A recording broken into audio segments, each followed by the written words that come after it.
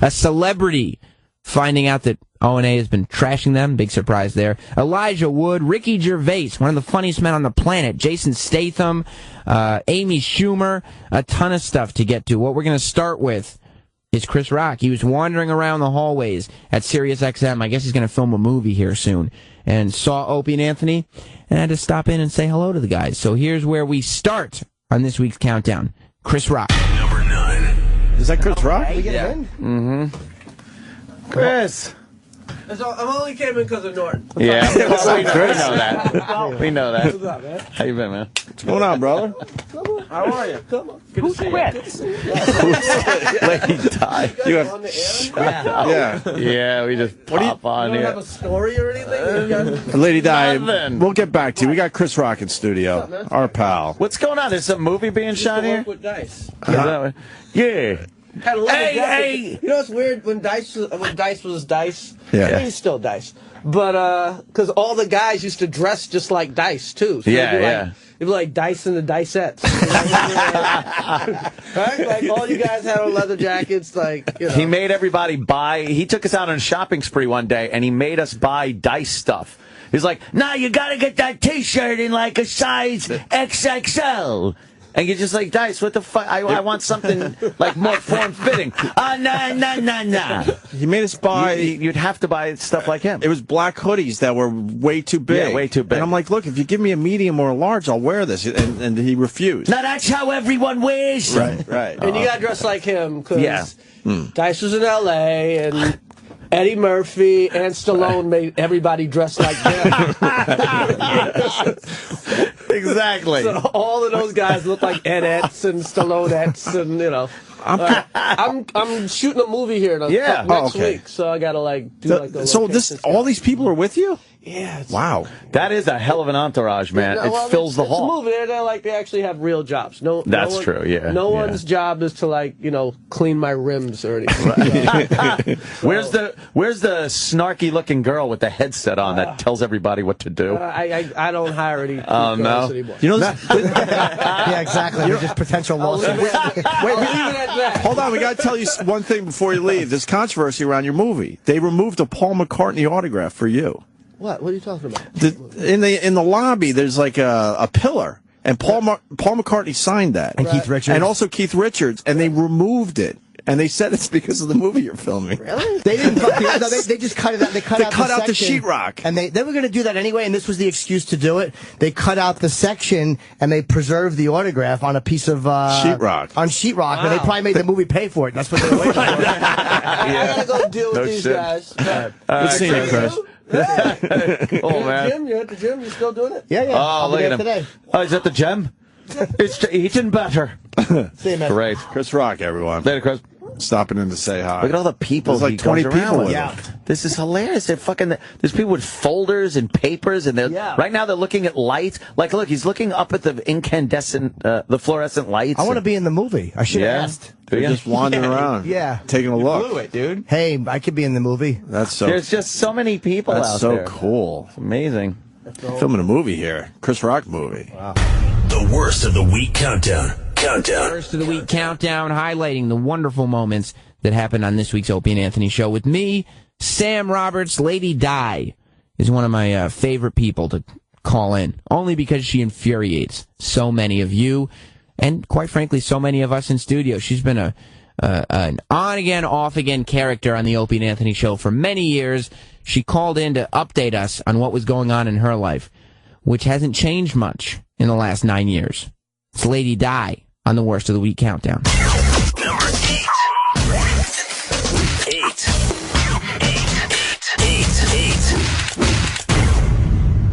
Number 8. Who's this?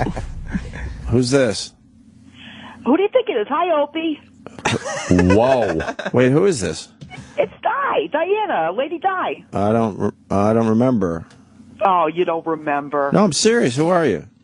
You know who I am? Well, explain. I don't know who you are. Oh, my God. We talk to hundreds of people a day. Who is this? All right. Well, we used to come over to the studio, Marion and I. We used to come over there at, WNEW and everything. Doesn't really ring a bell. Hi, Jimmy. Hi, Anthony. Hello. Do you guys know this, Broad? Yeah, no.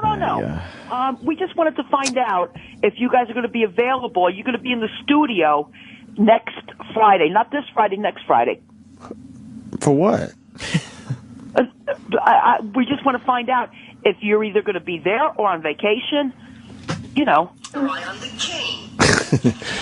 I don't know. Why do you want to know if we're going to be here next Friday? Because we're going to stop by. Who? Oh, God. Me and Marion. Who's By the way, Marion? Hi to everybody. What? She says hi to everybody. But who is this Marion? Who are you? It's Marion Oh and me. my God! You know who we are. The retarded Laverne and Shirley. Oh. Does that ring a bell? A little bit. All right. That's like many years ago. It sort of rings a bell. Yeah, well, you still consider us the retarded Laverne and Shirley. I haven't considered you anything in many years. Ugh. Ugh. So that voice. Yeah, okay. How you doing with the drinking? It's okay. All right. Are you doing? I Are you drink occasionally. Yes. I drink occasionally. When's the last time you drank? And don't lie. Yesterday. Okay. Well, then what was the occasion? It was Monday. The occasion was I was home. So what was the last time you called? You said you were going to go out for a job. What job hunting did you do? Oh, right. Oh, very good. Yeah, I did. Yeah, no, I went out looking for a job and everything. I went out looking for a couple of jobs. So what'd you do? I went over to Dunkin' Donuts, which is in my neighborhood. Right. Sure. I went over there, and Are we listening to a phone call from 12 years ago? Yeah. What? How is it that someone's life doesn't change at all? Not an iota. Nope. What This do you mean? phone call could be 12 years old. Right. You're No, still I mean, I've been out looking for a job. You're still a drunk making believe you're not a drunk. That's making believe that she's actually going to find work. This is a 12-year phone call. Yeah, but no. Yeah, but no. I've actually been out looking for work. Oh, what? So how is that going? E-Rock, find a phone call from 12 years ago, please. This is the exact same fucking I shit. have to wait for these places to call me back. No, but how many places did you look for? Last time we talked to you, we established that you service bill orally for your rent. Right. They're not established. Yes, No, we did. We did. What? Yes. Wait, I'm behind on this one because I wasn't here that day. She sucks the guy's cock that she's staying at the place. Don't do that. Yes, you do. did. You admitted it. You admitted it. He treats your mouth like a pocket vagina. Right. Oh, Jesus, no. No disrespect. No. You're a fleshlight with a dim Yeah, thank bulb. you. Thank you. A flesh And, heavy. and by the way, Oh, what? Yeah. I'm going to go see the monkeys. No one July asked you. 17th. Yeah. I'm going to go see them July 17th. Yeah. In Red Bank. Remember the Count Basie Theater, Jim? I do, yes. How This does is he all remember? just- That's where they're going to be at. We learned last time she called in that instead of looking for jobs, Yeah. she sits at home and watches the monkeys. She watches the monkeys and the Partridge Family. But No. who gives a fuck that you're going to see the monkeys? Yeah, who gives a fudge? Why not? Oh, Why would that be interesting to anyone? It's not. Tell Opie the Ron Jeremy story that you called in to tell. Oh, God. Oh, yeah. Well, I met Ron Jeremy, and he gave me a T-shirt. Holy And I looked him up and fuck! down. I looked him up and down, and I said, well, hey, I was just imagining what he would look like naked, But Yeah, it's hard to find images of that. Yeah. Just look in a mirror. That bothered him. No, I mean, no. What I'm trying to say is, I was trying to imagine him like he looked years ago. We understand. I remember him years ago. What the fuck? Who gives a fuck about any of this? You remember how she just would have these Yes. inane conversations? I know. I heard when she finally came back. I think on Sam's show, and then the next day, I was out, and you guys talked to her. It's like, but this is the exact same shit from 12 years ago. Yeah, Well, it bothered her, Ron Jeremy, that she looked at him like that. He didn't like it. He remembered the incident. He felt it was really kind of dehumanizing, and he's beyond that point. And you were supposed to apologize, and you never I did. don't know what he felt like when I was looking Well, at I'm him. telling you because I know him. A lot of people looked at him. Not like that. Not like the way you, because he mentioned that to me. No, not like that. Okay. But anyway, I got a free T-shirt.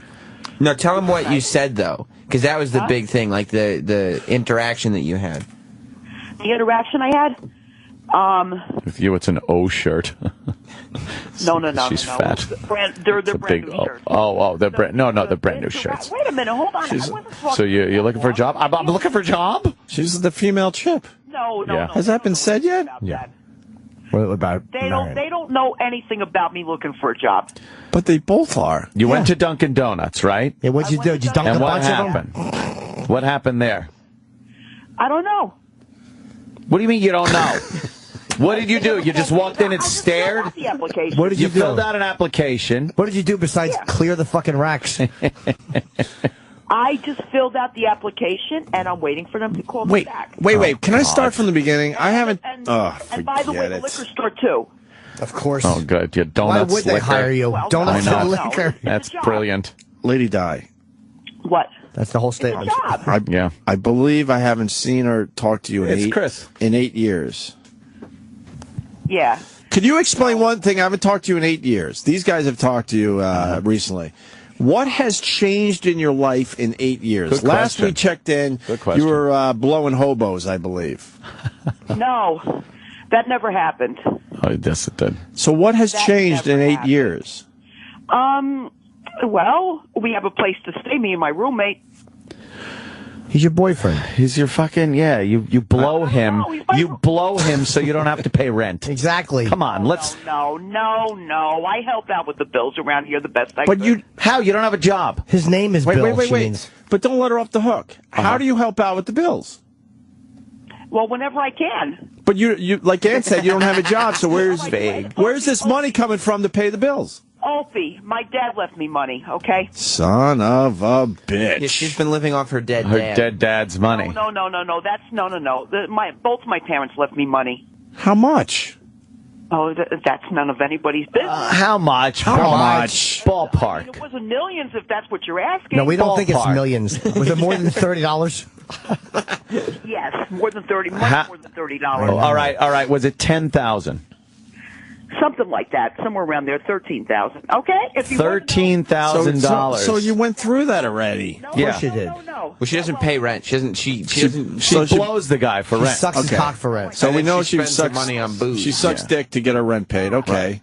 Imagine how proud her dead dad would be. Oh, God, right? He left me 18,000 and then another 14,000 on top of that. What? So So how much did he leave you? 30,000? Just say that. something like that. Yeah. Don't just keep giving us Something like that. Don't give us figures and make us do the math. Just tell us. All right, hold on a minute. We have to- Lady Di, hold on a minute. Hold on a minute. I begged D-Rock to find a clip of Lady Di. He found one from 2004? The beginning of November 2004. We were on the air right? for a month. It's a quick clip, right? This clip is 30 seconds, almost 9 years old. 9 years old. All right, this is going to make my point. Go ahead. Still out there looking for a job. Yeah, sure you are. You're pounding Well, not now. pounding the pavement. Well, at least you sound kind of sober today. She does that whenever I she am walks. sober today. What are you trying? What job are you looking for? A tequila worm eater? No. No. Jobs in town. I'm trying to look like all over the place. Clothing stores, all that other stuff. That must be where you are now, right? Looking for work? Yeah. So where are you? Same conversation. Well, I'm at home right now. Oh, you're at home right now. That's where all the jobs are.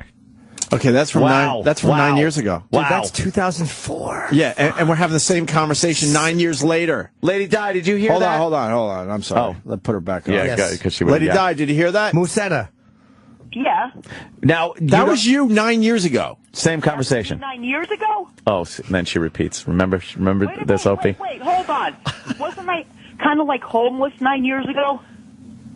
Well, you're just- homeless now. you're a bum if you now. aren't sucking I'm not homeless cock. anymore. Because you're sucking dick. She's questioning the old version of herself. Right. That was you. Wait a minute. Were you Okay, homeless or not? I don't know. That was you from 9 years ago saying that you were at home looking for a Okay, job. Okay.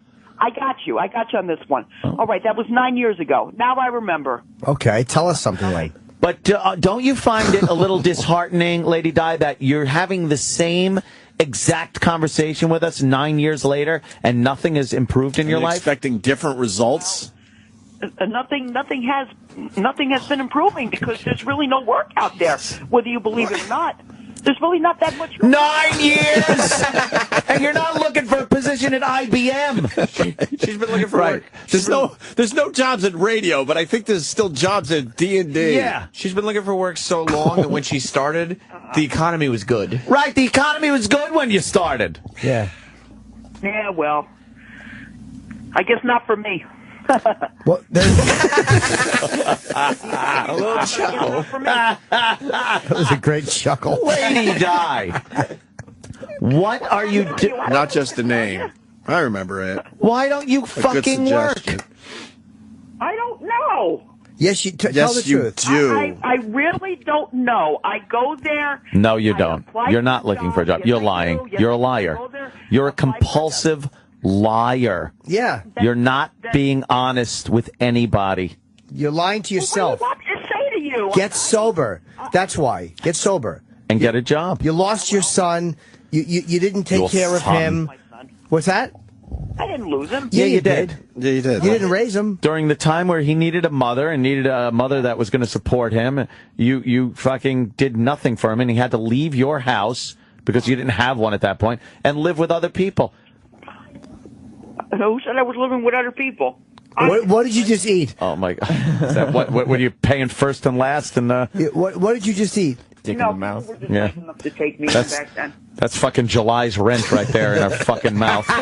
Just unloaded July. All right, look. I will pay the rent. Hold on. I can't take her anymore. All right.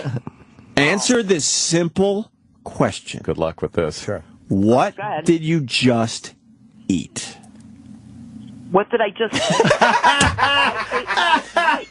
I had a steak last night, a London broil. What did you It was through just the heart. put in your mouth? Oh, a cigarette. You just ate a cigarette? What are you, a fucking goat? Cigarette. I just. Well, you know, it's kind of like hard to put a cigarette in your mouth when you have a cell phone in one hand and one free hand. Yeah, I know. 'Cause I need at least two hands Yes. to juggle when I put it. No, it's not. It's easy to do. Right. That's easy to do if you're that fucking. If you're Steve Gleason, could do that. Oh, Yeah, no. well, Now, see? I have to get one of those handsets for this phone, or a different phone anyway. How about get a job? Yeah, how are you affording Yeah. cigarettes? Get a job, Di. How are you affording cigarettes? Good question. You have to give up Good the question. ass? How do I afford? Do you give up the ass Yeah, for the yeah. cigarettes? I think cigarettes are just hand jobs. No, Opie, no. Oh, then it must be your dead dad's I thought it was a money. real fucking question. I'm sorry. You know what? And that's a pretty sensitive subject right now. What is, sweetheart? What? What is? What's sensitive? Oh, my dad. That's a pretty sensitive. Why? He's dead. He passed away. What's sensitive I know about he it? passed away. Yes, he did. How was Father's Day when you're spending his hard-earned money on beer Jesus, and Ed. fucking cigarettes? No, I spent. How was Happy Father's Day there? What'd you do? How'd you do? I spent his hard-earned money on putting flowers on his grave. Oh yeah. Yes. What'd you go with? Fucking plastic. I went with my roommate. Oh, did you suck his cock on your dad's grave? No, I did not. I wouldn't. Oh, come on. I wouldn't do stuff like that. Obviously not. Hey, Chris. I love Blink. It's my favorite. I don't do stuff like that. And I don't think anybody else did either. I didn't see anything else going on in the cemetery, so I don't do stuff like that. All right. Yeah. Lady Di. Don't worry about it. I will get a job. No, you won't. You 9 said years this ago. 9 years. 9 years. 9 years. 9 years you said this. For 9 fucking years. You're not getting a job. Fucking years. Well, what do you want me to do? Get a job. Why don't you get a fucking job? And they don't call you back. No, Because you're a babbling idiot. yeah. First of all, you probably don't present yourself well. Right. You probably go in there with your big bloated W.C. Fields face when you're fucking you drunkard, and then you babble like an idiot. Where they throw the application away before the fucking bell rings when you're leaving the door, and then you fucking yes, and then you don't like follow up. You're the one that's supposed to call them. I know that. But I don't have their phone numbers. That was just so mean. of course it was true. It's so Ah, yes. I'd like to apply for a position in your organization. Ah, yes. Perhaps I could put jelly in the donuts. Ah, yes. Ah, you fucking pig. Hey, listen. She could be the most frustrating person I've ever fucking come across. I'm not the most frustrating. I think you are. I think you are. I need a position to make some currency to purchase more alcoholic beverages. Yeah. Oh boy, oh boy. Big bloated WC. She is. The worst of the week countdown.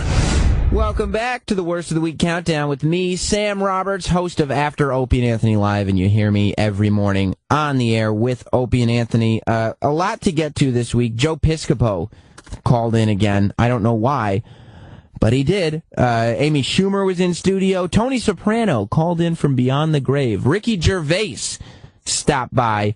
We'll get to all that soon. First, Jason Statham. Arguably the greatest action hero of this generation. You know, I mean, he's not Stallone, he's not Schwarzenegger, but they're older gentlemen at this point. Jason Statham is still doing the damn thing. He's also a great guest. He stopped by this week. Rob Bartlett from the Imus in the Morning radio show was in studio with us. Enjoy Jason Statham on the Worst of the Week Countdown.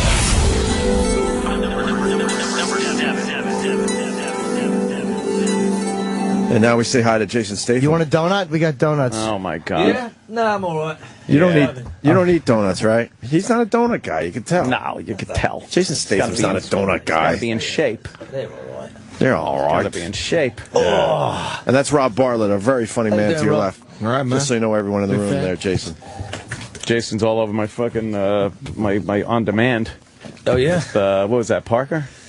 Yeah, Parker, yeah. Parker, yeah. That was the last time we saw you. No good? Yeah, no, I like it, man. Your fucking movies are great. Come on. Action-packed. Fucking fun. You know what you're getting with the Jason Statham movie, man. I love that, man. Fuck. Great. What do you got coming out now? It's a film called Redemption. Redemption. Yeah, it was called Hummingbird in the UK, but they renamed it. Yeah, good idea. Yeah, Good they renamed thing. it because they thought Hummingbird was a little bit twee. Yeah. What was the motive for Hummingbird? Like, what does it mean? The significance of it? Hummingbird is a generic term for a military drone. That basically the story's about an ex-soldier that is basically one of these drones pays witness to something bad that he does, and basically his conscience gets the better of him and he can't live with himself, and he takes to the streets and starts living as a homeless person. So the Hummingbird is is quite an appropriate sort of title for the film, but but the redemption part kind of makes more sense. Yeah. Well, it's a little easier. It's a little easier to put on people. They'll be like, "All right, it's redemption." Hummingbird. They're like, "What?" Yeah, it's hard to get a bunch of guys to go see Hummingbird if they don't know what it's about. Yeah, I want to go. Let's go see Hummingbird. This sounds good. Money back. So it's an action film. Well, yeah. I mean, it's the good thing about it. It's not driven by the action. It's written by a very, very smart writer that's written a couple of great films. Eastern Promises. I don't know if you saw. Oh yeah, that was great. That was good. So he's fucking brutal, that movie. Yeah. So there was a movie before that called Dirty Pretty Things, and these are tales around the city of London, which are thrillers based in London. Mm-hmm. This is the third part of an unrelated story, but by Stephen Knight, who was the writer. This is his first attempt as a director, and he's brilliant. He really nailed it. First attempt. Yeah. So do you look at that and be like, are you like, oh boy, hope he knows what he's doing? Of course you do. Yeah. Yeah. No, but you know pretty quickly if someone knows what they're doing by the way they sort of. And if they have a good support staff around them too. That's, I mean, he really did put the best group of people around him. A good DP. That helps. You know what? I am convinced you could know nothing about directing a movie, and if you put the right people around you, you can be a brilliant director. That is that's the key to anything. absolutely. Surround yourself with people better than you. Yes. Well, you guys know about that. Well. Yeah. That's so. Some gunplay in this one. Not a lot. Not a lot of gunplay. No, nothing really. He just he starts working for a group of people. He starts off, washing dishes. He basically starts to rehabilitate himself. He's a homeless chap on the streets, and he he starts to rehabilitate himself. He gets off the booze, gets off the drugs, and starts to, wash dishes in Chinatown. And then all of a sudden starts working for this Chinese boss and starts, throwing a bit of muscle around and earning some money, basically to keep his daughter, to put away for his daughter, as a strange daughter that he doesn't see anymore. Good-hearted guy. Yeah, okay. good-hearted guy, and that's the start of a change for the good. But then he finds out that when he's sober, that he's a bit of a nuisance, and he he starts to, he has to sort of throw himself to the wayside again because it becomes too dangerous. How does the movie end? I can tell you're really fucking interested. So we're gonna get somebody like that one day. Somebody's gonna slip and we try that. We try that every time. How does it end? Right, I should have come up with a different movie, shouldn't I? So it's a musical? It should have been. It's not a musical, no. Your films have grossed over $1 billion? Huh? Your films have grossed over $1 billion, man. I didn't see much of that billion, I can tell you. Damn them. You were misinformed. Someone got rich, not me. Over $1 billion. Yeah, wow. We haven't paid for this and that yet. We got to recoup this stamps. and that. Yeah. Stamps. What are you gonna do? Yeah, there's a lot of expenses that go through. Yeah. Any word on Expendables? Yeah, I'm gonna go and do Expendables Part 3. We're going to we're gonna go and shoot in Bulgaria. And we start Bulgaria, huh? In the middle of August, we start. Yeah, Sly That's a fun and everybody. franchise, right? Yeah, you can't say no to that. It's Please, yeah. it's So I got to complete the trilogy. Yes. Yes. Are the same guys in it? Or is there anybody new in it that wasn't in the last one? I don't. Listen, they're bandying around a lot of names, and I'm not sure who they're going to say yes to and who wants to come to do the job. But there's talk of Wesley Snipes and Jackie Chan and Mila Jovovich, the people that I'm sure with the reaction the first two got, that people kind of want to get on board that one. It's fun. They're fun movies to watch. Yeah, they're great. You just turn up and go, give us the gun, and it's you can eject the mind for a small moment. Yeah, I know. I love people that watch that and go, you can't do that. Exactly. Doesn't make sense. Oh, look at how he's driving that thing. You can't drive like Where's the logic? Don't worry about it. Sit back and enjoy it. Dummy. What was your favorite film you ever made? That's a great question. I think the movies I did for Guy Ritchie would, Snatch and Lock, Stock, because they were a long time ago, and they sort of gave me a job. They gave me a career. Yeah. Snatch is still great. It's one of those movies you just could watch a million fucking times. Do you really eat spinach and rice? No. Once again, someone reports say he keeps in shape on set by eating a diet of spinach and rice. Where does that come from? What turd said that? I don't know. You probably ate it once because there was nothing else left or something, and then that becomes the thing. There's so much stupid crap that gets written about things. What's the stupidest thing you've Probably that. Oh wow! All right, we made Wikipedia. Nice. Love it. Exactly. That's a dumb thing to have written about you. I know, but I just ask it like it's a fucking really Barbara Walters moment. Spinach and rice. Somebody cries. I really am an asshole. But yeah, you can't. You just pull the questions off Wikipedia, and you're like, okay, that's what the. We don't do pre-interviews, obviously. Got that one out. But again, why would I ask that? Because here's what he could have said: yes, I do. And now where are you going? I really you ought to think out how these things progress. Yeah. I walked us down a fucking alley. Now what? Brown or white rice? Yeah. It would have to be Which rice brown. is that? I would have used White it not so healthy. into a Basmati rice it is. I would have just turned around and said, because I've been eating some spinach, and everyone went, who gives a shit? And then somebody else would have picked up the. All right.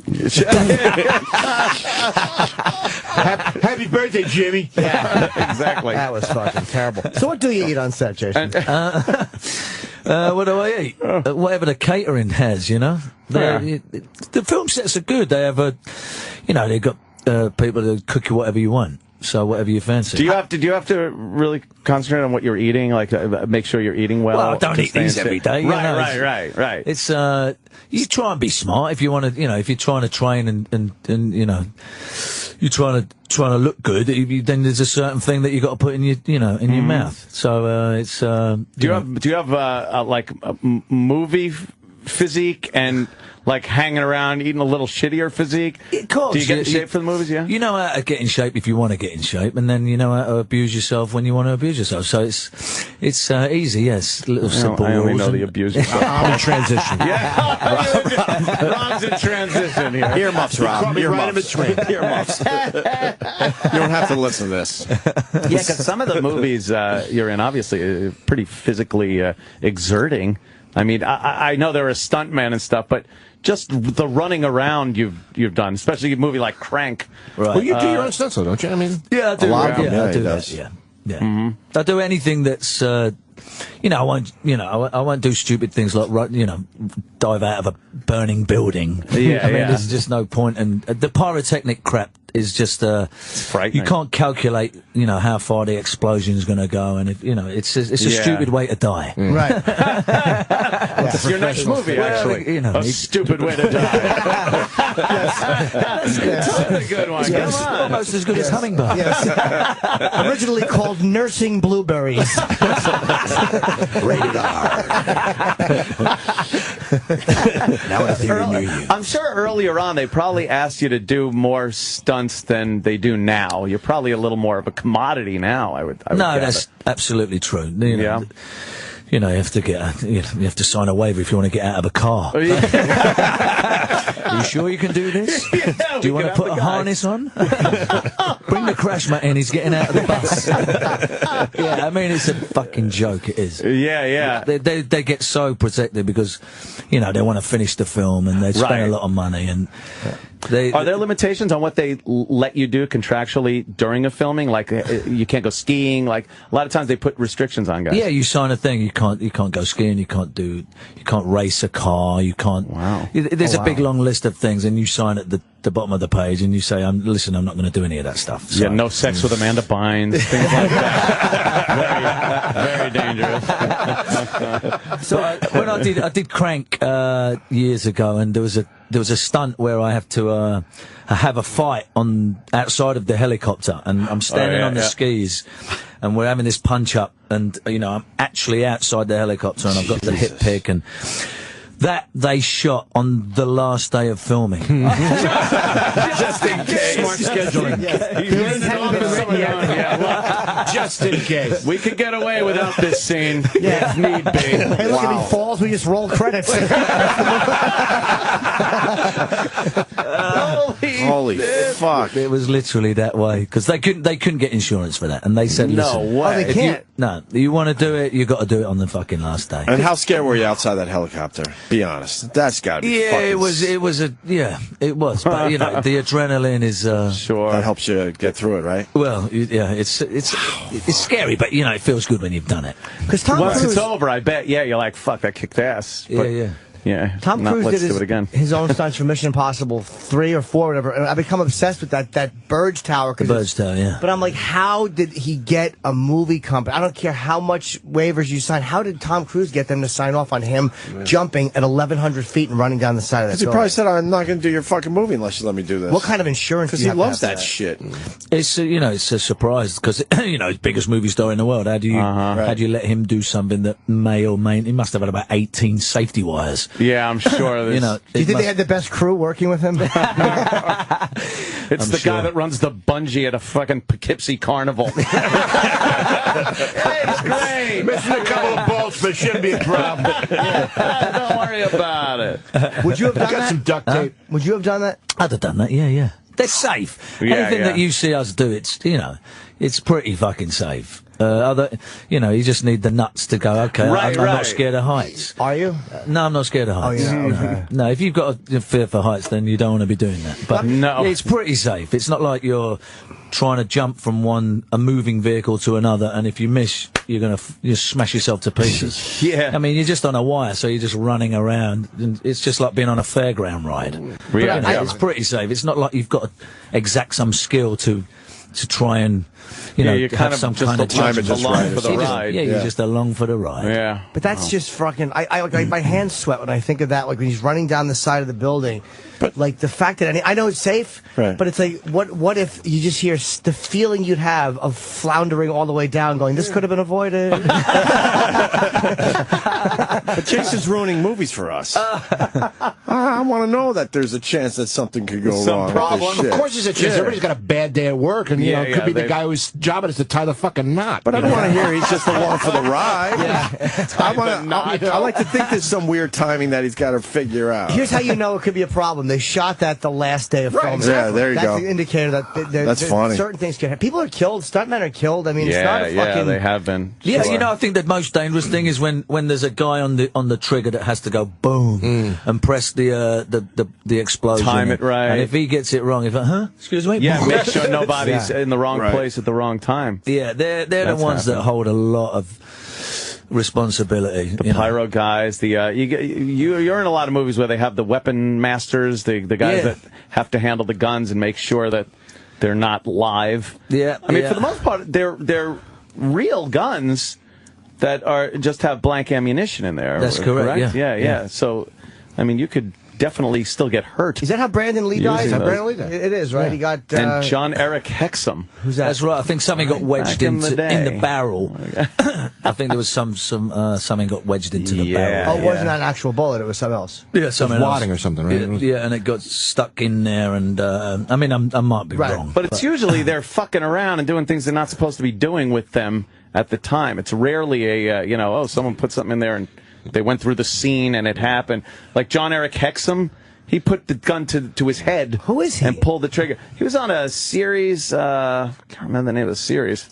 Remember his dumb name, but not the name of the series. And he put it next to his head, and the concussion from the blank actually dislodged a piece of his skull, and it went right into his brain like a bullet. You know? Oh, yeah, you can kill yourself with a blank. Absolutely. Really? Oh, yeah. Very dangerous still.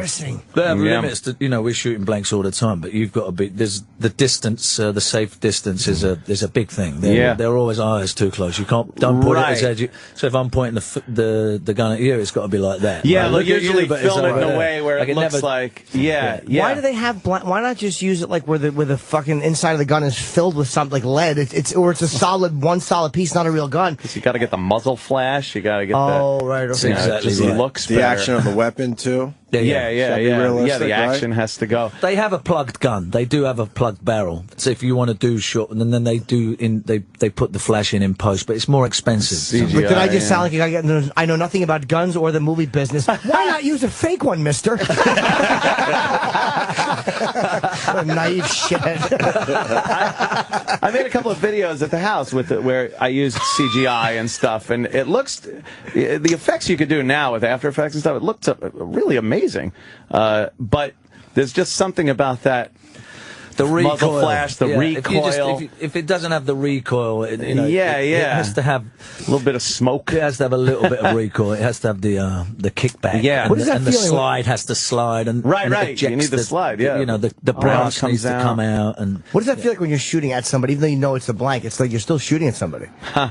Yeah, but it's a blank. I would love to do that. You would love to do that. I really would, yeah. But not tell them it's a blank, and then like make a prank show where I'm walking down the street just fake shooting at people, and they're like, that'd be great. And I'm like, and then you could have the. There's a lot of people that like to do that too. Yeah. I can't wait for the part of the show where the cops don't fake shoot you, because that's what would happen. Well, it's called season finale. Yeah. Are you proficient with weapons? Do you shoot much real guns? Yeah, they make sure that you get good at that stuff. You know, they take you to the gun range and they show you how to go on. And you should learn how to shoot a real one before you do that, just so you have the respect of the for the gun. You have to really understand about the safety. The onset safety is a big thing. You know, and the you can't be running around. As soon as you've done the shot, you have to give it to the gun handler. And you can't run around having a cup of tea with the old gun. So as a British subject, what do you think of the assault band's weapon? The what? Assault band's weapon. Assault band's weapon. Assault band's weapon. Damn it, you know. Oh, Rob. And I'm the one on Vicodin. Where's the screw? Where's the screeching? That's all right. Assault band's weapon. It's good. Assault band's weapon. Damn it. This is what Eager Boy wants to ask. When you're doing a film like that, you guys are all major A-list guys. I mean, there's Schwarzenegger, Stallone.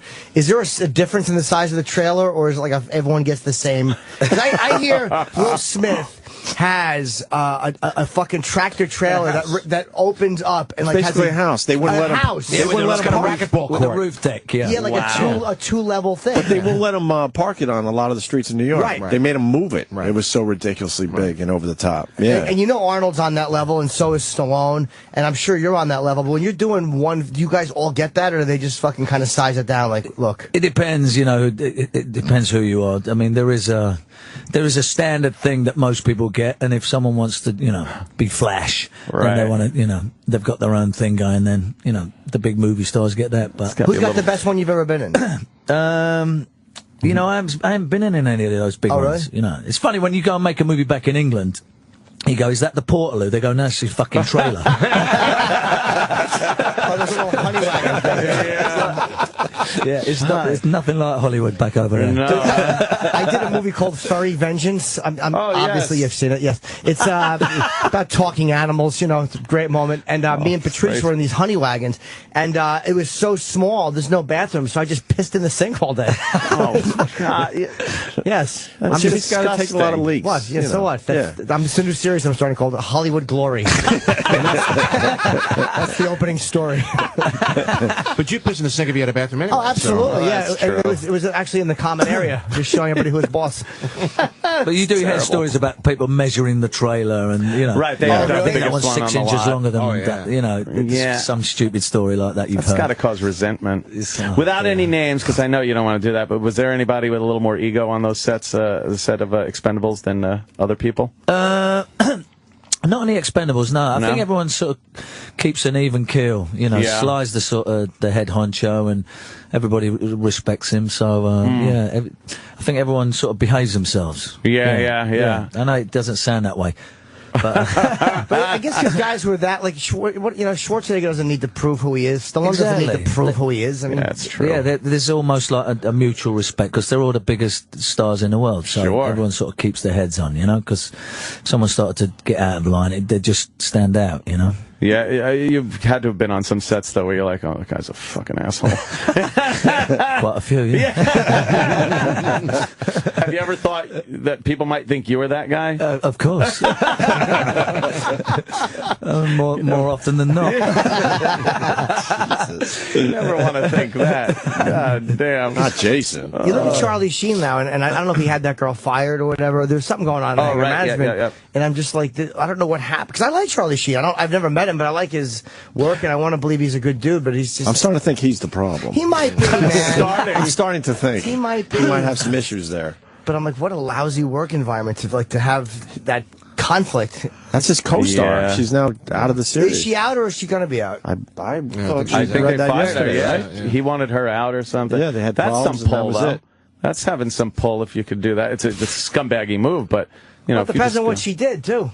Yeah. She got the yogurt wrong. Wouldn't fuck him. Well, goodbye. How's that? Goodbye. The worst of the week countdown on the Opie and Anthony channel.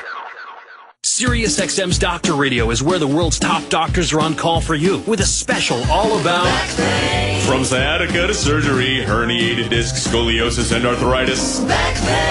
Recovering from injuries, exercises, medication, physical therapy. It's everything you need to know about how to prevent, manage, and relieve your back pain throughout the weekend on Doctor Radio, Sirius XM 81, or listen on the Sirius XM app. Back pain. MMA, psychedelia. Fuck yeah.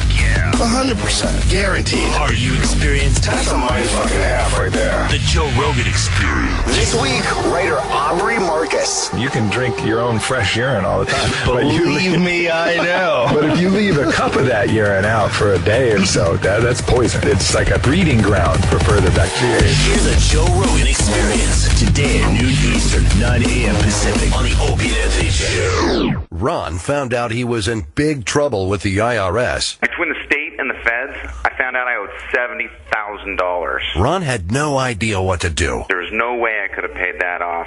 They were getting ready to garnish my wages. Who knows what else? Until he heard about 911 tax relief. 911 tax relief. That was exactly what I needed. They talked to the IRS for me. I didn't have to make one phone call. They just kept those guys off my back. And within an hour, they had it figured out. Done. 911 tax relief has an A rating with the Better Business Bureau. So if you owe $10,000 or more in back taxes and you're faced with bank levies or wage garnishments, or if you have unfiled tax returns, do what Ron did and call 911 tax relief at 800-347-9637. You may be able to eliminate up to 85% of what you owe. Seriously, 911 tax relief saved everything. My house, my cars. They saved my marriage. Call 800-347-9637. 800-347-9637. Have you been thinking about buying or starting a business? Sport Clips Haircuts may be your answer. How strong a franchise is Sport Clips? Sport Clips has been an Entrepreneur Magazine's top 500 franchise for 15 consecutive years, with more than 1,000 stores nationwide. What's the Sport Clips concept? We've identified a huge market with an unmet need. Guys wanting a great haircut experience in a place they feel at home. Sport Clips surrounds their clients with sports, TVs, and more sports. But what are the experts saying? Forbes.com has ranked Sport Clips as a top 10 franchise for the money. We've been one of Entrepreneur Magazine's top 50 fastest growing franchises for 10 straight years. Recently featured in the Wall Street Journal and one of the top franchises for veterans. Is Sport Clips right for me? Sport Clips is an owner-investor model, so you don't have to be on site every day. There's no industry or haircutting experience necessary, and you can even keep your current job. Visit OwnaSportClips.com to learn more. That's OwnaSportClips.com. At Sport Clips, it's good to be a guy, but it's great to be an owner. Hello, boys. What plans do you have this weekend? How about this evening? Are you hoping for a little excitement? Get over to whatsyourprice.com. Don't leave your dating life to chance. What's Your Price gives you the advantage. Whatsyourprice.com is distinct and has a ratio of 6 gorgeous and exciting women for every man. With thousands of beautiful ladies at What's Your Price, you'll feel like Tiger Woods hitting a hole-in-one. Instead of waiting and waiting. What's Your Price is the dating shortcut with guaranteed first dates. So you'll go out sooner rather than later with hot, sexy girls like me. Meow. One word of caution. Dating women like me on whatsyourprice.com can be addicting. Whatsyourprice.com is free to join and is so easy. Stop waiting and start dating. Go to whatsyourprice.com, join for free, and enter code RADIO to receive twice the amount of dates. Just go to whatsyourprice.com. That's whatsyourprice.com. Meow. Hey, Dad, if you call Dish at 1-800-WATCH-TV and get their new Hopper, you can watch live TV or access your DVR anywhere. It turns any room into a TV room. What about the laundry room? Sure. Bathroom? I guess. Equatorial room? What's an equatorial room? It's a large circular room which contains an equatorial mounted telescope. Yep, TV room. Watch all your live and recorded TV anywhere, only with the Hopper from Dish. Call Dish at 1-800-WATCH-TV today. Requires a broadband-connected SIM-enabled DVR and compatible mobile device. Restrictions apply. Call for detail. The worst of the week countdown continues. Highlighting the best moments of this week's Opie and Anthony show, it's the worst of the week countdown with me, Sam Roberts, from the Opie and Anthony show. And after Opie and Anthony Live, a lot went on this week. I was going to say a lot.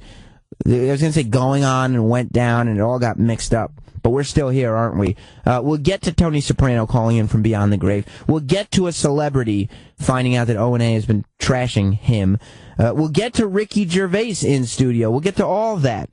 First, I want to play for you Elijah Wood stopping by. He's not just Frodo Baggins. He's not just the kid from The Good Son. He's not just that dude who talks to the guy in the dog suit on Wilfred, okay? He's also a nice man who happens to be a friend of the show. He's stopped by. He's been on the show a bunch of times. Always fun hanging with him. Elijah Wood on the Worst of the Week countdown.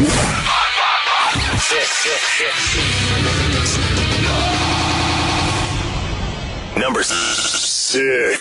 Where did the show leave off? I'm trying to remember now. At the end of the second season. It left off with the revelation that this drawing that he finds with Wilfred, like a childhood drawing with Wilfred in the corner, that he drew it. Right. And so we actually start this season with him analyzing what that potentially means. Nice. As he's in this sort of existential questioning nightmare. I have a theory about the show, which I'll ask Elijah about off air. Oh. Not on air. No spoilers? No, I don't want to wreck something. No, that's a spoiler. If I'm right. What, he doesn't have to nod or anything. Well, there isn't actually a definitive answer yet. Oh. Oh, okay. Even amongst the creators. Like, I have a theory.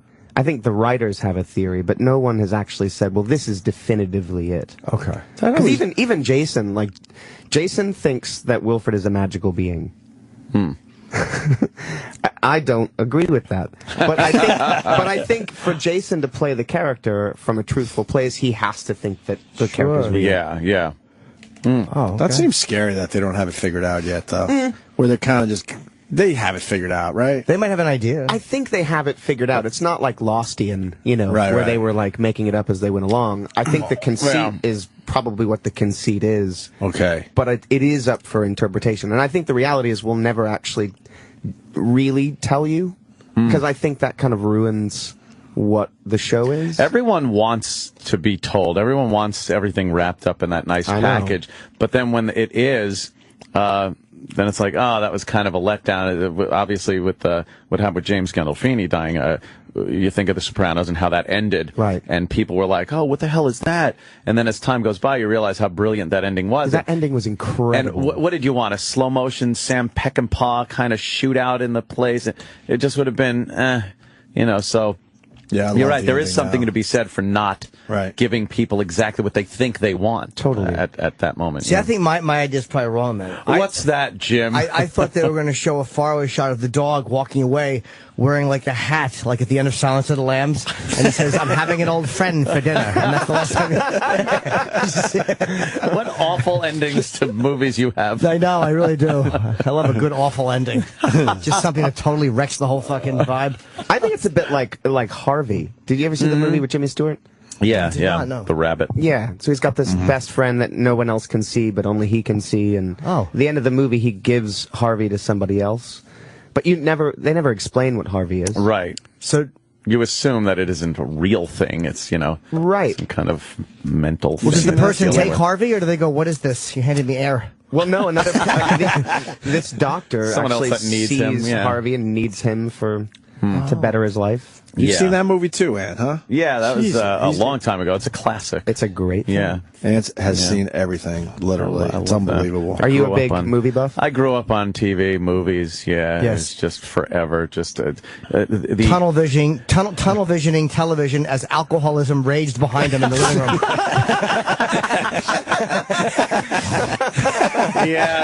There were, parental discussions going on while I just focused. That's not happening. No, that's not happening. As the spaghetti hits the wall, they were just discussions. Yeah, they were discussions. Parental discussions. Yeah. Yes, they were very passionate about their opinions, that they threw in the word, "you're a fuckface" every so often while giving their opinions. Well, just to pepper all that out. Block it Just out. focus on Crest toothpaste is the best toothpaste. With another genius. He's the fucking greatest recall for television.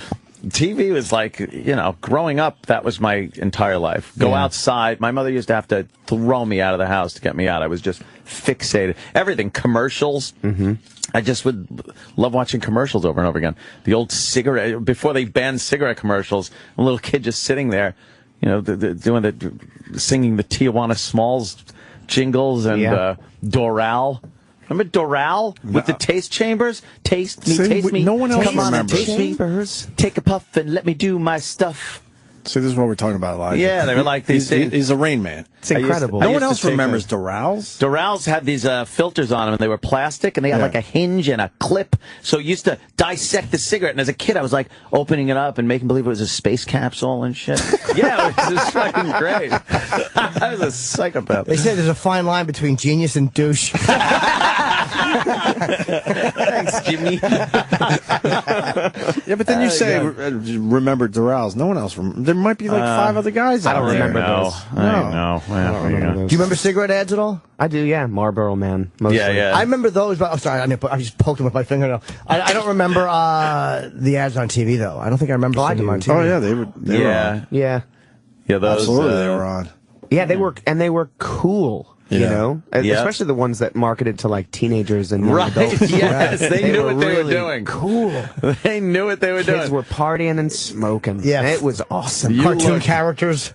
Yeah, you looked badass smoking cigarettes. If you were watching that commercial and thought that. Now, if you look at kids that are smoking, it looks ridiculous. It looks so retarded. It does, right? Yeah, they're sitting there and they don't really know how to hold it or when to take a drag. You think we knew how to hold it properly? No, we looked ridiculous too. Of course. You know, what are you going to do though? Of course. Well, you got to go through that phase. I want to ask Elijah about The Hobbit, man. Me and Jimmy saw it. We loved it. I know you were only in it for a couple. Yeah. How long? Like maybe 5 minutes? 5 minutes, something like that, yeah. Yeah, the beginning, which was kind of cool because it was kind of like, oh, I remember that from, Lord of the Rings. That's when he leaves to go and meet Gandalf to take a little ride. That's the cool thing. Is literally it's like 15 or 20 minutes before that first scene in the first movie. It was awesome. Did you like it, The Hobbit? Yeah, I loved it. It's amazing. I loved it, man. And you know what it was also? It was like with the Lord of the Rings trilogy, watching each one, after The Hobbit, right when the end comes, you're like, what? Oh, fuck, it's a trilogy! That's right! Yeah. God damn it, how long do I have to wait? I know. You get like the dragon little eye opens and you're like... things are kicking ass. Oh, man. The eyelid. It's like, now we got to wait a year? It's about a year, right? It's a year, yeah. It's a year. So it'll be December this year. Solid. All right, we're getting there. Solid year, yeah. Well, they're done with it, right? We're about halfway through. They're done making it. No, well, they shot all of it at the same time, same thing that we did for Rings, but then midway through the editing process of the first one, they realized that they had to split it into 3 films.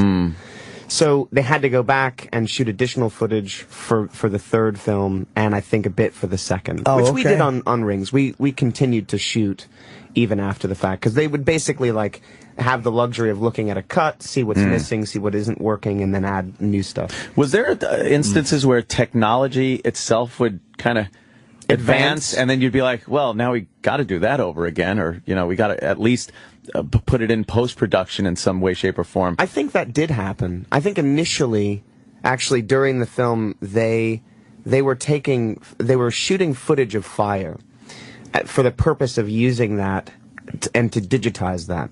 Over the course of the shooting, they wrote the program for fire. Okay, yeah. Like a better program for fire. So it's better fire than fire. That happened along the way. Yeah. I watching the documentary, all the footage that came with the DVDs and everything, you realize... get lost in those documentaries. Totally, man. I've spent weeks watching those things. Yeah. And you realize how at the forefront of that technology... Peter and all the people it still involved in up, it is. It's amazing. It looks great. It doesn't look really dated. does. Yeah. No. And now you got a movie also, Maniac? Yeah. And this is a remake of a movie from 1980 film. 80s. Oh, I didn't know that. Okay. Yeah. And it's a little dark. Just a little. It's a tad dark. Yeah. It's basically about a serial killer. It's about a guy who stalks women and kills them and keeps their scalps on mannequins. It is honestly the weirdest film I've ever jerked off to. But I got to tell you, But you did it on vacation, so that's all right. That's true. But there's scalping in it. And there was one in particular, they're all really fucking graphic, but there's one in particular where it just, it violated me. Like it was, and I'm saying that in a good way, it was really uncomfortable to watch. And gore movies don't ever freak me out, but there was one where it's like, he's really fucking scalping this woman, and he's not. But it was, which one was it? I want to say it was the second one, not the girl in her apartment, the young girl? Yeah. I think it was something about the way they shot it with the straight razor. I think that was the second one. And you could hear it. You could hear it crunchy, and you could see it being lifted off, kind of like almost like a moving head. And it was just the sound design on that is really brutal. Horrendous. Oh, man. Yeah, you play an absolute fucking creep. In that movie. Yes. What, with dirty fucking... I'm like, why did chicks want to bang him? His fingers and hands were dirty. Red knuckles. Like, yeah. Even his hands are creepy. So, there was some really, really great gore in that. I quite enjoyed that. You normally play a likable guys. For the most part, For the most part. Yeah. So that's continued. Anything different you had to do? Psych yourself up, or is it pretty much, hey, here's my part? Well, this was an interesting role because it was largely not on camera. The movie is actually in a mostly POV. About 80% of the film is in POV. Was that the way the 1980 movie was too? No. Oh, okay. This is just which is partly why I wanted to do this. Because I don't love remakes, specifically movies that don't do anything different or don't have a perspective that's unique. So the fact that they wanted to shoot this in POV and that the killer would only really be seen in reflections was really exciting. So therefore, the approach is a little bit different. It was kind of largely technical on set, except for those very specific character moments where you see the character. Right. And then a lot of it was re-recorded, like all the dialogue we re-recorded, and I felt like the real character work happened there, because it's all of the stuff of, you know, a sense of presence, his own inner dialogue, and I was able to kind of work with the nuances of what the character was. It was a lot of fun. There was a couple of moments where they all of a sudden the camera's just looking at you in the parking lot, and it was like, I wonder why they did that. I didn't mind it, but I was like wondering. So the kills, the idea behind that was this notion that, you know, people talk about having out of body experiences. Some serial killers have referred to that. So it was kind of a nod to that and a way to see the character do those sort of heinous things. And there's a great Achilles slash. Oh Jesus! Yeah, that's one of the most brutal things. Those in the are movie. terrible in movies. There's been a couple of them. Yeah, Pet Sematary is a good one too, where old Herman Munster got. Herman Munster. But this is a brutal one, and she's wearing heels, which are just perfect for an Achilles slash, and it's a gash. The way it was shot and those scenes were really, really well done. It's very difficult to make me cringe watching a movie physically. Yeah. Because I've seen real live things, I don't know, Live Leak or whatever, that are worse. And these were really fucking horrible. I think what's interesting, too, is that as an audience member, to a certain degree, you're kind of complicit in what this guy's doing because you're looking at everething through his eyes. You're in it, yeah. And that was exciting to me. The idea that you'd be made to feel a little bit uncomfortable. Yeah. You know? You also, and plus seeing you do it and knowing it was you, and then seeing your reflection, it was a very out of character. Even though you're playing a character, everybody knows you, and it was definitely odd to see.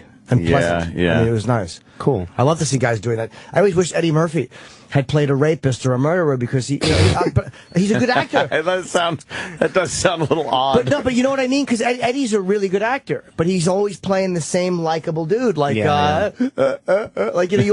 always enjoy him, and he's great.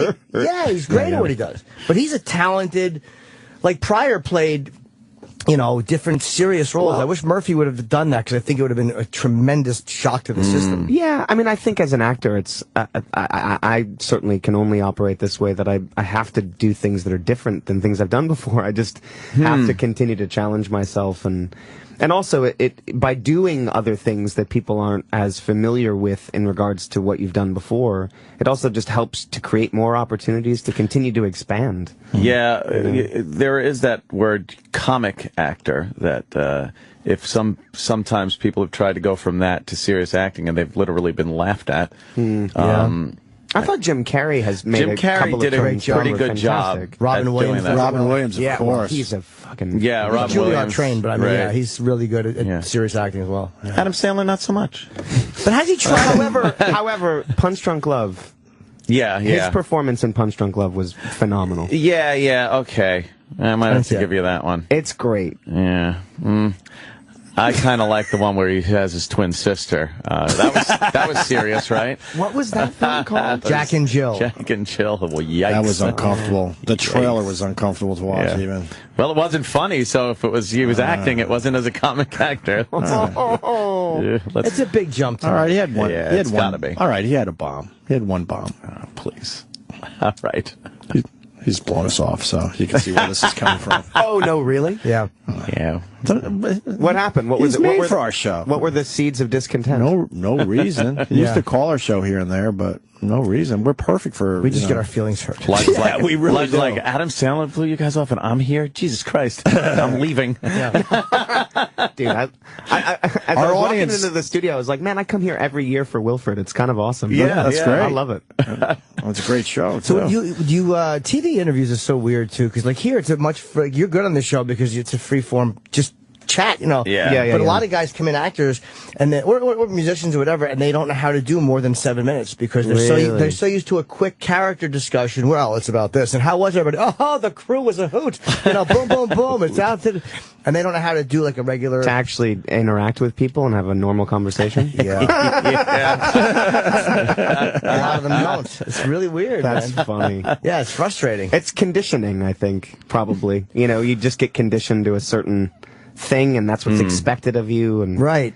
I find it more comfortable to have a real conversation, because sometimes those like late night talk shows, they can be great, but there's also like a format. You know, you have a pre-interview, you actually get, you know, the segment producer comes up to you and says, so this is what we're going to talk about. So you kind of have to like fit within these parameters. Yeah. And I like when that gets thrown away and you can actually just have a genuine interaction. There's much less pressure associated. I think some with of the most classic moments on those talk shows are when the script went out the window and they got off on a tangent and they have a real moment and a real conversation, and those end up on the highlight reels and everything else. So yeah, Fallon's really good at that. Yeah. I feel like every time I'm on Fallon's show, I have a real conversation. Yeah. You know, we just go off on a tangent, and it's wonderful. He's great. He's awesome. I love Fallon.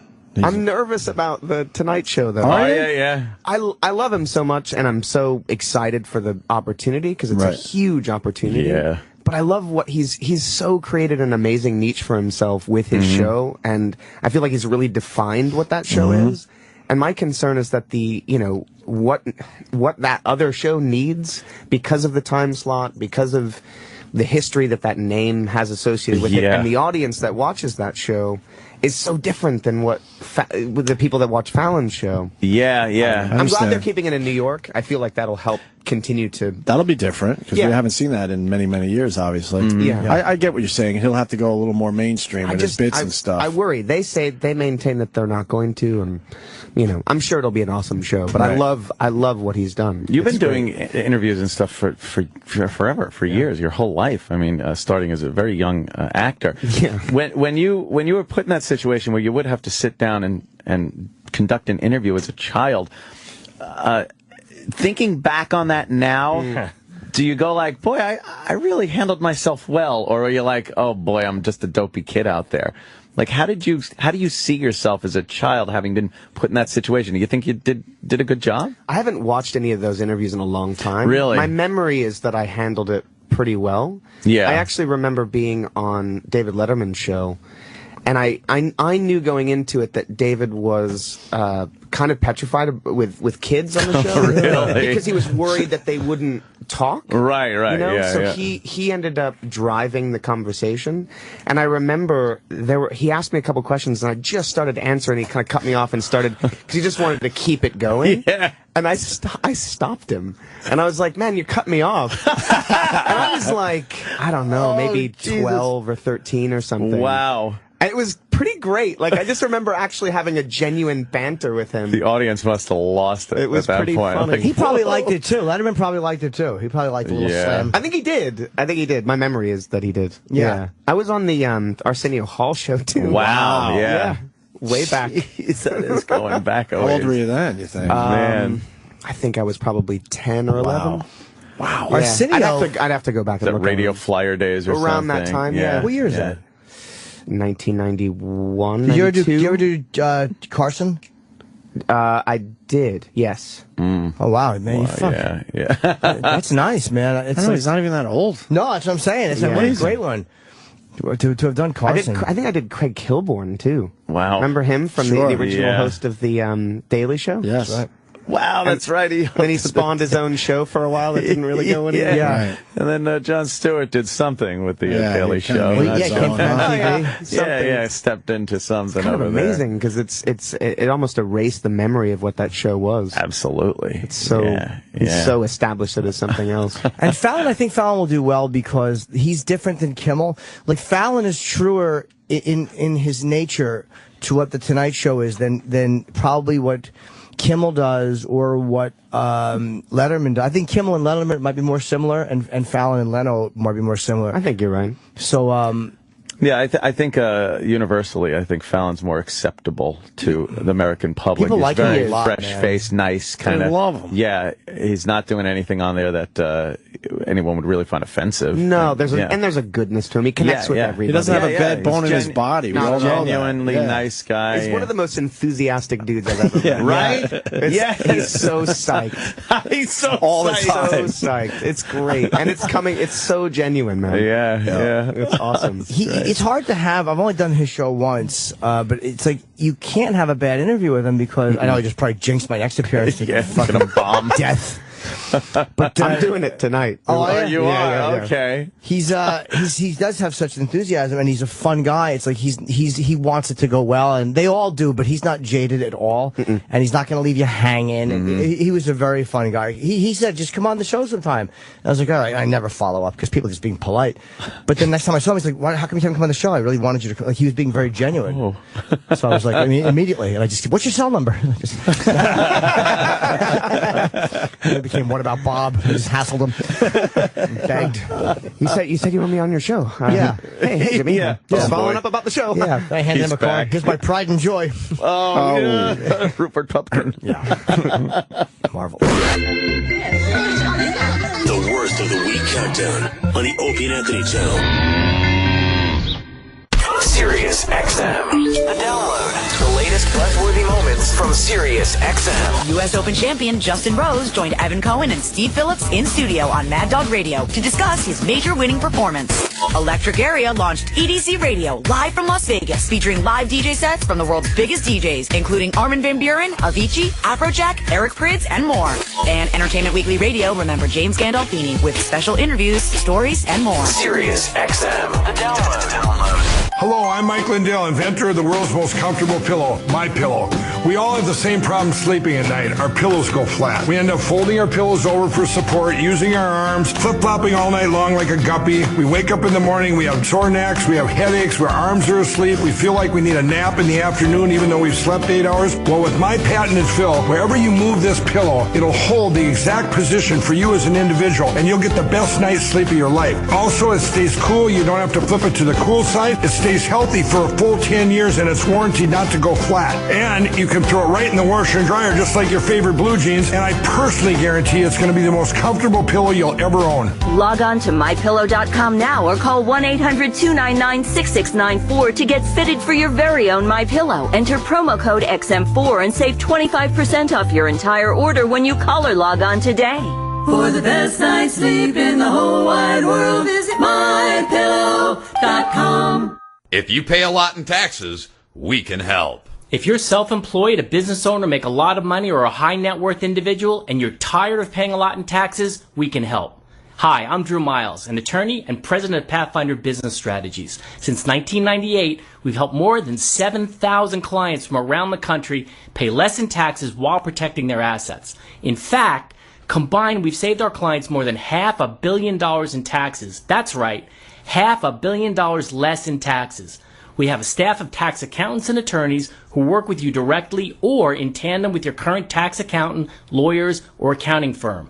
I guarantee that will save you at least 10% more in taxes than you're paying right now.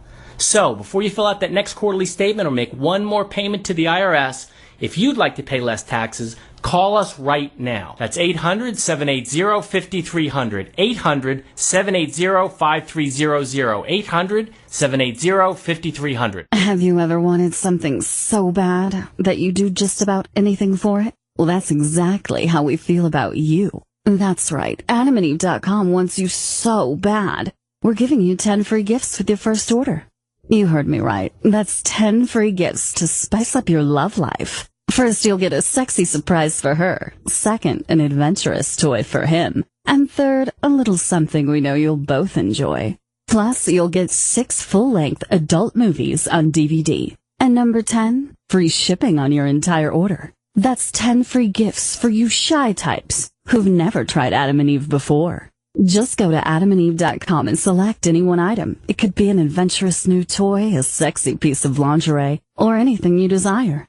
Just enter offer code DOLL at checkout, and you'll get all 10 free gifts, including free shipping. That's offer code DOLL. That's DOLL at adamandeve.com. Hey, I'm four-time NBA champ John Sally, and we've all heard the news reports about how low testosterone is the real problem for many men, starting early as in the mid-30s. Vermax T is an all-natural way to boost your testosterone level while also helping you improve your energy level and physical performance. Vermax products are available at Walgreens, Rite Aid, 7-Eleven, and other retailers nationwide, or online at VermaxInfo.com. That's VIRMAXinfo.com. These statements have not been evaluated by the FDA. This product is not intended to diagnose, treat, cure, or prevent any disease. The worst of the week countdown continues. It's the worst of the week countdown, where we highlight the great moments that happened, the greatest moments, really, that happened this week on the Opie and Anthony Show with me, Sam Roberts from O&A, and after O&A Live. It was a big, big week. Amy Schumer was on the show. Tony Soprano called in from beyond the grave. Ricky Gervais, one of the funniest people on the planet, was in studio. I'll get to all that soon. First, Joe Piscopo has developed a very strange relationship with this show. I mean, we trash him. We make fun of him. We fuck with his livelihood, but yet he keeps coming back. He called in, I guess it was his birthday, and so we took that opportunity to make a fool of him again. Poor guy. I hope we can get a Joe Piscopo dating game happening. Joe Piscopo, one of my favorite people in the world, on the phone on the worst of the week countdown. Number 5. Hey! Hey, Joe, how are you, Piscopo. buddy? Happy birthday, Joe! You guys are the best. Yes. I swear to God, though, I always hear the great things since we've been on. Yeah. I hear the nicest things from the craziest people, how much they enjoyed our show. Oh, yeah. And here you go. You call to wish your old Jersey guy a happy birthday. That's absolutely We saw Jersey right. Joe Piscopo's birthday today, and we figured, you know what? You've been so much fun here on the program. We had to give a call, say hi. And Joe, you know what? We're not those type of guys. We're not even saying your age. No, because you're ageless. You're ageless, exactly. Joe. You know what? Because you know that the young chick's listening. You got that's right. Joe might. We don't know if Joe's shaving a few years off when he talks to these royals. No idea. We don't want to blow up your spot, Joe. Exactly. No, you know what? I don't even go there anymore. You know, it's like the answer is, what does it matter? You know, what does it matter? Is that it? Age is just a number. You know what? But hey, you got some nice girls that have contacted me that listen to the show, boys. Very there it is. Going to Jimmy's point. Joe's diluting our fucking opportunities here. Yes. Oh man, I'm here now, and it's so funny the dichotomy of my life. Yeah. And Anthony, and I'm here with the kids. I'm leaving one kid off. I'm going to get the other kids. I'm running around, and it seems so here in this, bucolic setting of Western Jersey, and then Roland texts me, Opie and Anthony want to talk to you. It's just like it's like a whole dichotomy. It's amazing. It makes it exciting. A lot going on. You still live in Jersey, Joe? You know what? I ain't moving, baby. Come on now. You know that. Yeah, we know you love that jersey. He's a Jersey guy. Always will be. We noticed that you tweeted yesterday, Happy Father's Day, you know? You know, hey, Happy Father's Day, except the problem is I have to stop at every exit along the parkway. Because you really banged a lot of broads. Joe. Up and down the turnpike, right? Joe, what exit? Hey. Which exits you got covered for broads? Joe, it's called pulling out. You ought to look into it. Stop. I know. I'm naming my children after the exits now. Oh, yeah, fuck. right. That's hilarious. Jeez, Father's Day was yesterday, and we saw your tweet about it, and it was a little vague. Wait a minute. Which one did you? Well, you were talking about the kids. What's the age range of all the kids at this point? Oh my God! Yeah, Joey's like 67 and retired. You know the line. I mean, it's like I got an oldest son. Joey's like in his 30s, and then I have the 2.5-year-old, which we talked about on the air, which the baby mama got like ticked off because I talked about it on the air with you guys. No, I said, honey, that's funny. It's funny stuff. You remember when I didn't know it was my baby? We did that whole piece. And then she's going, oh, that's too personal. I went, nah, man, that's funny stuff. That was funny, you know? Yeah. And I'll tell you, boys, I'll say right here on the Opie and Anthony show, ladies and gentlemen, I don't think I'm done yet. Whoa, Joe! Come on now. Come on now. You don't think you're done yet with maybe having some kids? If I meet a girl that takes care of me, that cares enough, that doesn't just use me, you know. Why is he blowing snot up into these women? You can enjoy a girl without Joe, yeah, you can enjoy a girl without knocking her up there, right. Joe. Don't you understand that? No, they all want babies. You mean No, Joe. No. You know what? Wow. That's so much money going to these women and child support and Joe, you just got to have. I said, and by the time you're a father, I did tweet a tweet, you know, for my cynical friends. I said, you know, if you're blamed and you're belittled and you're broke, I said, Happy Father's Day. You know, it's like it's the same thing. Like, you know, but I can't meet, and maybe you know what we should have, guys, if I may, and I feel I know you long enough to propose this. Sure. We should have a symposium for Jersey Joe, old Joe, and maybe there's a girl out there, she just wants to have a nice relationship. We'll do like opieandanthony.com. I love that Joe's a horn dog. What happened to the mom of the 2.5-year-old? Are you still with her? Jesus. Who is that now? Who is that? What happened to the mom of the 2.5-year-old? Well, yeah, I got to come in and we got to talk.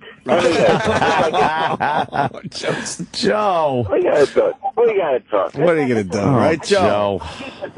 Listen, I'm the Henry Kissinger of young broads. You know, I keep the peace. You know what I'm saying?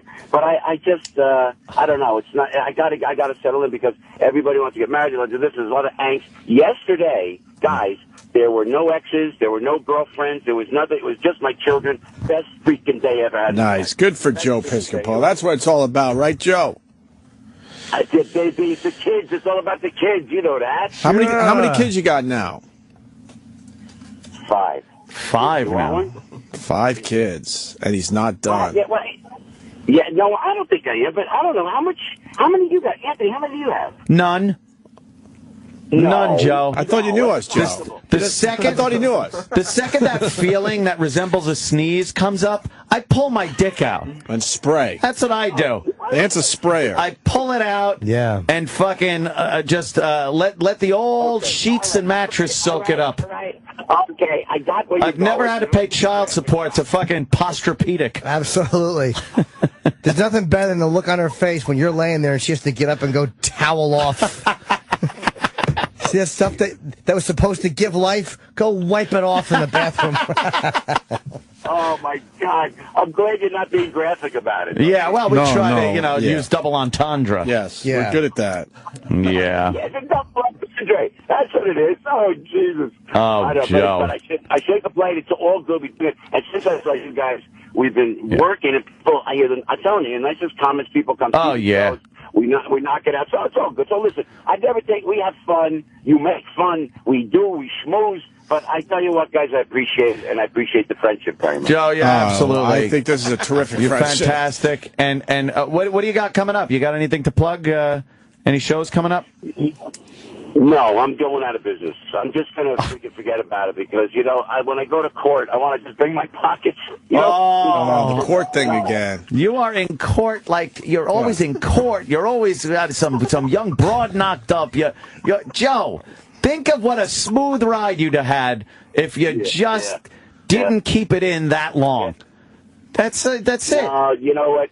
His whole life is getting broads pregnant and going to court. It's unbelievable. Yeah. And I bet it's very romantic. I bet there's loving look in the eyes when you know that you're conceiving a new life and everything.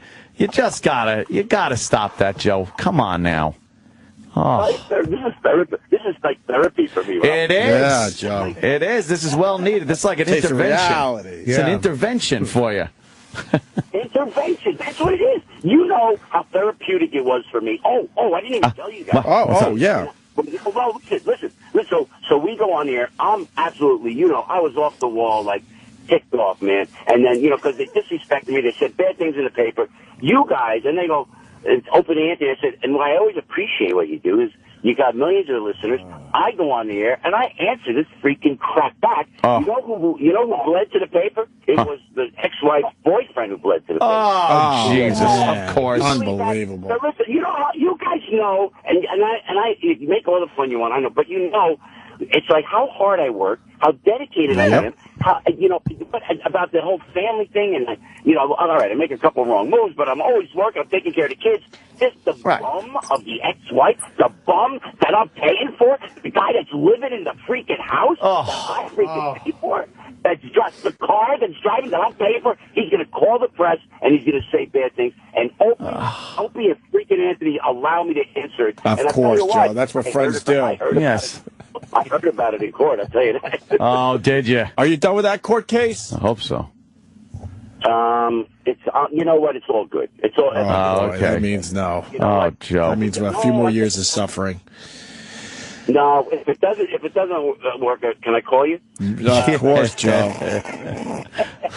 Hey, Joe. What are you doing for your birthday? Anything fun today? I got all the kids. Man, you know what? I'm just going to stay home.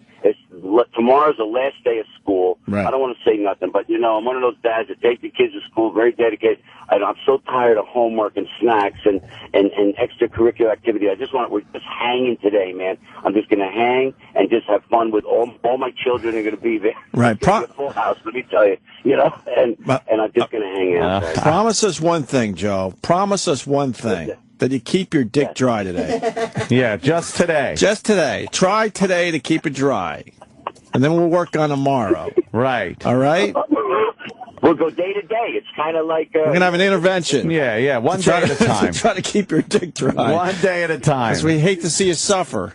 Fucking Joe loves coming deep. I understand. Yeah. He's a good boy. Yeah. He does like that. I get it. It's hard to pull Oh, it is. Takes a certain amount of discipline. You're right.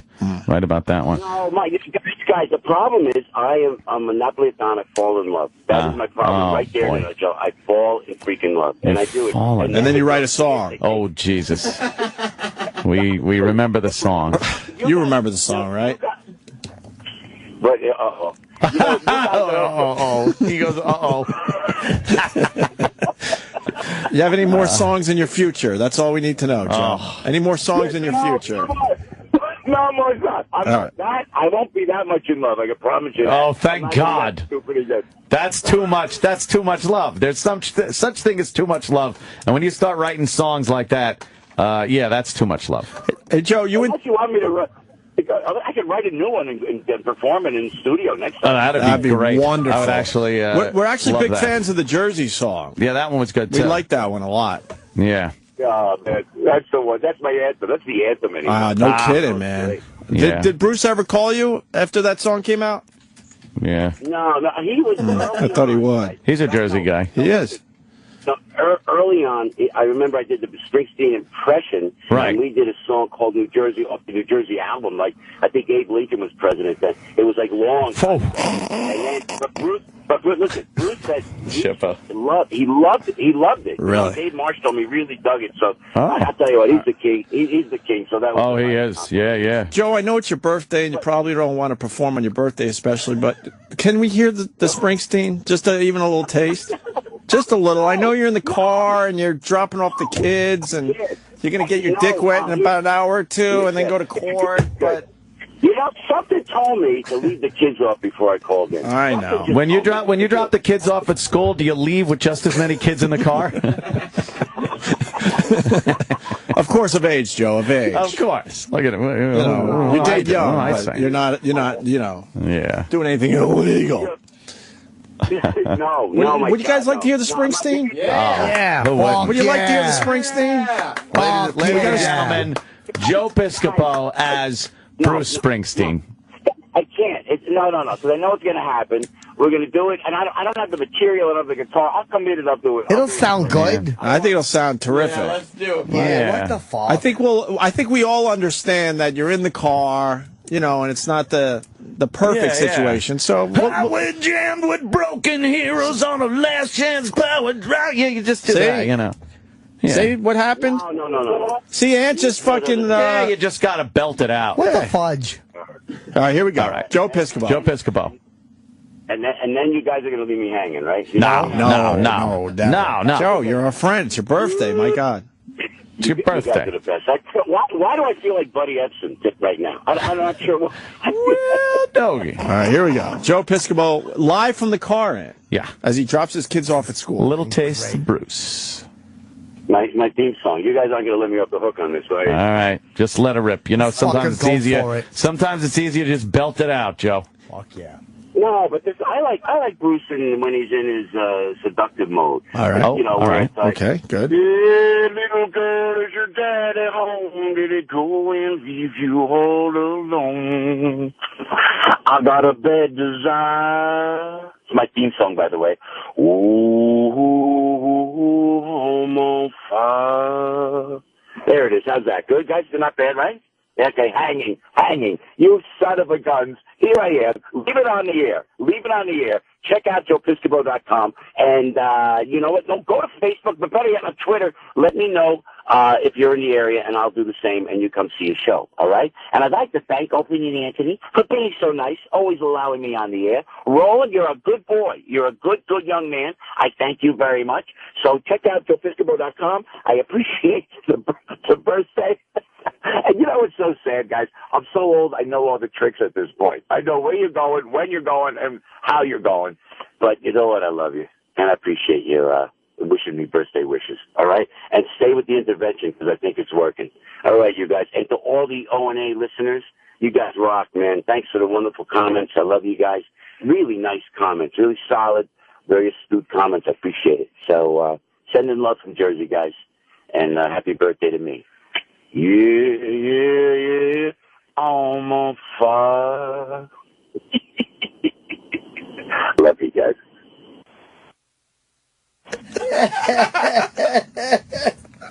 Oh, my God. I love how he knew in a second. And that's how it is. Oh, let me hanging. He's just the our best, good friend, Joe Piscopo. He's really becoming a very good friend of ours. Oh, yeah. He's terrific. More of the Opie and Anthony Wars to the Week Countdown. Next. America's #1 multi-city dance music festival, Electric Daisy Carnival, has hit Las Vegas. And Sirius XM's Electric Area is there. Wanna get loose when the beat drops.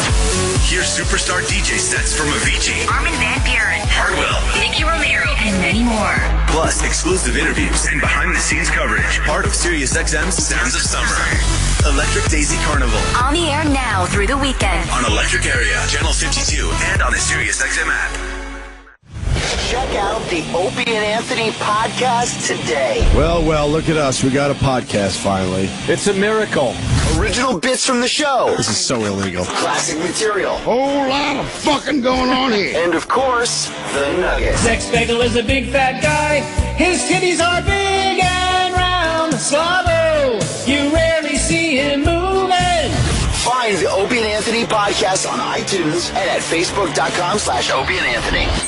When America's small business owners need cash to grow, Forward Line says yes. I'm Craig McGavi with Pepper Palace. We open up our second store, and every store thereafter, using Forward Line. I still borrow money from Forward Line because, quite frankly, it's competitive and easy. When banks say no, Forward Line says yes. I'm Linda Keenan from California Drawstrings. I had a very close relationship with a local bank. They were bought out.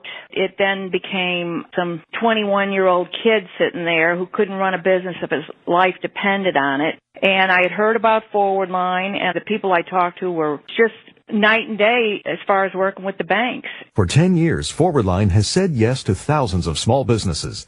Get an instant quote by calling Forward Line now at 866-917-LOAN. That's 866-917-LOAN. Restrictions apply. Call now for full details. Forward Line, 866-917-LOAN. That's 866-917-LOAN.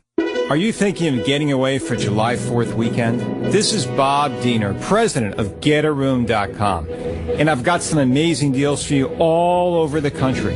In Vegas, right on the Strip, the 4.5-star Luxury Suites International at the Signature MGM, 40% off from $109 a night for a huge suite. In Miami, the Deauville Hotel right on the beach, 25% off.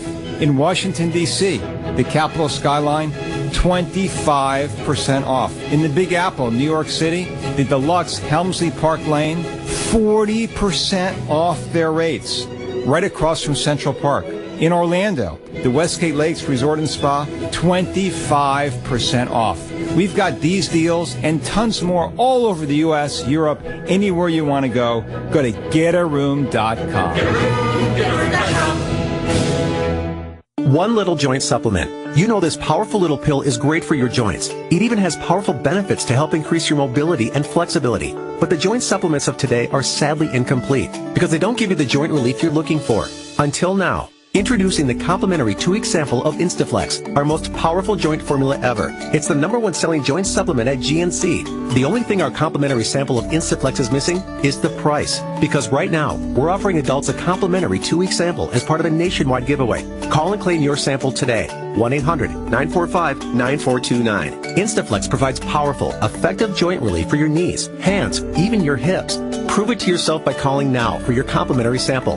Instaflex is available at GNC, Vitamin Shop, and Vitamin World, but you can only get your complimentary 2-week sample by calling 1-800-945-9429. Call now for your 2-week Instaflex sample. 1-800-945-9429. These statements have not been evaluated by the FDA. This product is not intended to diagnose, treat, cure, or prevent any disease. Hey, Dad, if you call Dish at 1-800-WATCH-TV and get their new Hopper, you can watch live TV or access your DVR anywhere. It turns any room into a TV room. What about the laundry room? Sure. Bathroom? I guess. Equatorial room? What's an equatorial room? It's a large circular room which contains an equatorial mounted telescope. Yep, TV room. Watch all your live and recorded TV anywhere, only with the Hopper from Dish. Call Dish at 1-800-WATCH-TV today. Requires a broadband-connected Sling-enabled DVR and compatible mobile device. Restrictions apply. Call for detail. The worst of the week countdown continues. Worst of the week countdown, highlighting all the great moments that happened on the Opie and Anthony show this week with me, Sam Roberts, the in-studio official for Opie and Anthony, as well as the host of After Opie and Anthony Live.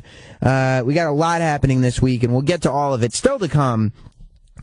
Tony Soprano calling in from beyond the grave, Amy Schumer, Ricky Gervais. But, you know, we were talking about Joe Piscopo earlier and how he gets trashed, but he calls in and he knows it because we're joking and it's all good. Busting balls. Sometimes we trash people without realizing that they listen, as was the case with SNL cast member Bobby Moynihan. Bobby was up here doing interviews. I got to interview him, and I found out as I was interviewing him, he's a big O&A fan, and that he had found a bit on YouTube while searching for Opie and Anthony bits that was based around his character of the drunk uncle that he does on Saturday Night Live. It wasn't positive. I told O&A about it. They reacted like this. 4. This show is known for putting its foot in its mouth, and we did it again. No, we didn't. Dicks, whatever. Yeah, exactly. Our mouths are open fucking holes. Put in whatever garbage you have. We did it again, though. I always feel bad when the person is a fan of the show or knows well, we don't know him. Oh, right, yeah. Sam related a story to us right before the show today. Yeah. And I kind of feel bad. What was the story? Just because supposedly he is or was a huge fan of our radio show. Still is. Yes. One of the guys at SNL is a huge fan of the Opie and Anthony show. Not one of the guys. Not. Hold on, but before the big reveal. Sure. There are times where people go, "Oh, I'm a big fan of you guys," and then you ask a couple questions innocently, and you realize that they're just saying that. It's bullshit. When I finished talking to this person, you had no doubt he's a big fan. I said, "Nice to meet you," and he said, "It's great to put a face with the voice." Oh, no, with your voice? My voice. So he's a fan of yours, too. Yeah. He's a big... Be nice to put something interesting with the voice. Before the big reveal, what made him a big fan? What were some of the things he told you? Well, this person, he's a performer, obviously, and he's been a fan for a long time. Okay. Like... NEW days? NEW days. Like his first... one of his first acting gigs... He played just like a background janitor, and it was with Richard Grieco or something like that. Ooh. And name dropping. He skipped it. He didn't show up to perform because he was listening to the Voyeur Bus. Oh. And he couldn't leave One his of his radio. first acting gigs. His first acting gig. Yeah, one of his very That was early. Frank Vincent. Bad guest guy. The Voyeur Bus was very captivating. Yeah. Yeah. If we paid the $1 million, we could start playing that audio again. He used to go to your They're holding show. us up for our fucking we tapes. played the Voyeur Bus. $1 million? Well, that's what they started at. I'm like, what are you, crazy? Who has $1 million laying around? I do, but I can't spend it on that. He used to go to your show events. Yeah? Do you? Yeah. I do. He used to go to events? Yeah, he's been to, like, strip clubs to see you guys. Dance? I didn't know you did that. No, I thought it was just a show I mean... event. I didn't... Oh, well. Before my time, I guess. Isn't that awkward? Awkward. And yeah, now he recently got Sirius XM back, and so he's been. Wait, what about the Ron and Fez one too? You were telling me. I'm just hammering this home. He's a huge Ron and Fez fan as well. He's an Opie and Anthony Ron and Fez fan. Man. Right. He approached Ron on the street years So lucky. ago. Hours of entertainment right here on one channel. All excited. To say, hey, Ron, Holy wow, fuck, that's Ron Ron. Bennington, I'm a big fan, blah, blah, blah. Okay. Before anybody knew who he was. Now... What'd Ron say? With his headphones on, just fist bump him? Hey, buddy. Hey there, buddy. Hey, thanks. Appreciate it. Now he's got Sirius XM back, he said, but he's been, in the meantime, going on YouTube. And going to YouTube to search Opie and Anthony bits. Oh, boy. Listen to a couple of the clips. Listen to some clips. And then what happened? He found his name in one of the clips. Oh, no. And said, I gotta hear this. We're fucking idiots. No. It's a blunder on his part to click that link, though. Yeah. He got excited, like, holy fuck, I'm a fan of these guys. And they're obviously now- a fan of mine. Yeah, because they're talking about me. Unfortunately, you're not talking about him kindly in the clip that he listened to. And it was a long clip. Oh. I believe it was about an hour that day. Probably. A good hour beating. Yeah. Yeah. And he wasn't, by the way, searching for himself. He was searching for you guys just to have a laugh. And then got excited, like, holy fuck, they talked about me. This is amazing. This is like a childhood dream come true. And then he had to hear us bash him for an hour. That's about right, yeah. Oh. And he was in here yesterday? He was up, yesterday afternoon. And you talked to him? I did. I got to interview him. But how did that come about? I just had an interview scheduled with him. Oh, okay. It's Drunken Uncle. Yeah. I don't even know his real name. Bobby Moynihan. Bobby Moynihan. He's huge Drunk on Uncle. SNL. He's been there a while now. He's a staple on SNL. He's going into his 6th season on the show. And I guess the bit was, it was at one of those benefits, right? It was there's a picture of him And on the garden. thumbnail. It was out of context. Was it the Sandy Relief concert? Yeah, Okay, it was yeah. the 12-12-12 concert. And he went up there with who? Seth MacFarlane. Yeah, it was Meyer. Seth. I'm sorry, Seth Meyer. Yeah, sorry. Yeah. So Seth Meyer and him did Drunken Uncle in front of a live audience at Madison Square Garden. Yeah, on stage. And it bombed. It went over like a fucking strong breeze. Take it was Sandy Relief. Yes. And we had to point out how bad it was. He followed Kanye West, who also completely took the crowd out of the show. Kanye West stunk that night. I think that probably hurt these guys. But, look, it wasn't a great bit. And it might be a funny bit on SNL, but in that particular... It didn't work. It's hard when you're scripted like that to Yes. have to be married to it. Yeah. What did we say? We weren't that bad. No, you were horrible. Yeah, really man. mean. Really? Very mean. Really? Oh. Yeah. Yes, you were. It's always hard when you're mean to somebody who likes you. Yeah, prove that we were mean. Yeah, what let are me you hear a talking little about? Well, Let me hear a little bit, you liar. Billy Joel was on, but the genius that That's was nice. SNL's Drunk Uncle Anthony came on right after Kanye, Anthony. and wow. SNL should be embarrassed. I was telling Anthony was it? before the show. I'm like, Opie. This is Can uncomfortable. I point out that this is not even lighthearted ribbing? You guys are being like... this is just terrible. Like, Opie, you I guys feel really bad now. You sound mad. Like, what the fuck was that? I remember trying to call these guys off and stop the bit, and they wouldn't. Maybe I just keep playing some more. Oh, this is so really? terrible. Yeah. and this guy is, and he's a fan of ours, for real. Not the guy next to Drunk Uncle. Right. Drunk Uncle himself is a huge Opie and Anthony fan. Okay. Oh, man. It was. Was. Our guys came to us and said, "Hey, man, we got this bit. It's called Drunk Uncle." The person would be fired. It's like, what? We're just a dopey radio show. That's harsh. That was in front of 2 billion people last night. Every so often you had to my remember. God. You had to remember every so often. It's like, oh yeah, this is going out to the world. Every channel was showing it. Right. Yeah. And it just You makes pause me right feel there. like, you know what? You see how I try to chime in and just give facts? Yeah, sure. Come on, guys. Every channel was showing it. Like, let's. Yeah, you're trying to move on. Yeah, quit mucking up the works. All right. Stick to the news here. Yeah. Yes. You could be on SNL. Could do that. You know what? The person listening to our voices right now, you could be on SNL. They should have used It turns out the guy is on SNL. Yeah, whoops. That last night. Maybe they should have used one of Jimmy's bits. Yeah, that would be the time for it. Yeah. Jesus. I don't watch SNL anymore, so what? Is that one of their benchmark characters? Because that was... I don't either. That terrible. Oh. I mean, everyone was like, holy fuck, Kanye West is out of place, and his sound didn't sound right, whatever. And then he was let off the hook by Drunk Uncle. Oh, Drunk Uncle. Oh, good. Oh, you found Drunk Uncle? Good news. Oh, boy. No. Very good news. All right. Who plays Drunk Uncle? Bobby, I think his last name is Moynihan. He's one of the. He's the new chubby guy on SNL. Ah, the new fat guy. You know, Horatio Sands. Body fascism.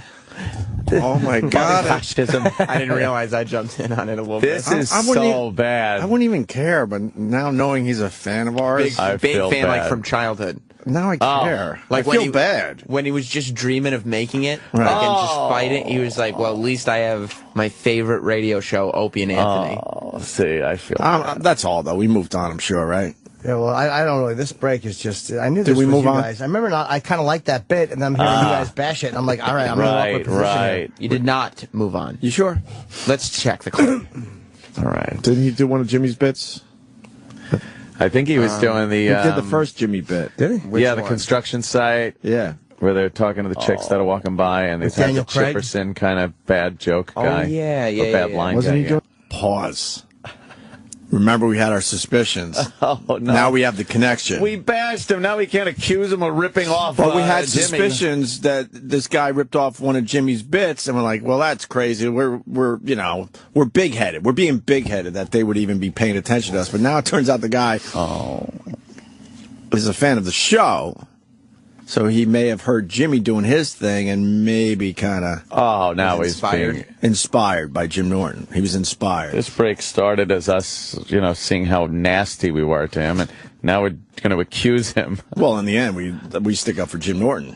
Because I remember how upset Jimmy was, because one of his bits was absolutely on SNL. It was twisted and a little different, and we were like, what the fuck? They got to be listening to us over there. Yeah, I've had a couple of chip bits show up there, and it's very frustrating. And now it turns out the guy is a fan of our show, so it wasn't as far-fetched as we thought at the time. From the Chipperson part? I thought Daniel Craig was doing the Chipperson part. I think he was, yeah. No, he was definitely in the skit. I think he was the lead-off guy. But he was the main guy. Okay. They've come to accept weak lines as okay in SNL. Yeah. Like really soft. It doesn't have to be dirty or all edgy, but it seems like they've accepted a lot of weaker lines than they should. Yeah. Like there's a funnier line you could put there. And Absolutely. I know it's live TV and it's fucking once a week and it's a lot of work, but some of it I'm like, what are you guys doing? It's awful. Mm-hmm. Well, what do we listen Very to? fair criticism by me at that point. Oh, was it? And non-specific. Who knows who you were talking about? Yeah, they've come. Who's they? The powers that be have come to accept weak lines. Meaning, I'm saying that the actors probably have much better ideas. Oh, is that it? Yeah. Specifically, right. Bobby Moynihan. This is now. All I'm doing is imagining him like searching this out, or searching out an Opie and Anthony, just a He random wanted bit, just a fun Opie and Anthony. and going like, "Oh, cool, they're talking about me." And this is worse than he ever could have expected. Like, this is a terrible deconstruction of his bit. Jim went out of his way to say you cannot blame the audience. Right. Just when he's like, well, the audience really wasn't there. And then Jim's like, yeah, you can't blame the audience. It's the material. It was bad. I'll say that now. It wasn't a particularly... It was a weird thing. Like, it wasn't meant for Madison Square Garden. No, it wasn't. No. Because it's a bit that you're too married to the dialogue. Like, on a stage like that, in that type of an atmosphere, I think you have to have a little more flexibility in what you're doing. You have to be able to... SNL never breaks the wall. And I think in a bit like this, you might have had to break the wall and go, this is really bombing. Like, Yeah, it might have been funny if he maybe. had addressed it like that. Like, this is going nowhere. Aren't we just doing it over again? And now it'll be like, oh, okay, I talked about it. I addressed it with Sam and you know, told him Sam what big fan I am. And then now we're just doing it all over again. All right, so yesterday he came in and Sam interviewed him. That must have been comfortable. That's when we learned that he was a fan of ours. And I intended to kind of just ask him how that night went. Uh-huh. I had no idea that it was going to be in this context. Oh, wow. Okay. So here's the audio from yesterday, brand new audio, with Bobby Moynihan, who plays Drunk Uncle. But I didn't know that you were a giant Opie and Anthony guy. Yeah. I've been listening for years. And we were talking, and you've heard their take on Drunk Uncle at the 12. I think I found it on YouTube. I was just looking up Opie and Anthony stuff. I can't do this. Did you hear the part where he said he's been listening for years? Yeah. Well, like I said earlier, you know, we hear that a lot from celebrities, and then you realize they're just saying that. Yeah. I can always just say that. It sounds like he's not. He's 100% telling the truth. Yeah. Looking up Opie and Anthony stuff and saw my name. For your and pleasure. was You're like, I just like to laugh. Well, I just got Sirius again. I hadn't had it for a while, and then Can you pause? Can I tell you what I hate about Sam in this fucking interview? Sam knows that he's not guilty in this clip of anything.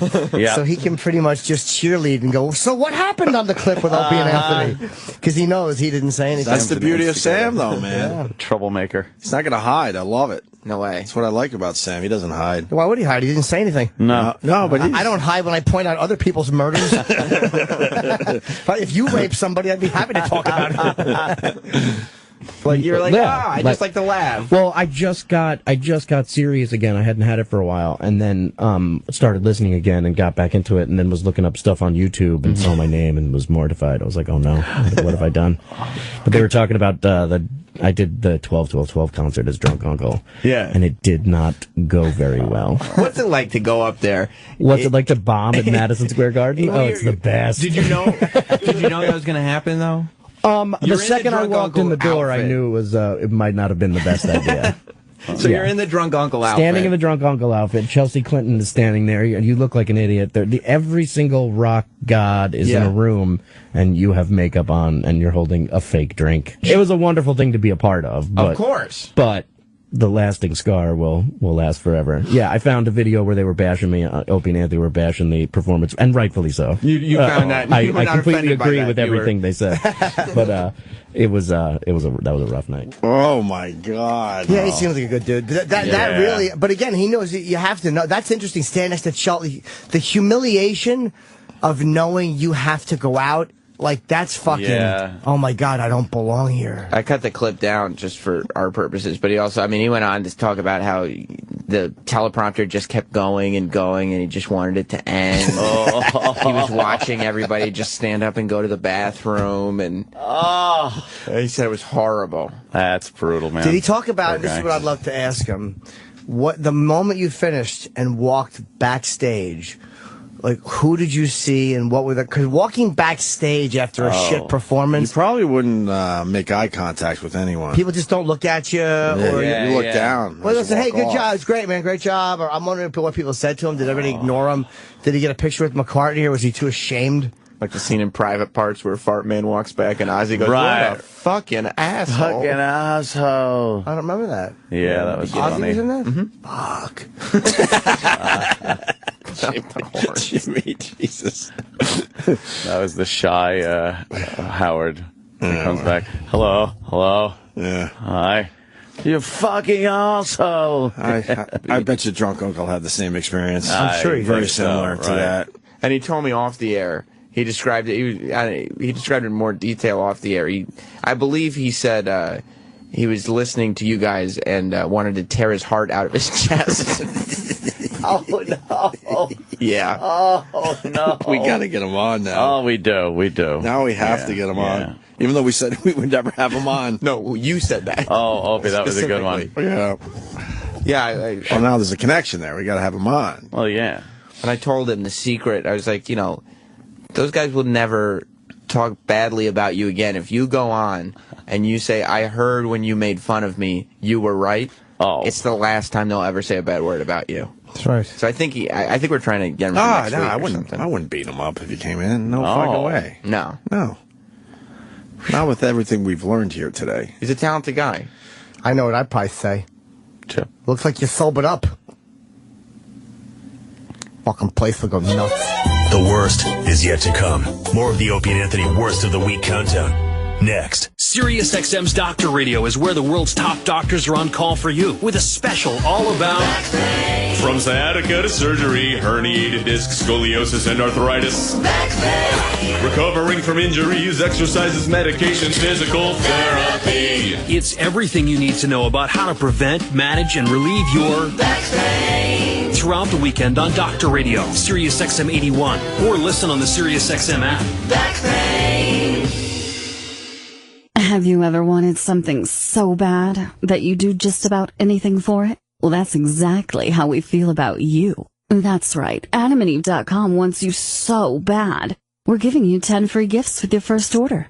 You heard me right. That's 10 free gifts to spice up your love life. First, you'll get a sexy surprise for her. Second, an adventurous toy for him. And third, a little something we know you'll both enjoy. Plus, you'll get 6 full-length adult movies on DVD. And number 10, free shipping on your entire order. That's 10 free gifts for you shy types who've never tried Adam and Eve before. Just go to adamandeve.com and select any one item. It could be an adventurous new toy, a sexy piece of lingerie, or anything you desire. Just enter offer code DOLL at checkout, and you'll get all 10 free gifts, including free shipping. That's offer code DOLL. That's DOLL at adamandeve.com. Hey Paula, it's me, your drop cam, with today's event alerts. 10:50 a.m. Stella ate her carrots at lunch, although one did make a brief appearance in her nose. Noon. Your shoe delivery arrived on time. The mailman hid it behind the porch railing. 2:33 p.m. One of the twins left some handprints on the wall. Talk to Jason, not Jeff. And in breaking news, Terry's pet tarantula just summited his terrarium. Heads up, he's in the couch cushions. That's it for now. Dropcam Wi-Fi camera lets you drop in when you're away from home. Plus, with the optional cloud DVR service, you can access up to 30 days of past footage, so you never miss out. Adding a little peace of mind has never been so easy. Just plug it in, select your Wi-Fi, and stream HD video straight to your phone or tablet. Check us out at dropcam.com and get one for just $149. Order today and get 2 months of DVR service free. Use promo code XMRadio at checkout. That's dropcam.com to order your camera today. Love Dropcam. Sport Clips, America's haircut place for men and boys, presents Guyology, Chapter 1000, Duct Tape. Duct tape isn't tape. It's a thing of beauty. Leaky pipes, busted taillights, and an alligator's jaws don't stand a chance. And who can deny its creative flexibility when artfully crafted into an awesome wallet? We admire its space-age color and freaky strength. Even the sound it makes is music. Guys live their lives a little differently, and we get it. We're Sport Clips, where guys get an awesome haircut while watching sports on TV. Throw in a relaxing shampoo and our legendary hot steam towel, and you got yourself our famous MVP treatment. Masking, scotch, and double-sided tapes all have their place. But give me that meaty silver circle of serenity any day. Sport Clips. It's good to be a guy. Visit sportclips.com for the location nearest you and be sure to MVP it. Running a business without being incorporated is like walking a tightrope without a net. One little misstep could cost you your entire business, your personal assets, and even your life savings. But you can quickly protect yourself by incorporating or forming an LLC. Get your important free guide today from LLC.com. We don't offer legal or financial advice. Our only mission is to help you incorporate safely and easily. For your free guide, call 1-800-947-9842. 1-800-947-9842. 1-800-947-9842. The Worst of the Week countdown continues. Counting down all the wonderfulness that occurred on the Opie and Anthony show this week with me, Sam Roberts from O&A and After O&A Live. This is the Worst of the Week countdown. Almost to number 1. We'll get to Tony Soprano's post-mortem phone call in a moment, and Ricky Gervais in studio. But first, Amy Schumer stopped by.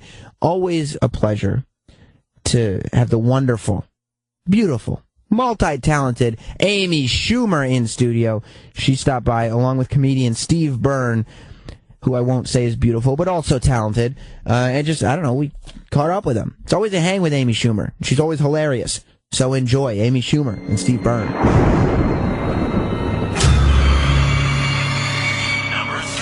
I obviously read Amy's Twitter and stuff like that, and occasionally the dick pic subject comes up, and not a big fan of the dick pics. Me? Yeah. Right? It doesn't like do It doesn't anything. do anything. It doesn't like wake up my vagina. It's not Right, like, right, "Ooh, right. I want that inside that. Not unsolicited. Now, solicited dick pics. If a girl goes like, that's a "Oh, power I want to see that cock of yours," is it power play? Is it think it's a future power blackmail play. stuff? Is it? I you think know. so. I Yeah? think it's just a power play. By I a don't woman? think- Like, look, yeah. he's sending his dick pic. What an asshole! Yeah, I do think that. Wow. See, women are not as stimulated by what they see. Like, they're not that We're they're not that visual. I love a dick. Yeah. Like, come on, send them my way. Save everything else. No flowers. Send me a Right. dick. Just dicks. But Yeah. but to see Yeah. one never does it for me. It's the and that's how most girls I know That's are. what they hear. that they're kind of- Yeah, you got to describe it to them in a voicemail, I guess. I like hearing about it. Voicemail. I like hearing about it. I'll say Pinging things. telegram. But yeah, to see a dick pic. But I'm being more careful now. But it's fun for like a girl to send pictures. You know that. Yeah, dirty now stuff. you have to. Now you're in a position though. You got to kind of be a little more There's careful, just right? No way that something's not going to get out there. Oh, Amy. Do you have your face in them or no? Don't have your face in them, rookie. No, I know. No, my face isn't in them. But I feel like you guys probably know what my pussy looks like. Just from being here so much, like you can guess, you know. Let's guess. I say we guess. Okay, let's look at 3 pictures and you guys have to identify. That's that would be funny. a really good game. That would be good. I'll I describe guess. it, pussy. That'd be a wonderful It looks game. like, it looks like Holyfield's ear after Tyson did it. I've seen it. It's really big. There's a glove hanging out of it. It's like that glove from Dress to Kill when the guy's waving it from the taxi. Oh, It God. looks like a bloomin' onion. It's just. Or what's the one at Outback? I imagine Awesome. you're very busy these days and stuff, so you probably don't have as much time to keep it as kempt as you'd like. So Yeah, probably but a little 5 o'clock shadow every so Right. often. Well, You're like, what doesn't a towel say? It looks like it's been up solving a crime all night. Is that a towel? Is that the No, about a pussy? Oh, yeah. That's funny. That's a great I line. think that's a towel, yeah. That's a great line. No, things are good right now. Oh, good. Yeah, because I'm into, but like while we were filming the show, like, you know, I would kind of catch a glimpse and I'd be like, oh, so I guess somebody wants to look like their mom in the 60s. Things get out of hand. It got away from you a little bit. It got so away from me. Just like, nobody was handling the lawn during the winter. Yeah. I was just busy. It's like, you have to do so much. I have to go see a stranger, you know. I have to go see like a Russian woman. Is that it? Yeah. Yeah. Waxing and stuff. Yeah, and it's like just Like like a a woman's shave like, thing, you know, like They're head right down. there. They're right there. Yeah, and the last time I got it done, like I hadn't had sex in so long that just like nobody had touched me. So as soon as she touched me, I like got super wet. Wow. And then I'm like, does this chick think that I want to like fuck her? Like I was like, no, it's just my body's reacting because I. Can you tell the story again, but I'm going to lie down and point my toes. It was so fucking You embarrassing. see her dipping her fist in wax. She's a 60-year-old Russian woman. Oh, man. I think she's just used to that, though. Yeah, she's got I'm sure she is. I mean, you're not the first lesbian to show up in a You're not the first girl with mommy issues. Show up already hairless, wearing a garter. Exactly. With a I don't fucking know what work you can do down there. a schoolgirl skirt and a fucking lollipop. Oh my god. Super wet. Wow. That's Man. I didn't. It was sad. I was like, I'm lonely and I haven't been touched in a long time. Sorry, miss. Anyone? Wow, anyone touching you it then had would been a have while. It had been like tipped it off. I mean, you know, and I'm wired to want to do that, so it had been a good 3 months. Yeah, I pity you. I mean, Yeah. there's turbulence on a plane. I'm ready to go. Yeah. So it's I know, you're like, my jaw was wired shut. I'm like, no one touched my pussy for me. The violin starts playing. So there were 2 holes that were wired shut. 6 weeks. All right. I need nice. to have that wired shut. I can't believe I'm alive. Especially, again, because of cabbies. Maybe That's true. That's Well, one of the greatest stories. Oh, God. if they didn't want to finger you, why do they have a front seat? Oh, Right. Fuck. Those fucking dirty cabbie hands. He wasn't Purelling, believe me. He was handling cash, amazing coughing into his He had hand. the kind of dirt in his hands where you could see the dirt. Yeah. Oh, man. It looked like he had just been fixing a bicycle. Oh, that's I terrible. bet it's the same cab driver, and he's just like mad. That Probably is. He's just trying to meter disinfect his flag. hand. I gotta get something else on there. Yeah, Blood, blood, anything. saliva, and tooth. That is a great story. We got to ask you about the altercation with the cab driver. Yeah, that was in April, right? Yeah, that was That was big news. It wasn't big news. It was huge news. No, We heard about it. That means it's big news. Yeah, it's a pending legal thing, so I don't know how much I can say, but it's one of those things. But basically, my jaw got wired shut for 6 weeks, which is a brutal process. But I think, knowing that you know about it, you guys read about it, I think everybody discovered I'm literally the only Asian actor working in Hollywood that does not know martial arts. Is what I discovered. It's just brutal, and I wouldn't wish it on anybody. What happened that day? And obviously, be careful. What can you say legally? Yeah. Well, I know this. I don't know what I'm supposed to say or not, but I never touched the guy. I never touched the guy. It was, I don't know what the legal term is. Well, why were you but, mad, or was he mad? He was mad. I don't know exactly. Okay. He was mad. No, I think we can do this though. Yeah. Yeah. Well, legal, what was he mad at? And or what do you think he basically, was mad at? this is what it was. He spent 5 minutes finishing a cigarette, and my friend and I were teasing, like, are you finally done with the cigarette? Because we it's a cab line, so we're waiting to get in a cab. Gotcha. And we're like, hey, can we get in a cab? I got to finish a cigarette. And then it's like, we're just waiting. Hey, can we just jump in another cab? Hold on, I'm next. You wait. And then that's how it started. And then it's just like, are you finally done with this? And then boom. And he punched you. Yeah. It was just one shot.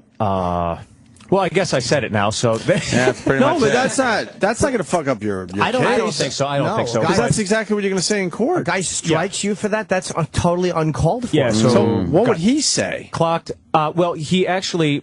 I don't know. I don't know what I'm supposed to say or what. Yeah, that look, part might be a went little to sketchy, but yeah, he went to the. Better to not say it. I don't want to see you fucking. But let's just say this: he belted you, without, and you had done physically nothing to him. Right. That's correct. And it was. It just. It was a horrible experience. It was just liquid one shot diet for and knocked you one down. shot. Knocked you out? No. How it happened, and my head just snapped back. And as soon as my head snapped, I didn't go down or anything. I don't know if that's man code or whatever, but I felt good. I didn't go down, but I didn't expect anything. But as soon as it happened, just the jaw was split. Oh, so basically, my right side was fine. My left side was hanging. You could do a little flap thing with it. No. And I thought I actually lost a tooth at the time. Oh. So as soon as it happened, your instinct is to go after the guy. But I just said, something's wrong here. Something's really wrong here. And my friend Gareth Reynolds, who's another comedian, he goes, "Hey, you just hit my friend."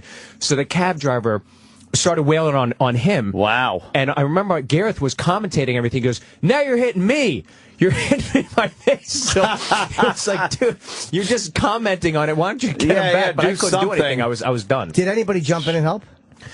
The other cab drivers pulled him off, and basically he tried to take off. So I jumped in front of the cab. I started snapping pictures, and that's how I. With a broken jaw, you jumped in front of his cab. Yeah. Steve's ballsy.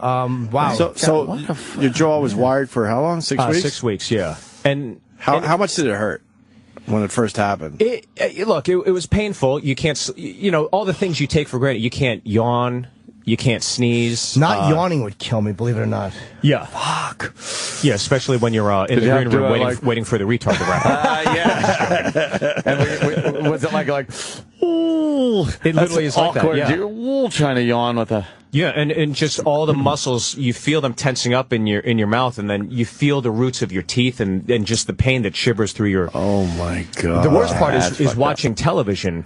You know, I'm watching NHL playoffs, and I just keep seeing these commercials for Golden Corral and the wings that they have and the Texas Pete sauce, and I'm going crazy. Absolutely crazy, but you can't eat. It's all liquid diet, yeah. Oh, that's terrible. Amy So I Schumer. lost 15 pounds. Wow. It's Amy. What's up, baby? How are you? Nice to see you. Oh, no, man. Well, he's talking about getting his jaw broken. His jaw And wired what kind of... I was just bragging about it. You But what heard kind about that cab driver? Yeah. Fuck. Yeah. That's fucking crazy. You know, they'll also Was it- finger you. They will. You both have really hot cab stories. What the fuck? So then you're just drinking shit through a straw for 6 Just weeks? drinking, just all liquid diet, you know, and I was plummeting in weight, so I was blending like milkshakes and throwing cupcakes and cookies in there to just put it back Wow. on, which is what Bobby Kelly does, I think, in a normal. That's normally. It's As fine. soon as you said cupcake. Yeah. What was the first thing you ate when your jaw got fixed? A jawbreaker? Yeah, well, Hard candy? Oh, pizza. I had pizza. Oh, okay, Yeah. that seems I had to easy. do it, yeah, because you I gotta kept get seeing those these pizza muscles working commercials. again. Yeah, it took a while to even get back to eating. I had my first steak like a week ago. Wow. It's been a few weeks since then, but it was just horrible. Man, but the guy just seemed like a problem. well, I'm sorry. Like from the start, did the guy seem like a... Like Yeah, when he would wanted to finish his cigarette, and you know, it's You not how gotta a go business somewhere. should conduct itself. But Did we already ask what race he was? we didn't mention that. he looked I like a was gonna villain in get to a Taken film or any Jean-Claude Van Damme, okay. some Yeah. Western European, All right. or I guess Well, Eastern you know. European. It depends which. The white cab drivers are the scariest ones. Period. Yeah, you're right. Yeah, was What Period. happened? What went wrong here? I had one of these fucking, one of those rickshaw bicycle pedicab guys give me shit. Nothing worse than standing there, you're hailing a cab, Yeah. and a parade of these pedal cabs come by, and it's like, you need the ride? Yeah. And I'm like, yeah, I'm going to Brooklyn, asshole. You pedal my fucking ass across the bridge. You'll you find one that will, though. dummy. Yeah, you probably There's would. always one that Yes. will do it. You know, I So- did that job when I lived in Santa Barbara. I was Oh, a rickshaw did you driver. really? I swear. Oh, Amy. I was dating this deadbeat guy that had no money, and so I worked for both of us, driving a pedicab up Wow. and down. Would people actually have destinations, or they just made you ride in circles while they just jerked off? That would have been so much better. No, they had destinations, and I sucked at it. I would like be riding up a hill, and I'd feel I was losing momentum, and I'd be like, "Everybody out!" And then we'd all have to push it up the hill. Wow, that was a bad fucking... Just every 8 minutes getting smacked on the back of the neck. Is it raining out? Yeah. Oh, God. Oh, God. wow. I wish. That would have been so flattering. Like, things were not looking good at that time. No. No, I had another, like, Between the 20 two on of me. us, honestly, who would you in Vegas go? Someone drove a rickshaw. Yeah, the Asian yeah. or Amy, but I can't believe Amy. Schumer. Yeah, definitely. Yeah, that's right. Not yawning. That made me claustrophobic when you said that. You couldn't yawn. That's the perfect word for it. You feel claustrophobic. You're trapped inside. But you can, if you have to cut the wires, you could, right? Like You could. You're supposed to carry wire cutters in case you Choke. throw up, because then you're going Oh, to die. God. So you have to walk carry them around with with you. wire cutters? Yeah. What a drag. How many wires would you have to cut? That's like ping pong, Yeah, ting, ting, it's literally trying to- like that, though. It's trying probably to like fucking- a dozen. Wow. The worst is like when you have it happen. It's like there's these. You're out when you get them put in. But You're obviously when unconscious? when you're getting them off, you're conscious. At least I was, and it's like little fish hooks dug in between your teeth and your gum. Oh, my And God. This is it's torturous. it was painful getting them out, and I was pretty medicated and numbed up, but it was rough. That is They archaic. still do. You'd think they'd have something Yeah. by now. It's like, no, we still must wire your jaw shut. But at least they fucking, I mean, you Put figure it leeches happens, on to, your cheeks. it happens to fighters sometimes, and, you know. Yeah. Fuck yeah. Fighters? Yeah, fighters. Happens to fighters. Oh, my God. Yeah, the bare knucklers. It's You're married, right? No. Married, yeah. Did you have Jimmy? Nobody's worried about you getting married. Stop flirting. Did you guys have sex while you were, like, what was that like? No, I felt ugly. No, seriously. No, I mean, I really did. I just cocooned I just stayed. I was like depressed. Yeah, no shit. I did the Mr. Mom. I grew my beard out and just put the Wibby away. Kenny it was a brutal. Gave up. Yeah, it was a brutal experience. What do you do if you have to yawn or breathe through your mouth? I have very stuffy. So what do you do if you have to breathe through your mouth? Why wouldn't you be able to do that? Breathe through your mouth? You can. I mean, your mouth still works. Yeah. You can't open it. Like your lips are my lips still shut. work. Yeah. I just can't chug dong anymore. Yeah, that's what Jimmy's really asking. Yeah. How were your teeth together? Teeth were together, and it just, it sucked when you go out in public. You can get breathe through your mouth, can't you? Yeah, just like, hey, can I get a coffee or whatever? And they're like, it's your problem. Yeah, and so my jaw's wired shut. I'm sorry. And then they speak louder to you. It's like I never understood. It's your fucking problem. You got an attitude, man. Yeah, relax. No, I am relaxed. I can't talk. Don't worry about it. But and then you don't want to start anything because you don't want to get hit again. Oh I'm like, geez, you never know if somebody's going to clock me again. Yeah. You must have post-traumatic stress a little bit. Well, I wasn't, driving a Humvee in Iraq, so I didn't have like that. But it was, I mean, look. Say you have you that. avoid it's going to help the fucking lawsuit. No one likes being assaulted, though. Right. I mean, really, think about it. Yeah. It's something that takes something away from you as a human Such being. a violation. Yeah. Yes. You should not be allowed to just hurt someone physically. Yeah, without getting some like payback. That's right, Oh, Jimmy. Jimmy. That's sweet of you, Jim. We didn't ask. Spot on, Jim. Who are you suing? The cab driver? Well, sue everyone. Are you suing everyone? The city? Everyone's going down. Hollywood's going to know my name. Yeah, after him and the cab. I don't know if I'm supposed to say this, but he left the country. Wow. So he left. He fled the country. Fact, so right? yeah, that's a fact. Oh, man. So how the hell do you get? I don't know. You gotta there's go a through cab the company. Cab company, I guess. There's a cab company, and was this L.A.? Yeah. Oh man. Oh, you're going to make a couple mil. Typical LA. No. Fucking L.A., right? also the studio, I'm sure, would want to take action because it cost them a lot of money. Yeah, that was the worst part is that, 15 years as a comic, you work and you get this opportunity. God, right? And then I remember before I went under, I was looking at my wife and I was on the phone with Peter Billingsley, the executive producer, and he was online with TBS and the executives there. And they're like, hey, can you hold off on getting the operation? We just want to get everything straightened out. And the doctors look at me going, you got to do this. You have to go under right now because every minute is it's a gaping wound. You could get infected. Yes. He's like, we got to take care of it right now. I said, I'm sorry, I got to get the operation done. You guys got to do what you got to do. And it's a testament again to TBS and Billingsley that they made everything work. And TBS could have canceled the show, but they were just shit. Well, how far from production were you when that happened? We were 3 in, so we filmed 3 episodes. Oh, you had already started. Oh, yeah. God. Okay. So it was crazy. God. It was the one night I was literally doing everything right. I got a newborn child. I didn't want to jeopardize anything. I'm married. Did you look up and say, nothing can go wrong now? Yeah. And then I get hit, and then I'm on quite a ride. I think you got a hold of then all of a sudden it starts raining on me, and the thunderstorm, and Oh, my God. It was brutal. Jesus. But I was taking a cab. I had 4 drinks, and I'm like, I'm not even going to chance it. I'm going to do the right thing tonight. Because I remember on Oprah hearing you could have a drink and a half and get pulled over and get. I was like, So you got to blame Oprah on this.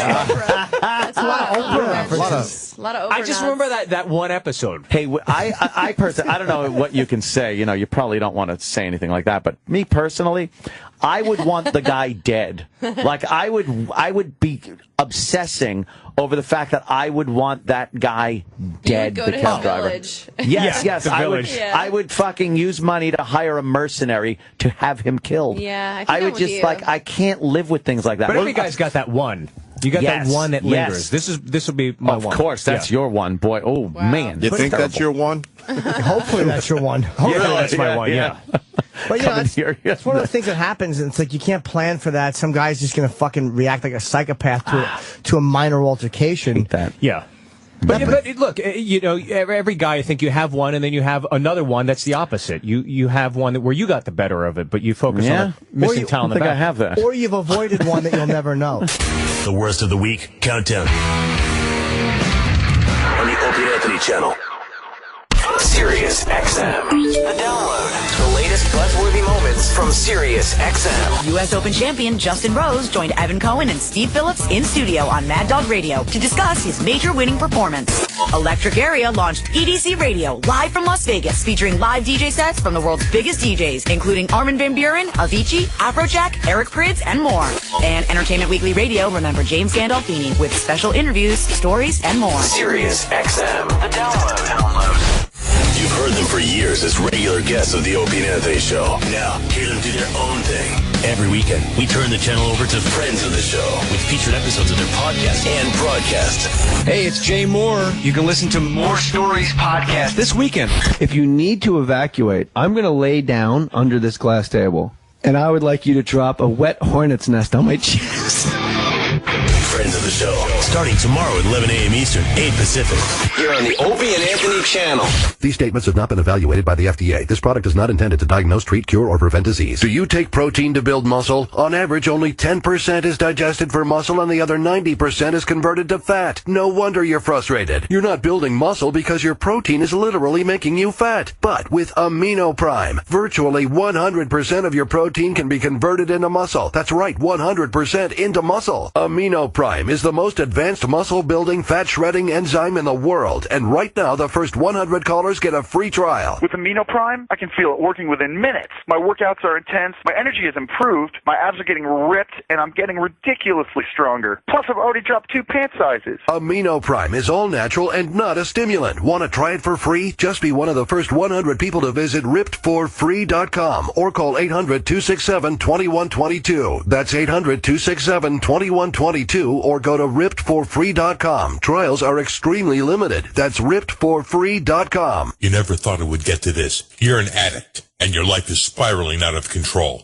Call the Addiction Help Hotline. One free call can be the first step to getting your life back on track. The Addiction Help Hotline will match you with the right facility for your treatment in our network of top-rated facilities nationwide. We'll help you select the facility type, the location, the treatment type, the affordability, and the length of stay. If you need urgent help, fast-track admissions are available. Whether it's insurance, credit card, family help, or self-pay cash, the Addiction Help Hotline has an answer to help you. The Addiction Help Hotline is discreet with our confidential and secure matching system. Stop being afraid. End the addiction. Help is just one free phone call away. Call the Addiction Help Hotline. We're standing by now to help you get your life back. The call is free. Call now. Call the Addiction Help Hotline at 800-430-7410. End the addiction. Call 800-430-7410. 800-430-7410. If you pay a lot in taxes, we can help. If you're self-employed, a business owner, make a lot of money, or a high net worth individual, and you're tired of paying a lot in taxes, we can help.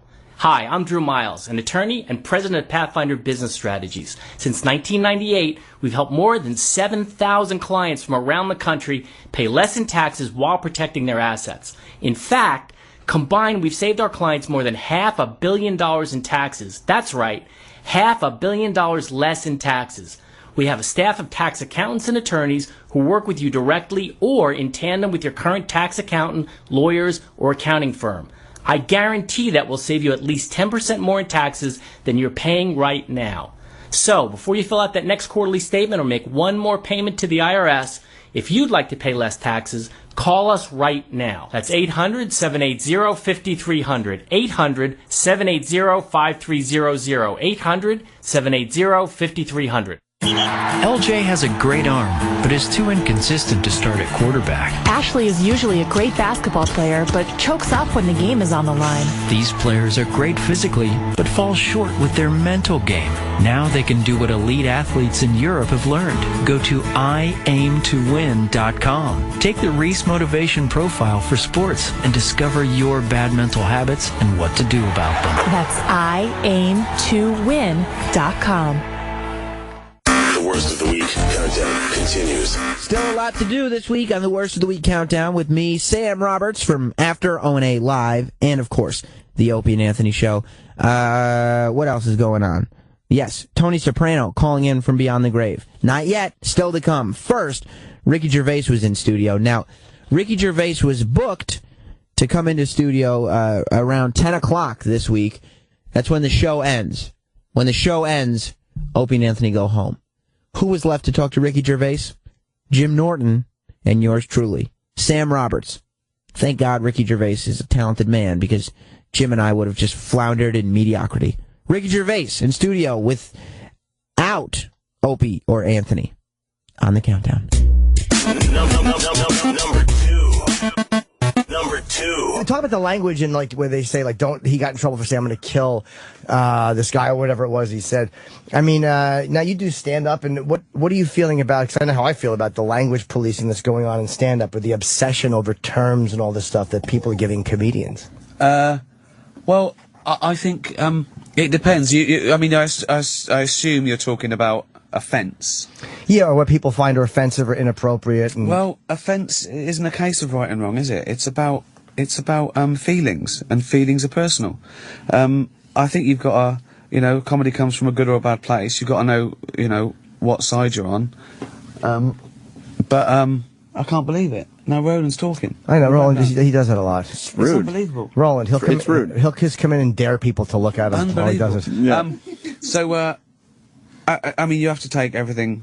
When people say to me, they ask comedians this all the time, is there anything you wouldn't joke about?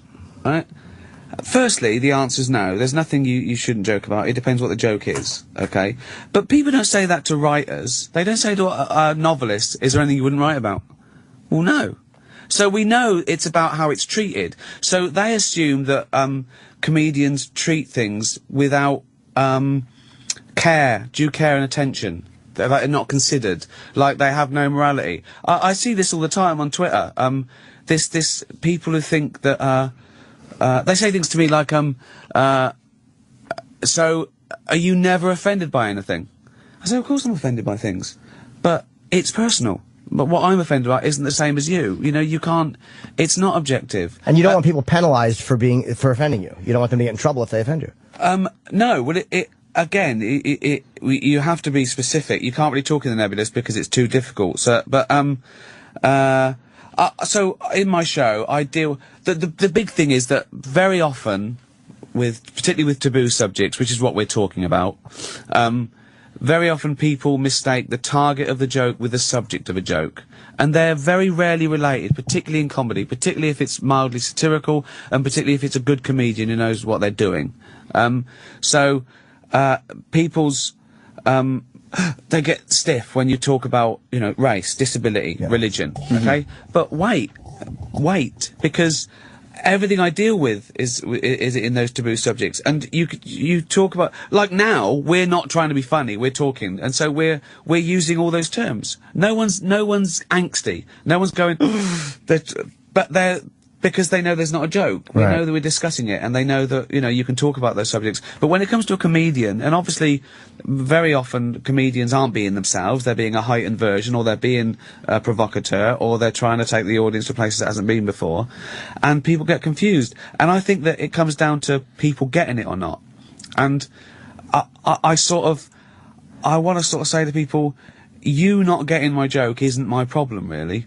What about I shouldn't even be defending it. I shouldn't even be talking about comedy as a comedian. I should, but I do because I like to do it as an interest. Yeah. But I'm not talking about this as an expert or as a professional. I'm talking about this as just a person, because I like discussing these issues, and And we all know the difference between. This is what bothers me about people's fake outrage. I don't believe the outrage, because we all know the difference in intent when someone's intending to make you laugh, and the difference between that and when someone's making a serious statement. Yeah. There's a different intent and a different effect you want it to have on the audience. Absolutely and they know correct. that, and they pretend they don't know it. Well, I think comedy is an intellectual pursuit, and I think as soon as it gets emotional on purpose, i.e. with intention from the comedian, it stops being funny and it stops being comedy. It starts being rallying.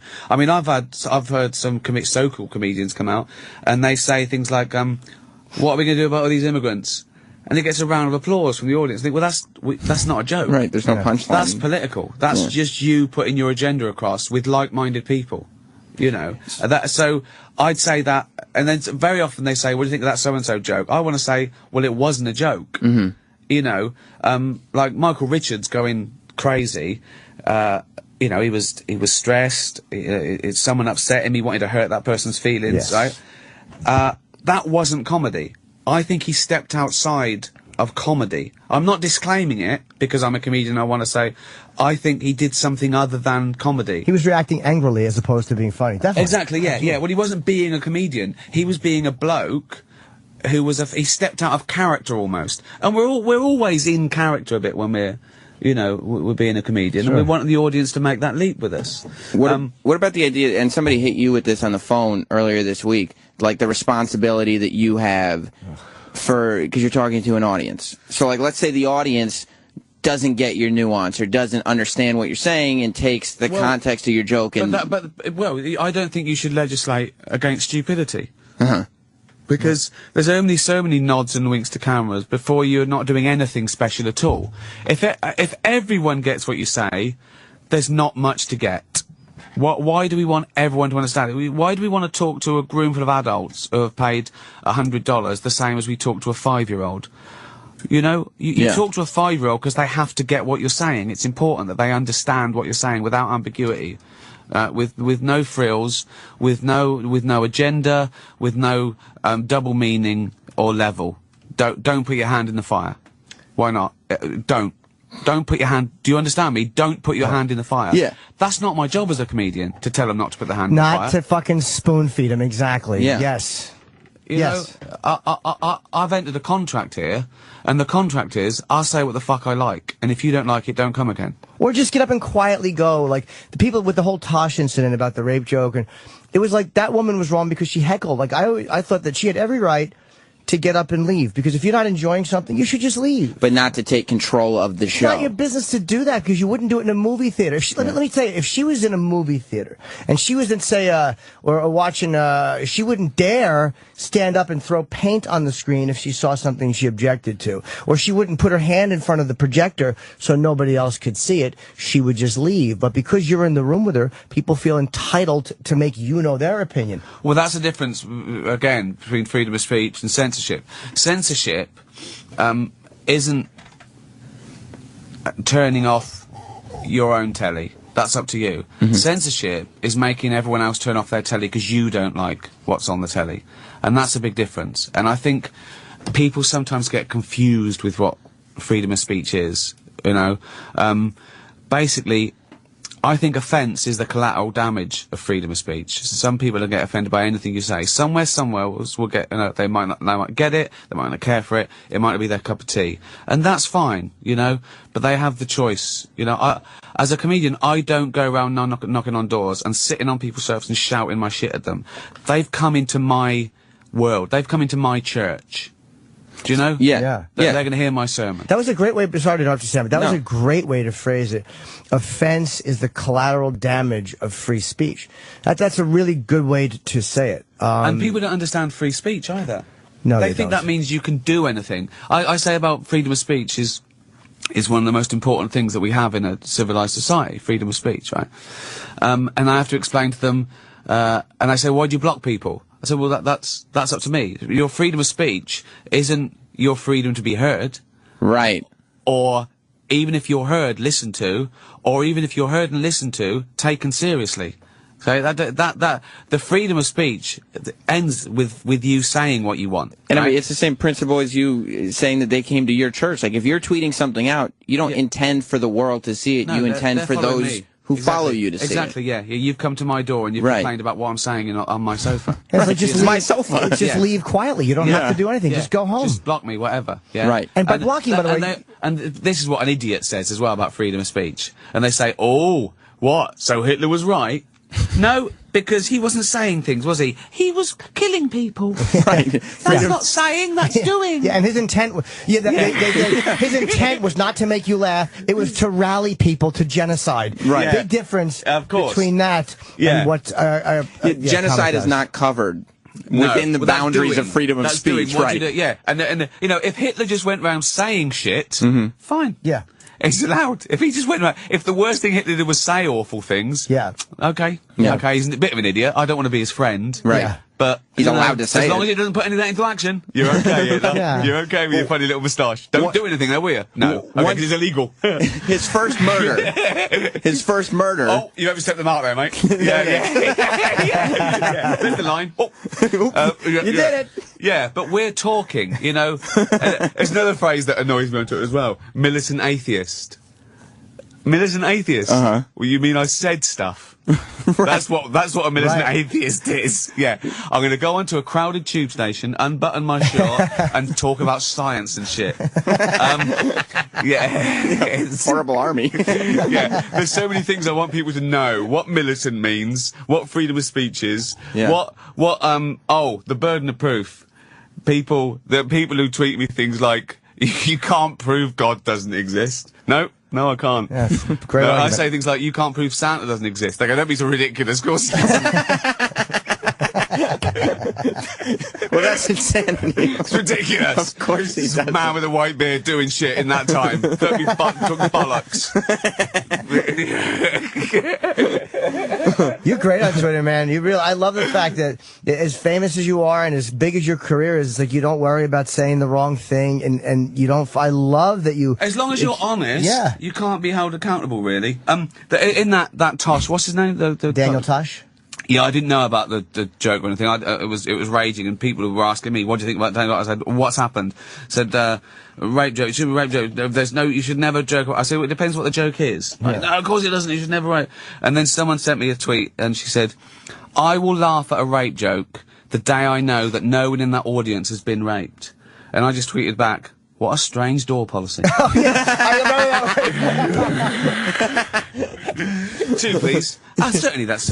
Can I just ask you a question? Have you been raped? I have, yeah. You can't come in. Sorry. No. It's a policy. It's not because there's a woman at the front, and she's only going to laugh if she knows that no one in the audience has been raped. That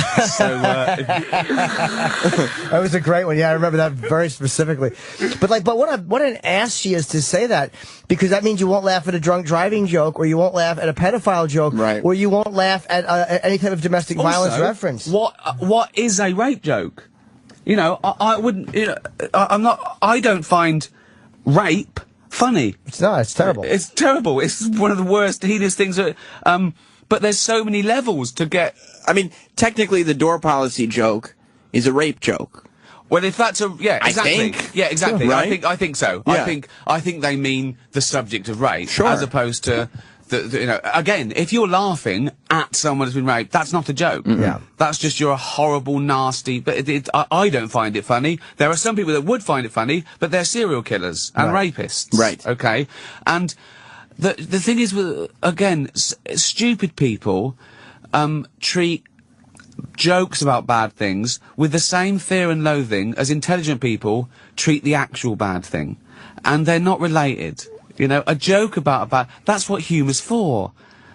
To get us over bad things. That's exactly what, evolutionarily speaking, a humour is. So it gets us over bad shit. If you can't joke about bad shit, there's no point joking about good shit. Yeah, because it's already happening. We don't need it. It's already good. Yeah. Everyone likes a balloon. Who gives a shit? It's like, laughter is this drug that cures bad shit. Is a drug here. It cures good shit. I don't want that. I like good shit. Yeah. I want something that cures bad shit. Well, laughter's the best medicine. Thank you very much. Yeah. And you know what? Those people, a lot of them are dumb, but a lot of them aren't dumb. A lot of them aren't dumb. A lot of them are, like, dumb is almost letting some of them off. Some of them are dumb, but some of them are so self-centered in their opinion. Yeah. And there's a real self-centeredness that comes with it, and a self-importance about what I feel is appropriate, and what you feel is appropriate is not. And I'm the arbiter of that. Well, they don't like a comedian having this superpower of freedom of speech and exercising it so well. Right. They can't stand it. I mean, these are the people that go to comedy shows with the intent to catch you doing something wrong and catch you saying something you weren't supposed to, so then they can blog about it, or they can, you know, tell the world that you shouldn't be doing what you do. Yesterday, someone tweeted me, there is a cure for cancer. It is called praying. And I sent back, your application for chief of oncology at this hospital has not been successful, right? Sure. Okay. So that's a clear joke about how stupid it would be if we took praying as a cure for cancer seriously, as opposed to all that stuff that cures cancer that we've researched, right? Someone gets involved saying, oh, so you're laughing at the fact there's no cure for cancer? No. I'm laughing at you because you're a stupid fucking idiot. Right. So you don't get what I was saying. Basically, he's angry on false pretenses. Yeah. Yeah. I've had it happen to me. Someone in the paper has said, look at this terrible joke, and they've done the joke, and it's wrong. They've got the joke wrong. It's so important. Yeah. Every aspect of a joke is important.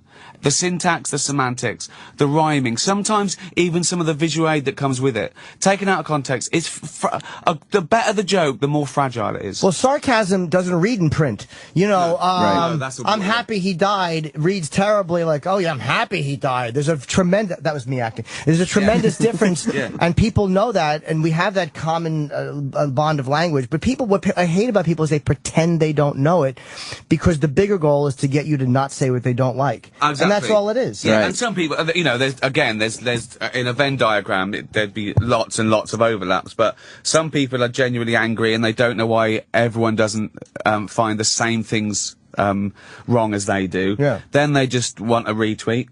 Then they just don't like you. Then they just want to say something because no one listens to them. Yeah. Ever. That's often an excuse to be heard. Absolutely. An excuse to be heard. They are frustrated that they're not heard like we are, that they haven't got that platform, so they want to bring us down a peg or two. And if they say, if you say you're sorry, and if you've wounded somebody, when people are wounded, what's wrong? Talk. We'll listen to you now. Yeah. People want to pretend that they're wounded by somebody's words. Yeah, I had many complaints. You know, I used to work in a public sector. I worked at a university, and I had a complaint. And sometimes they just couldn't believe you called them back. They go, "Oh, thanks, don't worry about it." They wanted to talk to someone. Yeah. They wanted to be heard, and you know, that's all. That they were happy. They were happy. They, you know, and I think that is the case sometimes. But I did a show, Madison Square Garden. Okay, so a lot of people. I did jokes about race, the Holocaust, Anne Frank jokes. Oh no. Paedophile jokes, everything. I got a letter from a society saying, "Oh, we loved your show. We found it. We were very disappointed at the joke about Anne Frank." Right? And I said, "But you understood the satire behind the famine joke, the paedophile joke, the racist joke. You understood that because it wasn't your thing. Right. But you can't get over your thing. You think, well, why is, you know, I'm the same with some things. I don't like certain jokes about certain things because I can't get over them emotionally. You know, I don't, but I've got to keep that quiet. I've just got to, you know, you've got to take the rough with the smooth, you know. And you can understand on that intellectual level that if their intent here, and here was not malicious, here it probably wasn't malicious either. Yeah. You know? Yeah. Just because you don't like that being brought up doesn't mean that this guy was trying to hurt your feelings. No, exactly, and that's what it feels like. That's what offence feels like. Offence feels that, why is he having a go at me? And you've got to step back from that and go, well, he's not having a go at me. He doesn't even know you. Yeah, unless I name you. Right. You know, I think that's one thing I don't do too often. I don't say, well, one, you know, again, it depends what the target of the joke is, and sometimes even if you name someone, they're not actually the target of the joke, they're instrumental in getting to the target of the joke. So I can understand why someone would feel bullied if, God, he just got on stage and talked about you have to take the personal out of it, I think, you know, and I think the better the joke is, the more universal it is. Or if they admitted what they're really doing. Like, I would respect people if they said, you said something I don't like, and I really don't want you to be able to say it.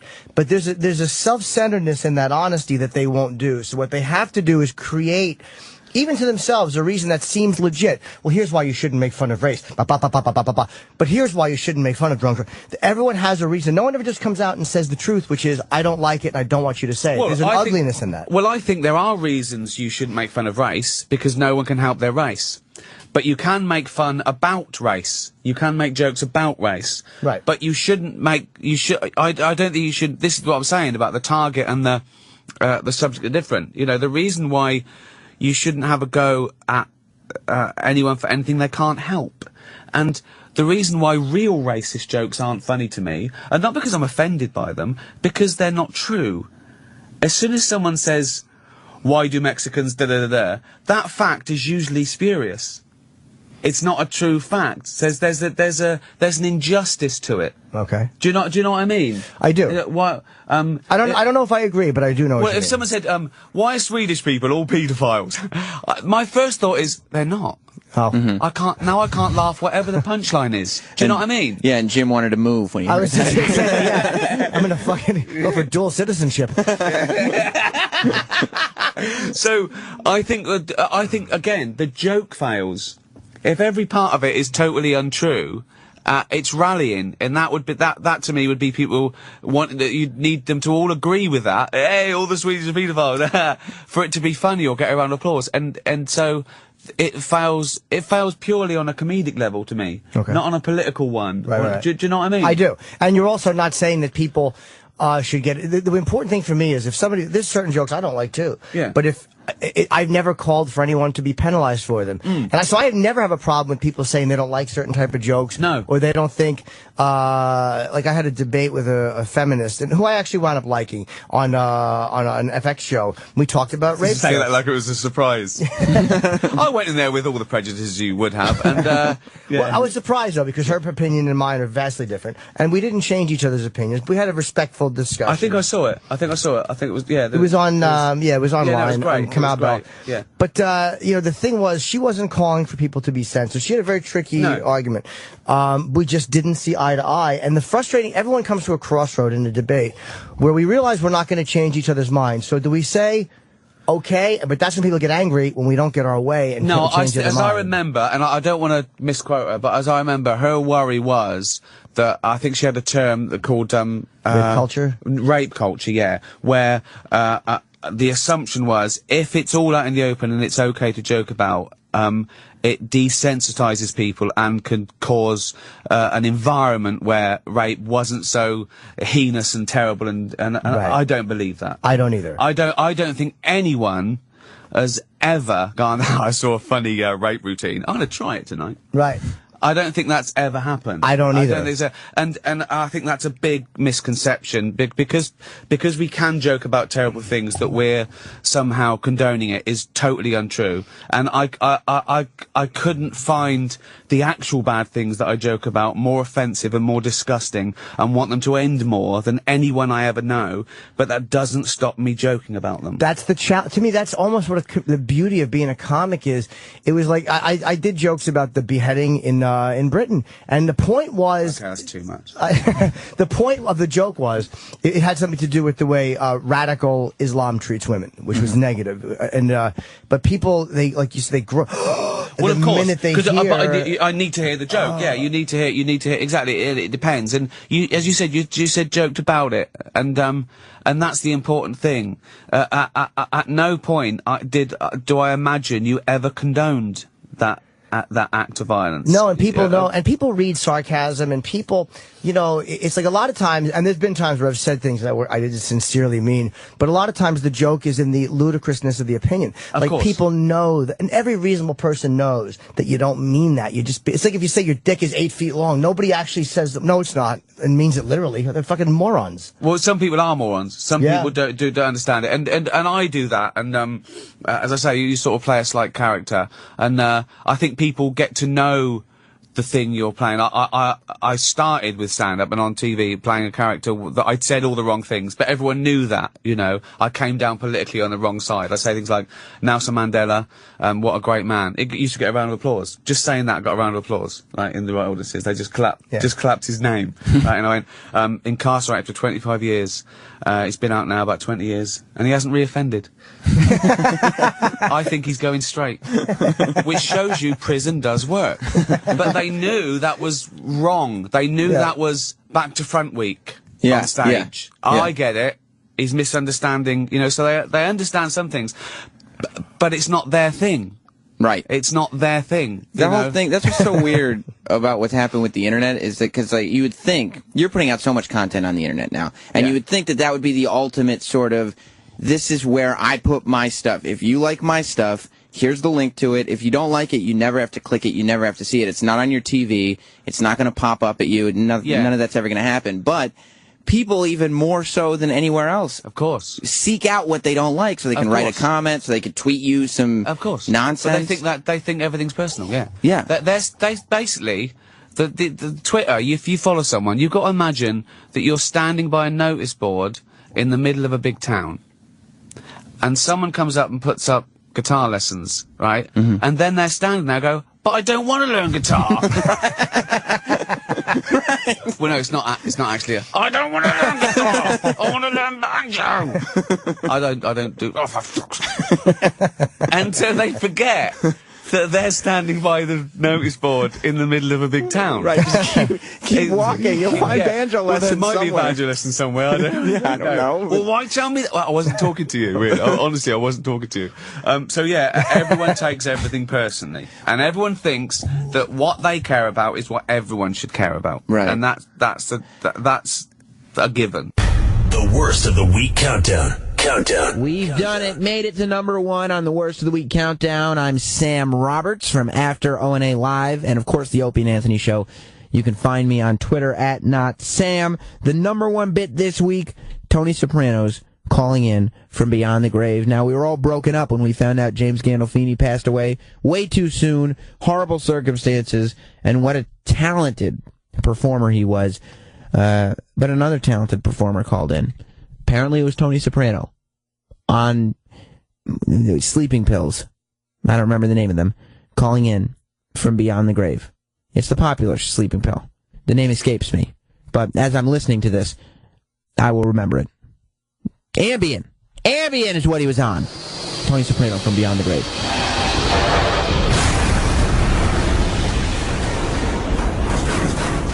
Number 1. Hi, who's this? I fucking died. Oh, no. It's not what I fucking wanted. I'm 51 fucking years old. What, are you fucking kidding me? I still had fucking work to do down here. Fucking shattered.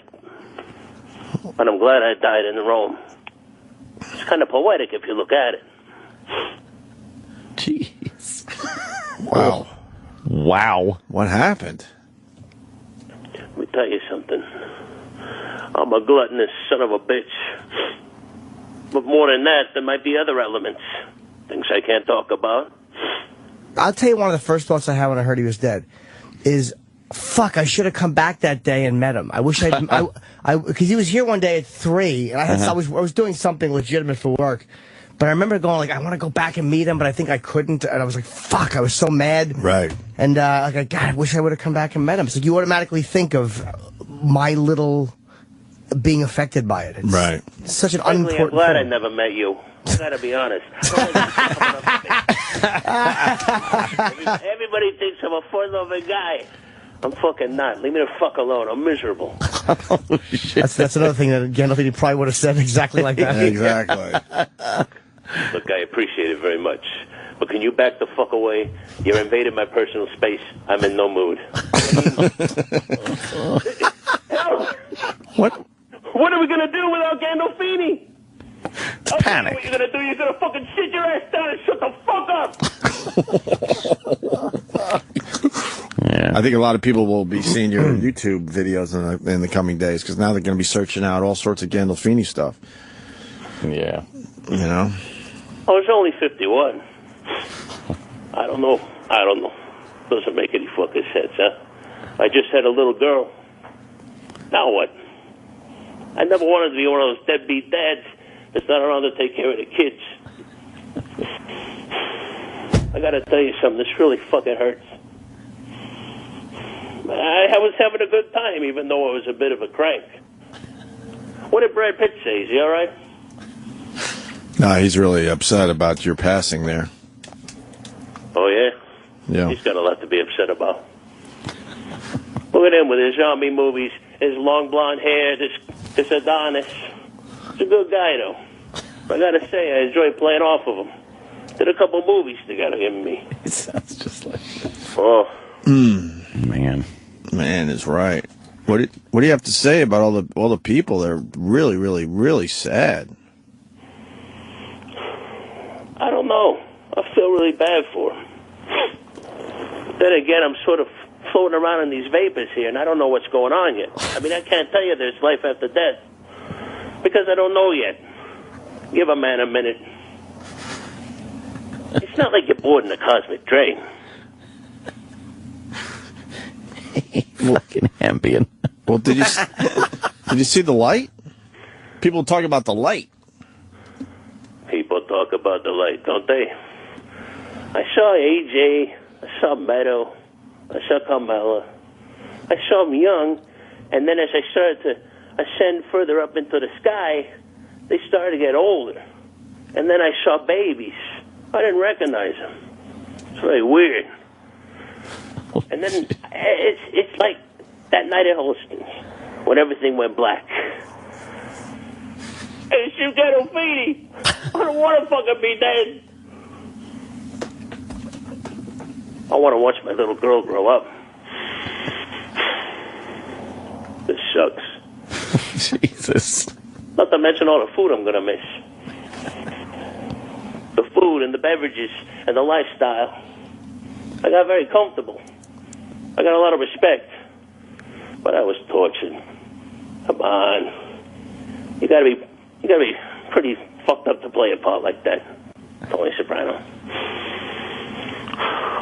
At least you'll see Christopher when you're there. Right.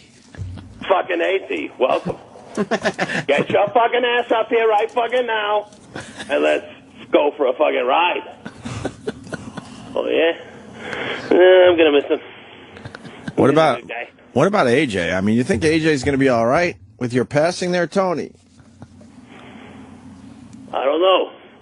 I'm gonna be fine. I want money. Money. I've been saying that all day. Just walking around my house. I want money. The eyes really wide. I'm going to be fine. It's not fair. I knew he would die eventually, but not like this. So now what? I don't want to lose my bedroom. Oh, my God. Well, I did write a script a couple of weeks ago, which is really eerily about this.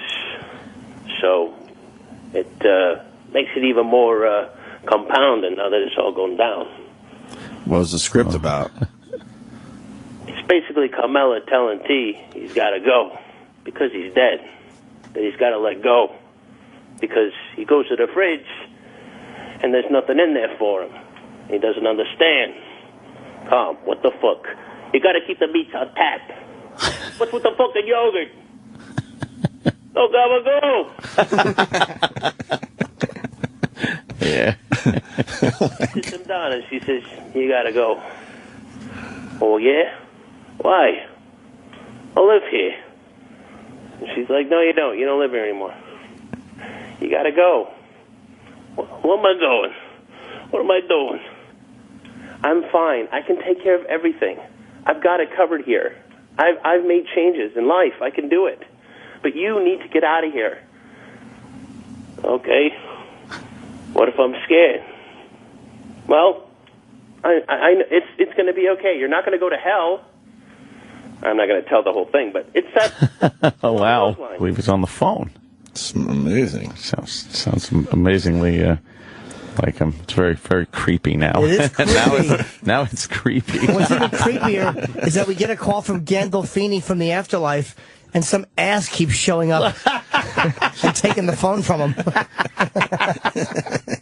James, okay, you gotta go.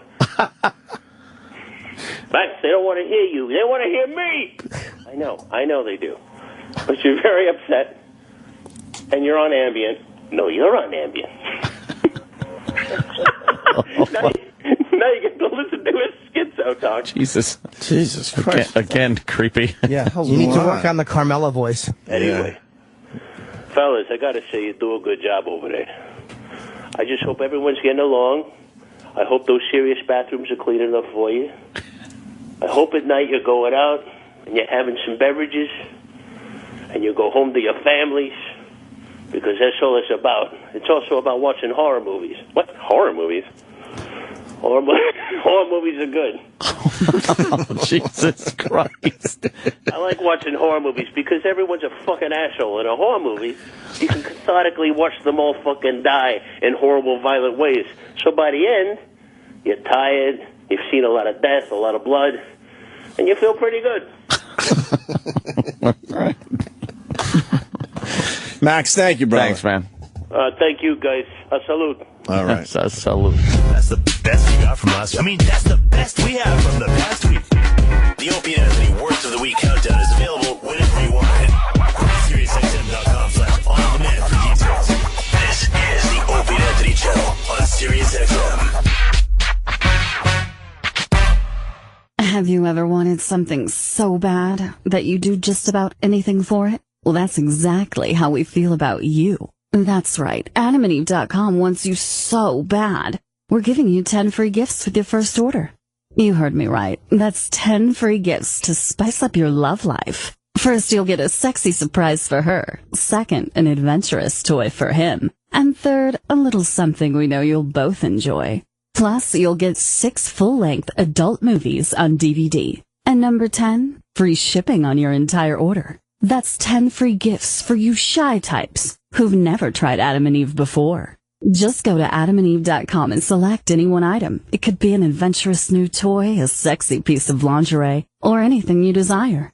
Just enter offer code DOLL at checkout, and you'll get all 10 free gifts, including free shipping. That's offer code DOLL. That's DOLL at adamandeve.com. Hello, I'm Mike Lindell, inventor of the world's most comfortable pillow, My Pillow.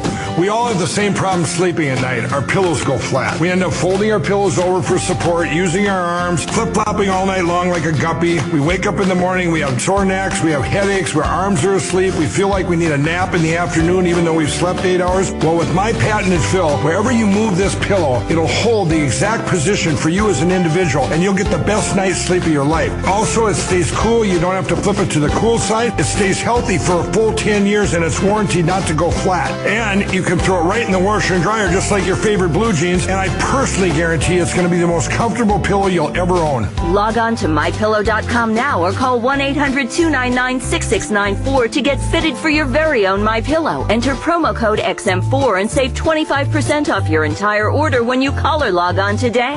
For the best night's sleep in the whole wide world, visit mypillow.com. Hi, folks. This is Alan Thicke, and if you're one of those millions of Americans who owes back taxes, if you get nervous when the mail comes because you might get a letter from the IRS, then you've heard. They're cracking down this year. They can garnish your paycheck, levy your bank account. Even your home or business could be up for grabs over unpaid taxes. It's all true. But it's also true that they're offering a new way out. It's called the Fresh Start Initiative, an important government program for tax debt forgiveness. It's one of the biggest breaks the IRS has ever offered, so now's the time. If you qualify, the experts at Optima Tax Relief, their team of attorneys and enrolled agents, will get you the best deal possible. Optima has an A rating with the Better Business Bureau. Don't mess with the IRS. For tax help you need, for tax help you can trust, call Optima for a free consultation. Call 800-308-0836. That's 800-308-0836. 800-308-0836. Some restrictions apply. For complete details, please visit OptimaTaxRelief.com. Trying to grow your business? You can increase sales calls by up to 30% by putting a toll-free number on your homepage. That's why Grasshopper makes it easy to get a custom 800 number for your business. Just go to grasshopper.com and search for your perfect number. In minutes, you'll get an advanced 800 number with extensions, call forwarding, voicemail to email, and much more. Sign up at grasshopper.com. Grasshopper, the entrepreneur's phone system. Feel like telling someone to fuck off. Fuck yeah. I like where this is going. Call the Opie and Anthony FU line. You can do anything. You can literally do anything you want. Say something. Do what you gotta do. 866-FU line 1. That's 866-FU-LINE-1. Fun stuff. That's genius. Amazing. I love it. It's the Opie and Anthony FU line. And if your call doesn't suck, it just might make it on the air. Fuck yeah. This is Friends of the Show. Friends of the Show. Audio entertainment courtesy of the people you hear and hear about on the Opie and Anthony Show. This week, Jay Mohr's More Stories. Welcome back, my friends. More Stories, episodes, hundreds, something. Duff McKagan, hanging in there. This is good. Rarely do you get to talk into a mic or sitting down. You're probably up with your foot up on the monitor. It is a little strange. Is it really? Yeah, my foot up on the monitor. I did that in like yeah. But I don't do that. That's what I would do.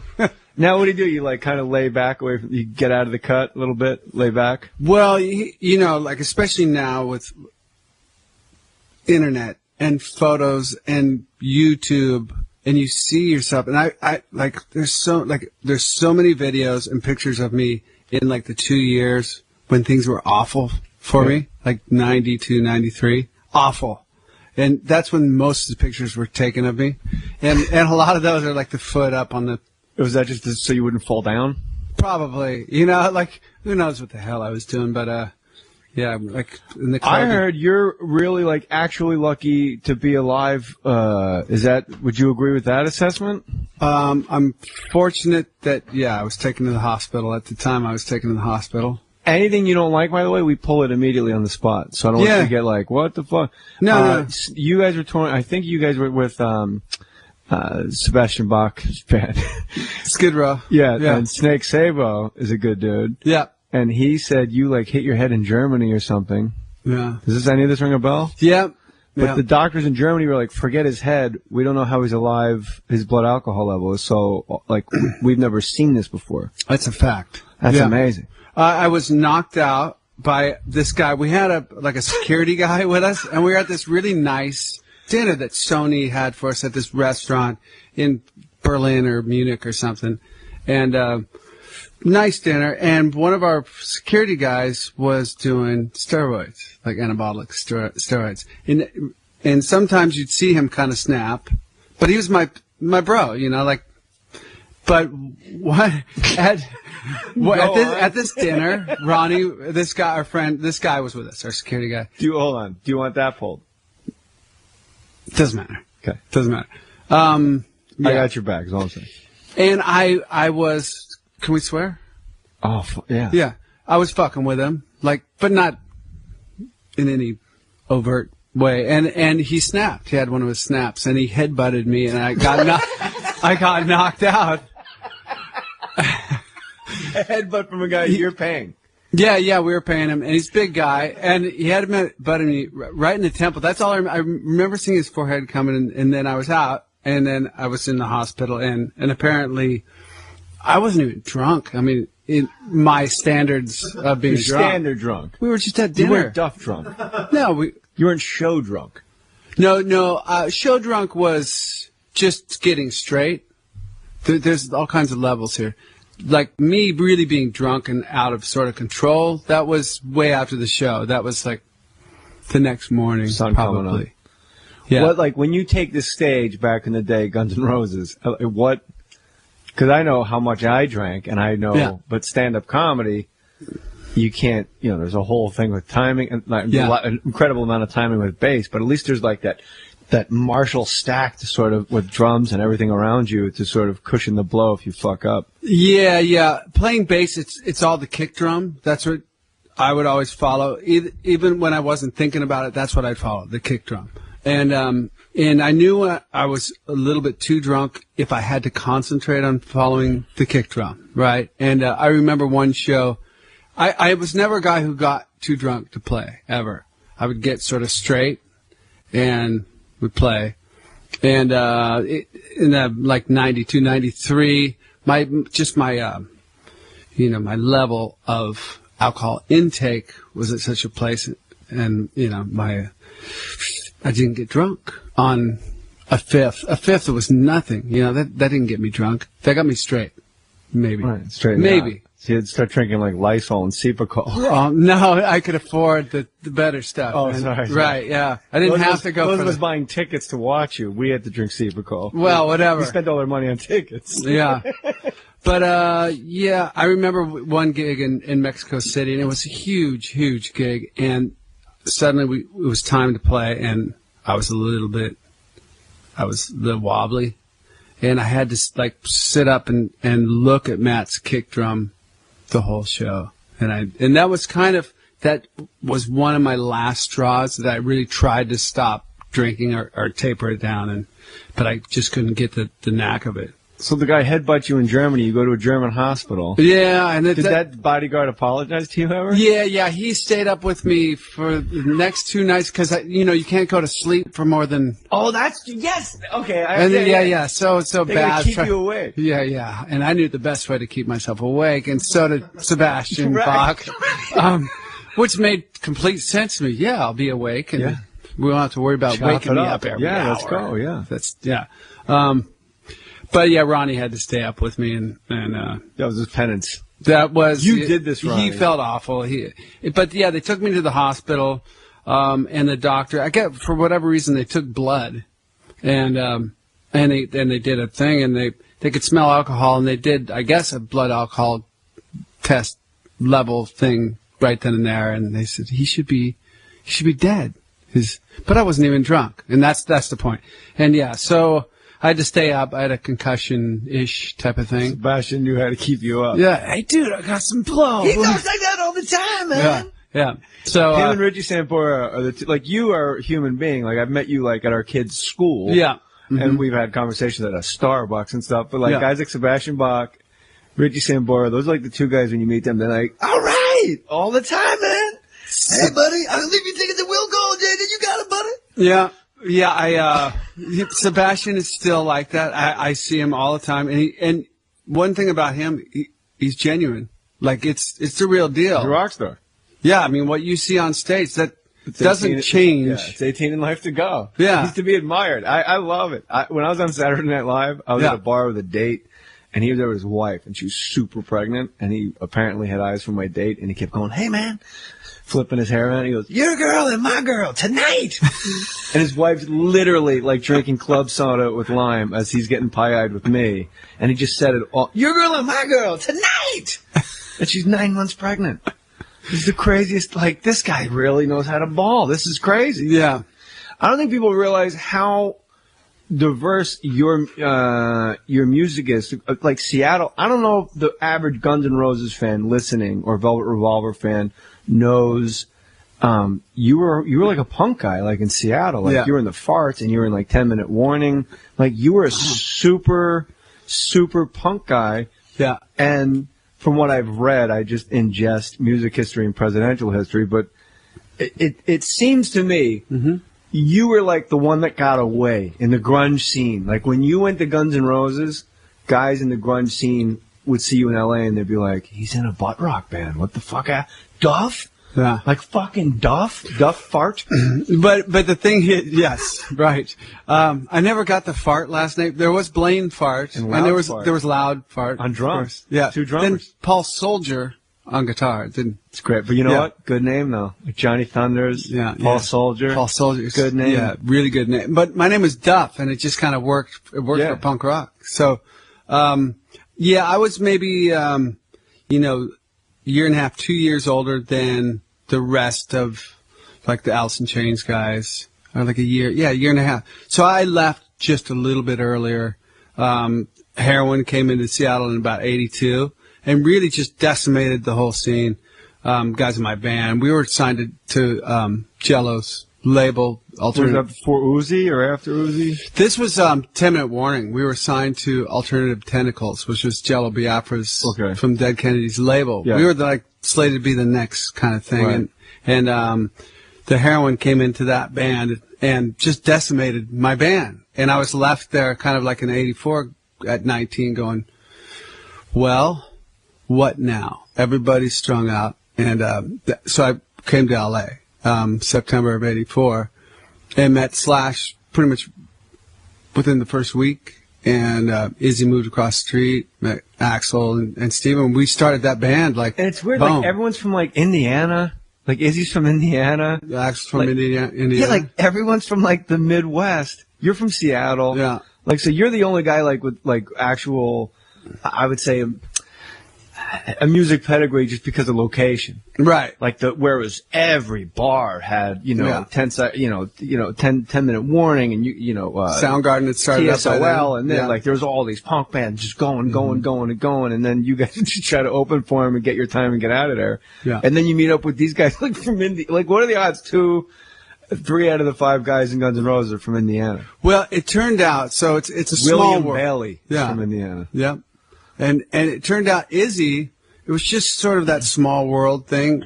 Izzy moved across the street from me in Hollywood. He and I started talking. He was down at the phone booth across the street in this like crappy street we lived on. And I saw him and he looked like Johnny Thunders. He looks like Johnny Thunders. Just like him. I'm like, hey, dude, I like Johnny Thunders. Probably didn't say that, but I feel like, my life in... if I look back at it, I was dumb at every turn of my life. But I came up to Izzy and to Izzy and we started talking and our punk bands had played a gig together 2 years prior in Hollywood when I was on one of my tours. And what was his punk band? They were called the Naughty Women, and they were cross-dressers. Oh, it was real short. It was real short-lived Naughty Women. Yeah. They used to get in fights with the audience all the time. Yes. They had like 2 months of gigs. They wow, you know. Yeah. Then they dressed as women. Yeah, and you had to like literally swing mic stands like, get the fuck away. Like, it was crazy. Yeah. And we played, I was in 10 Minute Warning, and we played with D.I. and somebody else at the Cathay de Grande and the Naughty Women.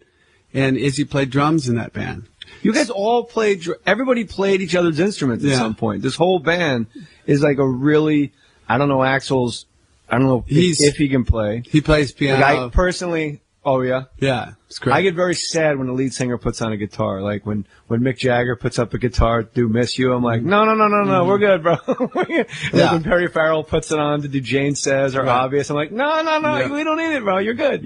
Yeah. Like any band, like the lead singer of Live, I'm like, no, don't do that. Just do I Alone. Let them play. Pre-record something. I'm fine with it. Yeah. But everybody in Guns N' Roses, like, you play drums, you play bass, you play guitar, and then Axl actually can play guitar, piano. You're saying, and Izzy, everybody played everybody's instruments. Well, I think it helps, you know, like when you're in your teenage years, and people ask me like, what did you do? What do I do with my youngster to be a musician? Or like a kid will ask me.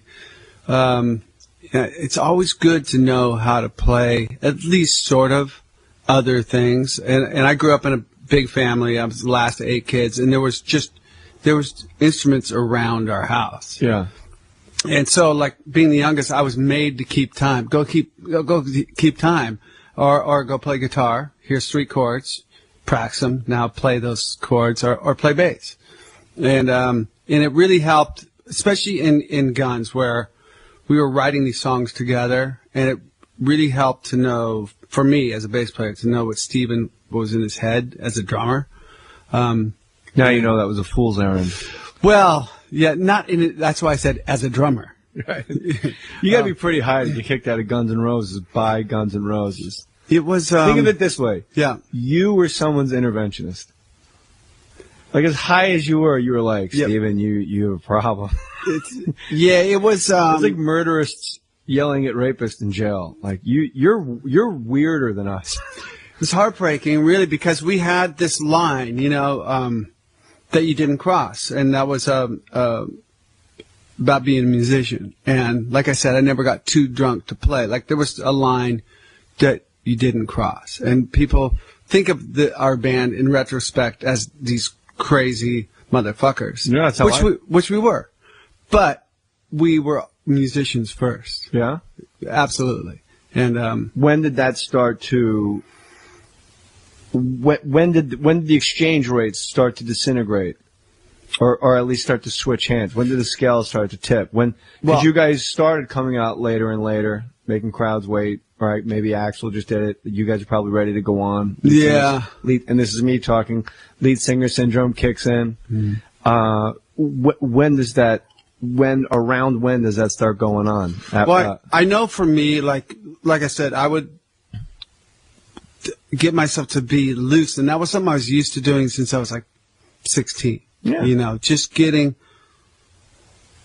Once I got sober at 30, I thought my life as a musician would be over because I couldn't drink, and how am I supposed to get loose before a gig? Yeah. And I found out soon that was the dumbest thing ever. Like my first sober gig, I played better and felt more comfortable. What was your first sober gig? It was at the Viper Room with Steve Jones from the Pistols. Yeah, this is a crazy. The Outsiders? Neurotic Outsiders. Great band. Really good time. Yeah. You guys kicked Billy Idol out, and Steve. You kicked it like they were in it and then they were out of it. No. We'd have guest singers. We played every like Monday at the Viper Room, and that's how the band kind of got started. Right. We played the Neurotic Outsiders. Neurotic Outsiders. Yeah. So you, Steve Jones, like already you're like in fantasy camp as far as rock and roll goes. Yeah. And you're probably looking over on the side of the stage going, it's fucking Steve Jones. Yeah, no, he's my idol. And really. So Billy Idol and his guitarist. Well, okay, so it's kind of incestuous, all of music, it really is. Sure. I was in kind of writing songs with Billy Idol and Steve Stevens up at my house. I had a studio at my house in Hollywood Hills. And then this Neurotic Outsiders thing started. Idol came and sang with us a couple times. We had like Billy Idol sang with us one Monday, and then Iggy the next Monday. Bro, I never got a call for that. Brian Setzer came and played with us. I'm ready. I'm sorry, Jay. I'm ready to go. You didn't get the call. I got the boiler. I look like Gibby up there. It's a big gut. I'm ready to go. We had Sporty Spice came and sang "God Save the Queen." Now you're making it worse. Yeah. But we had all these. She's the one that can really sing. She was killer. Yeah, she can actually sing. She jumped into the audience and she was punk rock. She could sing. She can crush it up. But I missed something here, didn't I? Back to the when did it get too much? It got too much. You never crossed the line as a band. Steven crossed the line. Like how you said you guys, the music always came first. When as a band, maybe not just Steven, but when as a band did that start to erode a little? And when did you all start to cross the line at some point? Well, yeah, I'll speak for myself. I do best when I do that. Don't we all? Yeah. So to get loose, it would be, you go on stage, we're headlining, so your stage time is 9. And that's what you're used to. So I'd get myself throughout the day, okay, 9 o'clock, I'm ready to play. In all ways. Right? And if you're not going on till 10, well, you got to kind of keep that. It's like a sport, trying to keep that level so you're totally good by the time you hit the stage. You're playing to a lot of people. And you don't want to feel less than good. It's like going out and playing football, like NFL stage is big and you want to feel exactly right. You wonder how those guys, how do they feel exactly right at 1 p.m. on Sunday? Drugs. How do they feel that good? Steroids. They do steroids and they headbutt you in the face. Right. Imagine if they push the game back till, suddenly now it's at 3, guys. Well, what would happen to make that just plumbing, something, security? Paul McCartney showed up. He wants to meet everybody. Like just weird, random shit happens on the road that pushes the time of the show. Axel's late. Yeah, maybe some, Yeah, I'm not. And by the way, during this whole time, you don't need to air anybody out. Cause I think it's pretty much only one of you has cornrows. Right. So, for whatever reasons, we started to go on.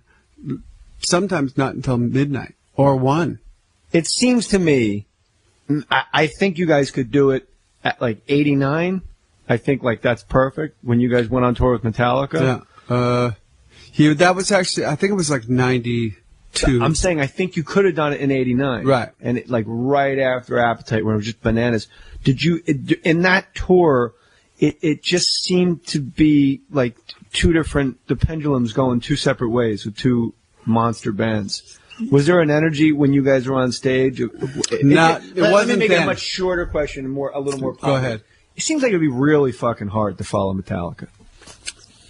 Indeed, I think it at that point in 92 or 3 or whenever it was, we were switching off every night. So it'd be we call it it was a co-headlining tour. Frankly, they probably wanted to go on first for a ton of reasons. They go on time. I always want to go on first. Yeah, totally. Let's get out of here. Yeah, totally. And but it never felt like, because those audiences who were there, nobody left when somebody else went on, and so I didn't necessarily feel it then.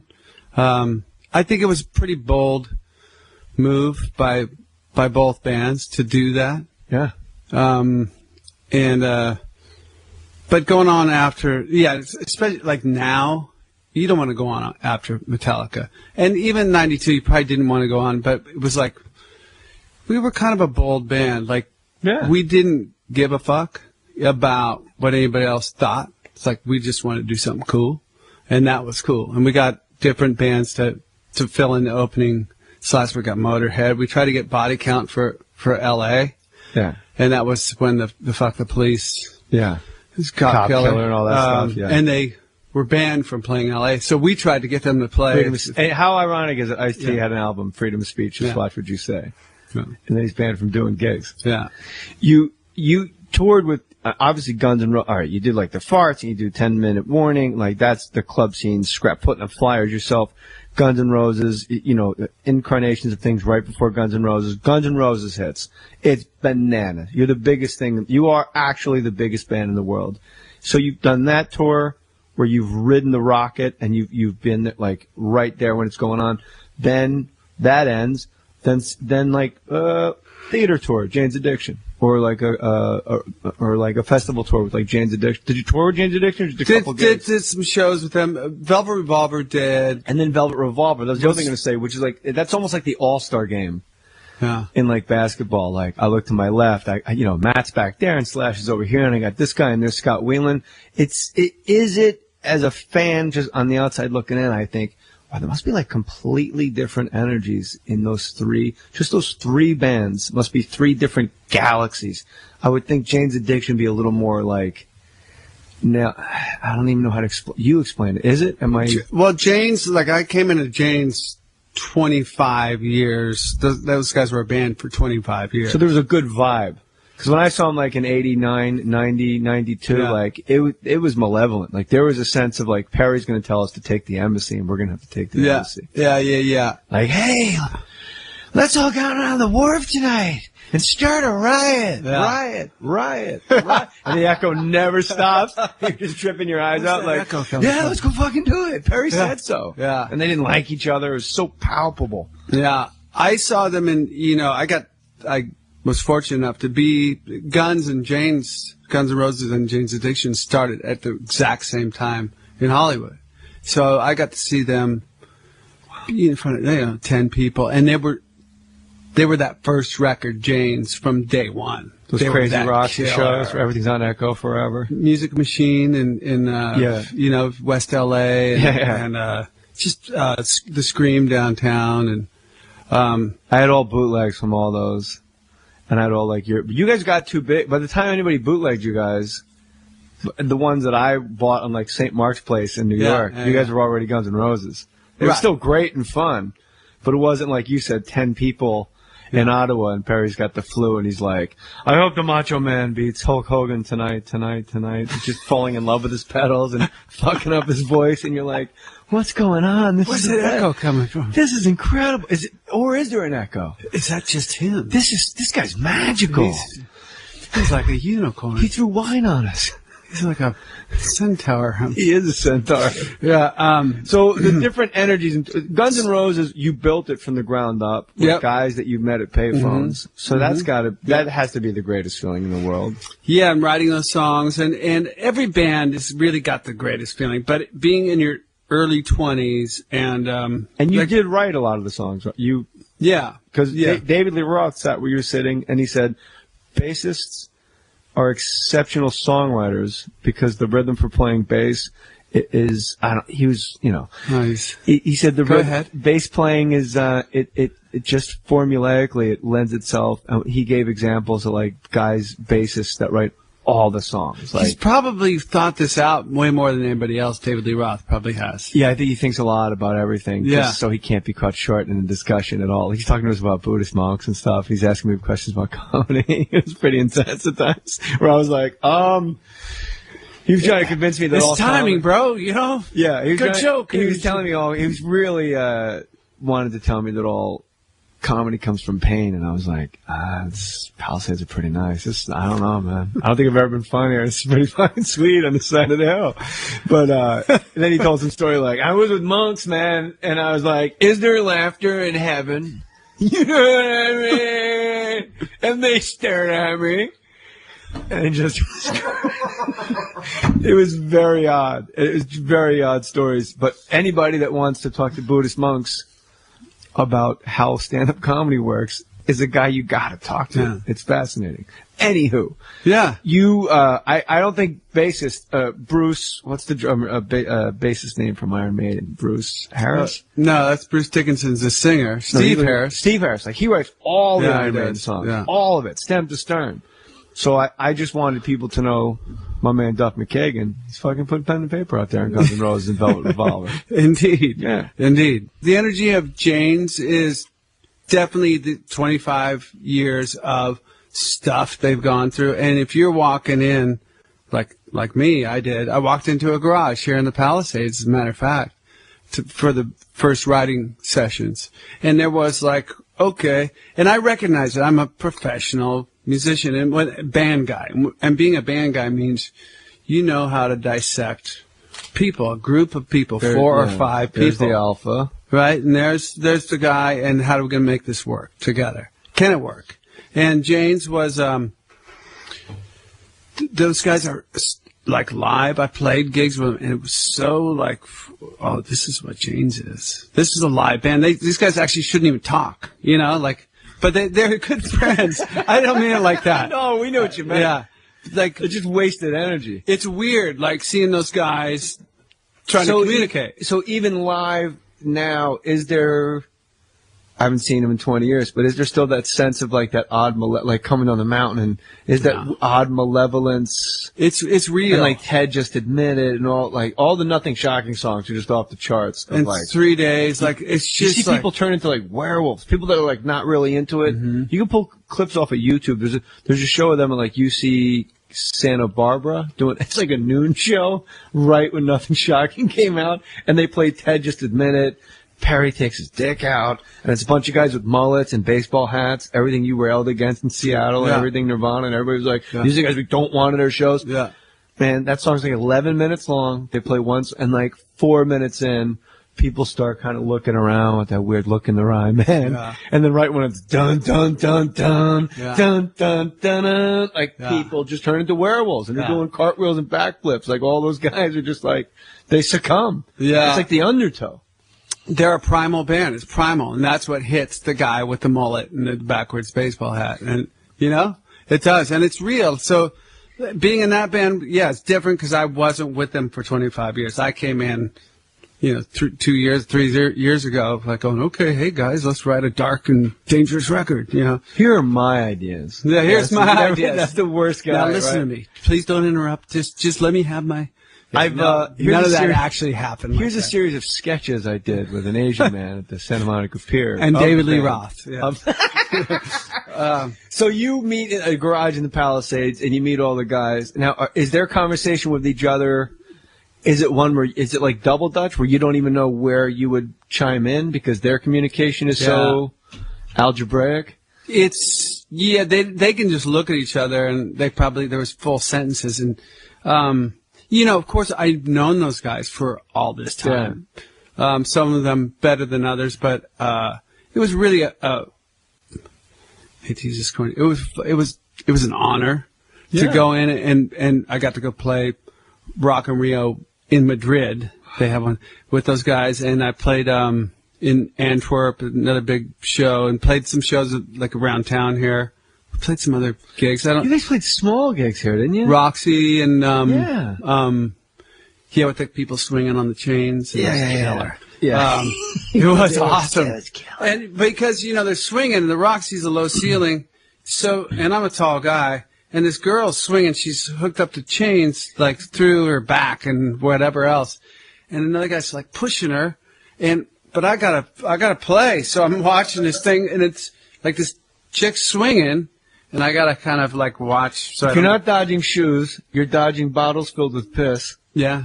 Or you're dodging chicks on chains. I didn't dodge a bottle full of piss too well in, a couple gigs. I like everything you write, too. Seattle Weekly, you write good stuff. Thanks. And I like the thing about the 10 things you learned about doing the festivals. Oh, right, over the summer. It was funny. You said bottles of piss. People in Europe have perfected the art of pissing in bottles and throwing it at the stage. And guys that are used to looking for shoes, don't look for shoes so much. No, look for bottles of piss.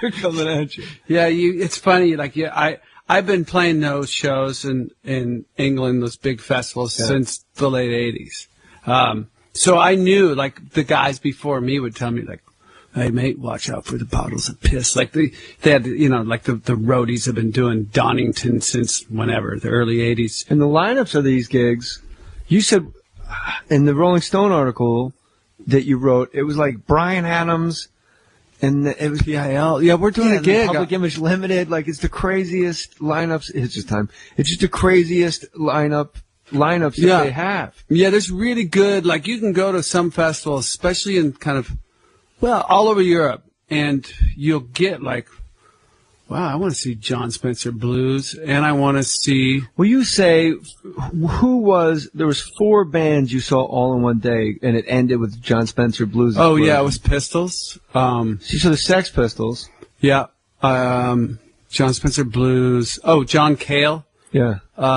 And the Gutter Twins, which is Mark Lanigan and Greg Dooley from Afghan Wigs and Screaming Trees. Lanigan's as good as it gets. It's good as it gets. Yeah. And Gutter Twins are as good as it gets. And I saw all those bands in one day. Like in one sitting, that's your entertainment dollar.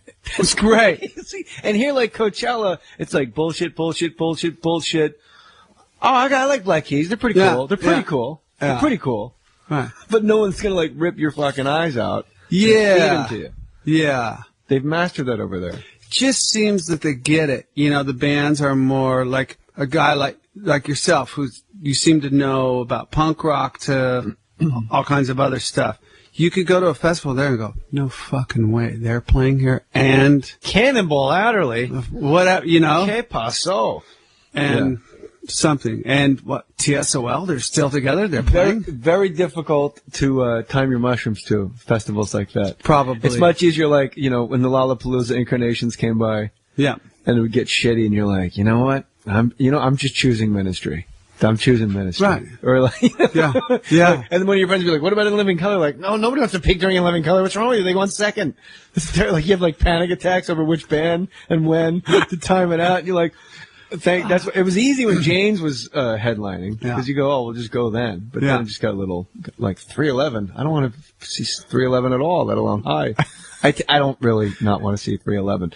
So Jane's Addiction, incredible energy, raw. It's all, I guess, is it, what's the difference between Guns N' Roses? Like Guns N' Roses, you were, there is a bit of grunge in Guns N' Roses, and you got to take some credit for that. But it's also, there's a bit of Sonic, there's a bit of the Stooges, there's a bit of all that MC5 and all. There's a bit of New York punk in there too. Like you can hear a little Voivod and stuff. Like there's influence of all that stuff, because I think that's what all you guys were always listening to and what you aspire to. But then when you came together, you became this beautiful summer of 1988. This is what we're doing. Yeah. Hey guys, down the shore, I got this album. You guys are gonna blow. It's gonna be great. There's no way in hell. Like we made Appetite. Like we signed a deal. We signed a deal that let us. We wouldn't have signed any other kind of deal. We signed a deal that let us do the record our own way. Well, what happens if that deal falls through? What would you? We didn't care, because it was really like, this is us. And we're not going to, just to try to be commercial or whatever. Our band was too fuck you to ever try to be commercial. But isn't that the grand irony of music? Is the bands that are the most fuck you are the one, like in my lifetime, Nirvana, Guns N' Roses, like Pink Floyd didn't give a shit about a single. Like nothing's more commercial than the Wall tour. Like there's two separate guys doing Pink Floyd tours. They're both netting $100 million apiece. God forbid they get together. God forbid. Zeppelin never gave a shit about it. Like all the bands that were like, fuck you, we do it the way we want. Like those are the ones that had somehow landed the biggest hits of my lifetime. I think, like the timing of our first record of Appetite, and like you said, the summer of '88. It actually came out the summer of '87. It took a year for the world to kind of like. Well, I was born premature, so I didn't get it in time. But it did. It took a year. That record, we just toured to 7 people for a year. You know, like who'd you open for when nobody knew who you were? The Cult, Iron Maiden. That's a band you want to go on after. You don't. If you had to go on after Motley Crue, Iron Maiden, or the Cult. Before. No, I'm saying if you had to go on after any of those three, name which ones would be easiest to hardest. Oh, I don't think you'd want to go on after. The hardest is Iron Maiden. Yeah, no question. Because they have those fans. All those bands have their fans, though. Yeah, and they got like a giant puppet. Eddie comes out, the big puppet, and they do Run to the Hills and 666 Never Beats back to back. You're done. You can't come out and go, she got a smile, and they're like, what? This is like a ballad. What's happening? You know where you are? You're in the jungle. No, actually, we're kind of back in the whatever that we were. There's only one band every musician I've ever asked, there's only one band that can follow any fucking band in the planet. And they're very popular. And they've been popular for a long time. Rolling Two Stones. different lead singers. No, not that. Two different lead singers. Very rock and roll. Very Australian. AC/DC is the only of course, band of course. I've Yeah, ever yeah. been told could follow Metallica. Yeah, could follow, yeah, yeah. could follow the Stones. 2-hour Stones concert. You dim those lights and play, and everyone's like, I don't even know what the Stones are anymore. Yeah.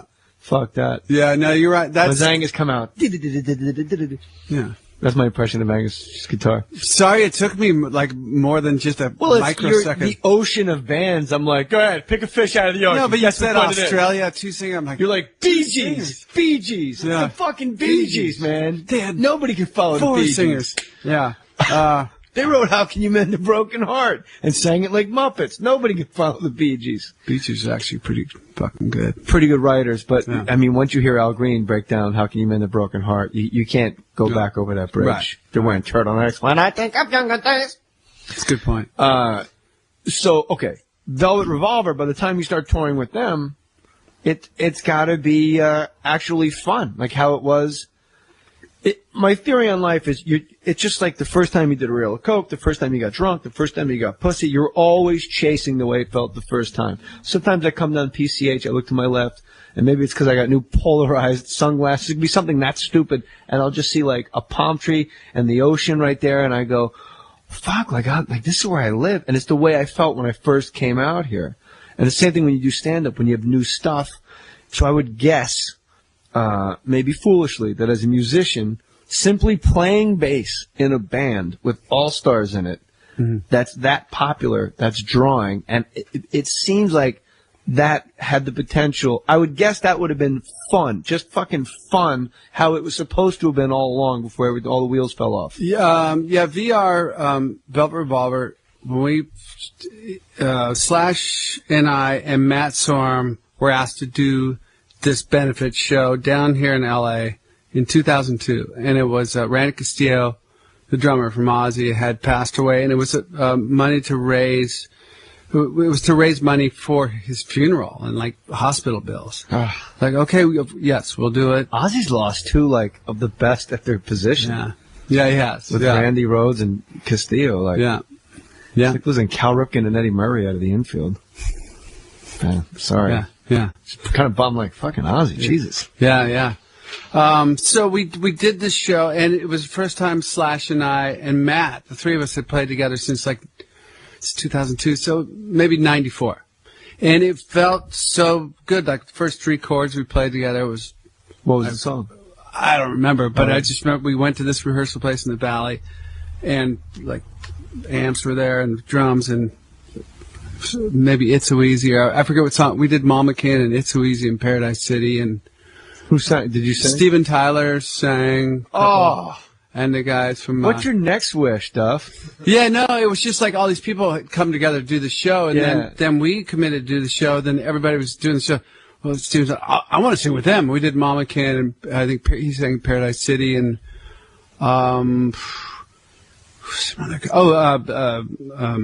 Josh from Buck Cherry sang something with us, and... But you knew right when you played... In 2002, it was like... Matt and Slash, you're like, there's no reason this isn't happening. Yeah, so we played the gig, and it was people that aren't here is the reason this isn't happening. It just felt great. Yeah. And I had gone back to Seattle in 93 and got myself sorted out, and then met my wife. She started having kids. I just watched, actually. And then I got into school. I went to Seattle U. Went to business school. And I was playing music up there. I played with Lanigan and played with some guys, but I was going to school, and if you haven't been to school since you were 15, going to Seattle U is no And joke. just clean. I was clean a couple of years. Yeah, Were you like working a program and then like going also like... I was doing martial arts was my program. So I was doing that every day, and we had the babies and go to school, and I was just figuring out how to live again. Like, well, what is this thing? If I'm gonna go to sleep at like 11 p.m., is that what people do? And wake up at when the baby wakes up. That's when you wake up. Yeah. But I was playing music, but hadn't really thought about anything else beyond just playing in Seattle and going to school and having little babies. And so 2002, we did the gig, and we went to lunch the next day, the three of us, Slash and Matt and I, and well, maybe we should try to write some songs and see what happens. And one thing led to another. We got Dave Kushner in, play rhythm guitar, and then we looked for a singer. It took us a year, and Weiland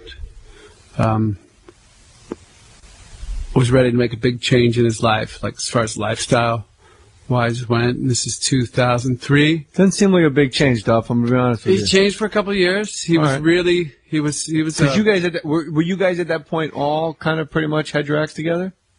Yeah. And it was an understanding, like, if you come into this band, like, we're not really partying anymore. We're kind of doing karate and reading the big book. Like, you're welcome to join us. Yeah. And that's what he wanted. He and I were friends besides that, and he had wanted to kind of do what I was doing as far as Sensei Benny and, like, doing martial arts and getting clean. And he had kids, and he wanted to be there as dad, and that was okay. I can help you do that. And the band thing, we started writing songs together, and it just worked. It clicked, and we made that first record, the VR record, and everybody went out and toured and kicked ass. And the chemistry in that band was really good because we were all about 40. We suddenly kind of maybe had something to prove again, and we wrote songs out of that really cool place where, like, these songs gotta be great. They can't just be good. They gotta be great, you know, and the band's gotta be great, not just They're gonna great. show up because we were great. Right. So let's fuck them up with We shit have to that annihilate is it. great. Yeah. Right. And so did Izzy help write any of those songs? He didn't. He was around, like, he was coming around when we first got together, just coming and jamming. He would, like, show up with a guitar and an amp. And I heard he's like a gypsy. He just kind of roams the countryside every once in a while. He'll do a session with somebody. Tap out. He's been very comfortable in his own skin. Yeah. Since probably 1990, 91. It's a guy you look at and just, as from another guy's perspective, it's like, fuck, I'm jealous of that guy, because he's really just comfortable wherever he's at, any situation he's at, and in. He's a good guy. And yeah, he can kind of just, he doesn't have any kids, and he helped raise a girl, his girlfriend's daughter, and he was exceptional at that, but he doesn't really have anything that ties him to any one place. Is he like a gypsy? I have this beautiful... Sure. Ever since the Juju Hounds album, I'm like, oh, he's just like this magical gypsy. Like, Jim Morrison would have thought he was the coolest guy in Laurel Canyon. He's like also like a centaur. Yeah. No, he is. He's like he is. I don't think people know that Duff McKagan was an honor student in high school. So you can do all your rock and roll talk, mister. But at Roosevelt High? I was an honor student in college. At Roosevelt High, I started playing in rock bands, and well, the end. Grades weren't like that's it. Or even going to school. I went to an alternative school for like a year and a half of my high school. Did you get a high school diploma? I did. Okay. I got a GED when I was 18. But you didn't go up and get your diploma like with your friends in high school? No, but I did do their... but I could roll a joint while steering with my knee. Yes. I did the commencement address for Roosevelt last spring. Really? Yeah, it's a year ago, just about now. That's fantastic. Yeah, and so I did the thing. A cautionary tale turned multimillionaire. Well, I just told him kind of like... I wrote like kind of like one of my columns. I wrote like this thing, and I read it, and then I kind of dialed it in for a speaking thing. And I'm gonna guess you were more nervous for that than any of your last 100. It's terrifying. Gigs. Yeah, terrifying. And no bass, huh? No bass between you and them. No, there's no not. shield. But there was a podium. Yeah, podiums are it's good. I podium. use them at corporate gigs. They put little notes on the podium with like their names on it, and they're like, "How did you know that Mike in accounting likes to play golf?" I'm cheating, you idiots. There's a podium. There's a podium. So Yeah. you had notes when you did the commencement address. I did. You know exactly what I'm But they gave me after I was done, the principal came up and he's like, "Oh, thanks, that was very nice." And like the band did "Sweet Child of Mine," like of course. And That's like, badass. That's cute, guys. And then the guy gave me a leather bound. He goes, "We got something for you, Duff." And there was a high school diploma from Roosevelt. So I finally, after I got out of college, I graduated high school. Did it say Duff on the diploma, or did it say? Yeah, Duff. It's been my name since I was 1. Oh, really? Yeah. All right. No. Also, Walking Papers, I only listened to the single Already Dead. I don't know how to explain it. It's great. I'll explain it that way. Yeah, there you go. It's certainly, it's a different gear, but I guess this is the best thing. If I was a musician, I guess this is what I would want to hear. Yeah. It's certainly a different gear. I haven't figured out which gear it is yet, Right. which makes me keep listening to it. But then every time I listen to it, I hear something I didn't hear the last time. Right. That's cool. And Already Dead, that song is kind of a toned down song from the whole record. Real toned down. Yeah, it's but toned down. oddly metal, oddly, good. And what really struck me is the first lyric, "With friends like these, who needs enemies?" I'm like, that could be a quarter of everyone Duff has ever known. Maybe all of us, though. Yeah. I think, not. I'm just more, guys like you and me, Jay, maybe a bit more public than other Right, but I don't depend on 4 other guys and how they feel in their mood every night to make my living. Yeah. I just go by myself. Like, if it was the Duff McKagan band, and you could tell everybody go kick rocks, then sure. Yeah. But if you're going out on stage, it's like, all right, what is it now? Yeah. Izzy left. He doesn't feel like it anymore. Steven and this guy's late and that. All right, you know what? I'm going to go do my own thing. I'm going to go do Loaded. Yeah. And then every band, what is it about bands, Duff, that they just, that when you start, this is what fascinates me about musicians and bands. When you're a band, when you start and it gets going, that incredible joy, the greatest joy in life is to begin. That's the greatest joy in life, is to realize you've really just started something. And when you guys are playing the clubs, and then you get your record deal, you kind of get what you want from the record deal, or else we're not going to do a record deal. You lay the album you want to lay down, and it comes out exactly how, for the most part, how you want it. All of a sudden, boom! Like, you're not opening for shit. You're Guns N' Roses. You're the big, like that rocket ride. Why can't anybody keep that together? It just seems like, how come no one's figured out the formula for holding on to that initial 4 years of joy and just keeping it together? I think some bands like the Stones have figured out how, no matter what's going on inside of the band, personality-wise and business-wise, because there's also that layer, which is can be a huge layer. They figured out a way to make it work. I mean, we've heard the stories. They almost broke up in the 80s. They almost broke up again in the 90s. And but they figured out separate planes, all that kind of thing.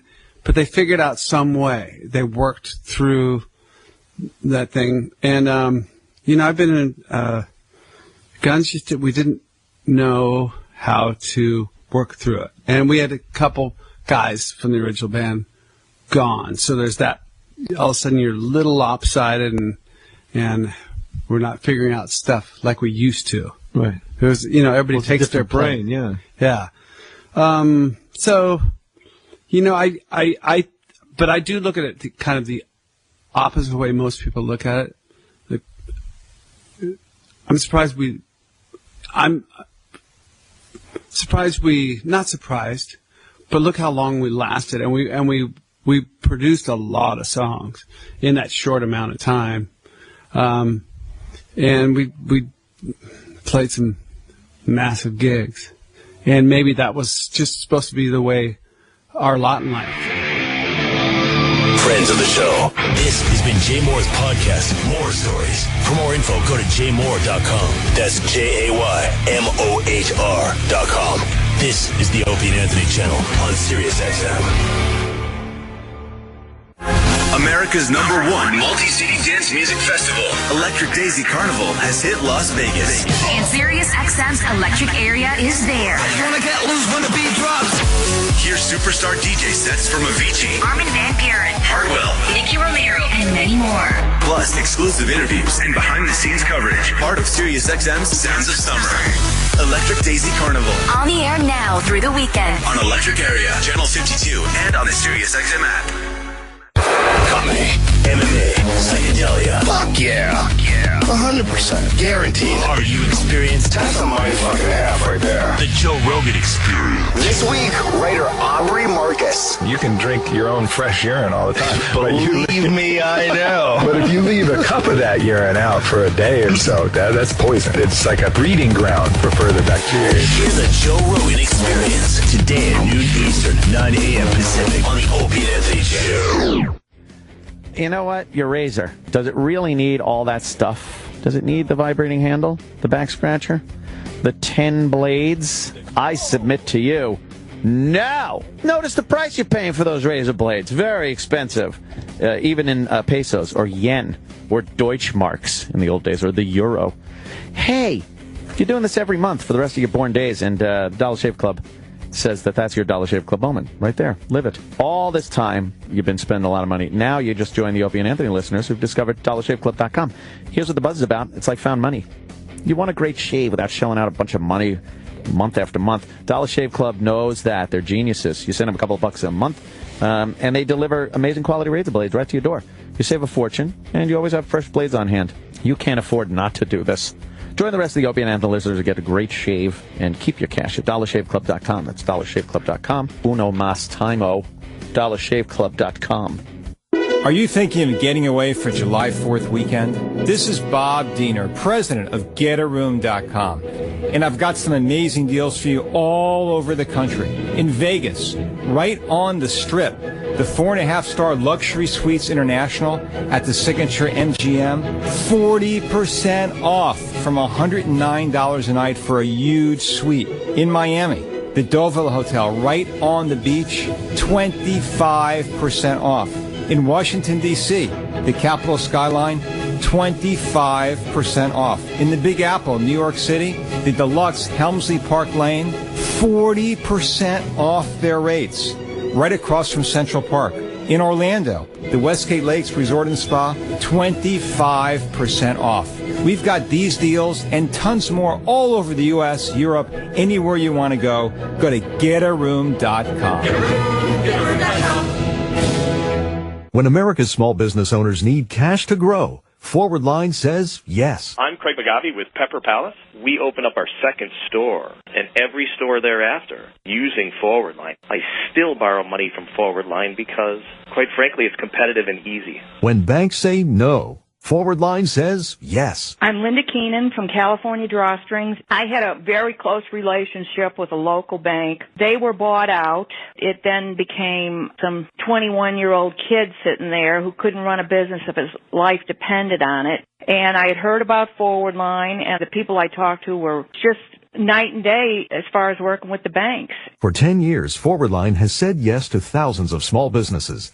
Get an instant quote by calling Forward Line now at 866-917-LOAN. That's 866-917-LOAN. Restrictions apply. Call now for full details. Forward Line, 866-917-LOAN. That's 866-917-LOAN. I need to archive emails to comply with business regulations. Do you have an IT guy to help search through thousands of PSD files? No. Got time to install a complicated product or create detailed reports? No. You okay paying storage fees to save duplicate emails and images? No. Offshore or automated phone tree support okay? No. Then yes, we can help. The Barracuda Message Archiver lets you store and find emails fast to avoid compliance and litigation penalties. Easy setup and single instance storage will save you time and money. And if you need help, you'll talk to a live human. Try the Barracuda Message Archiver free. Go to barracuda.com/yes.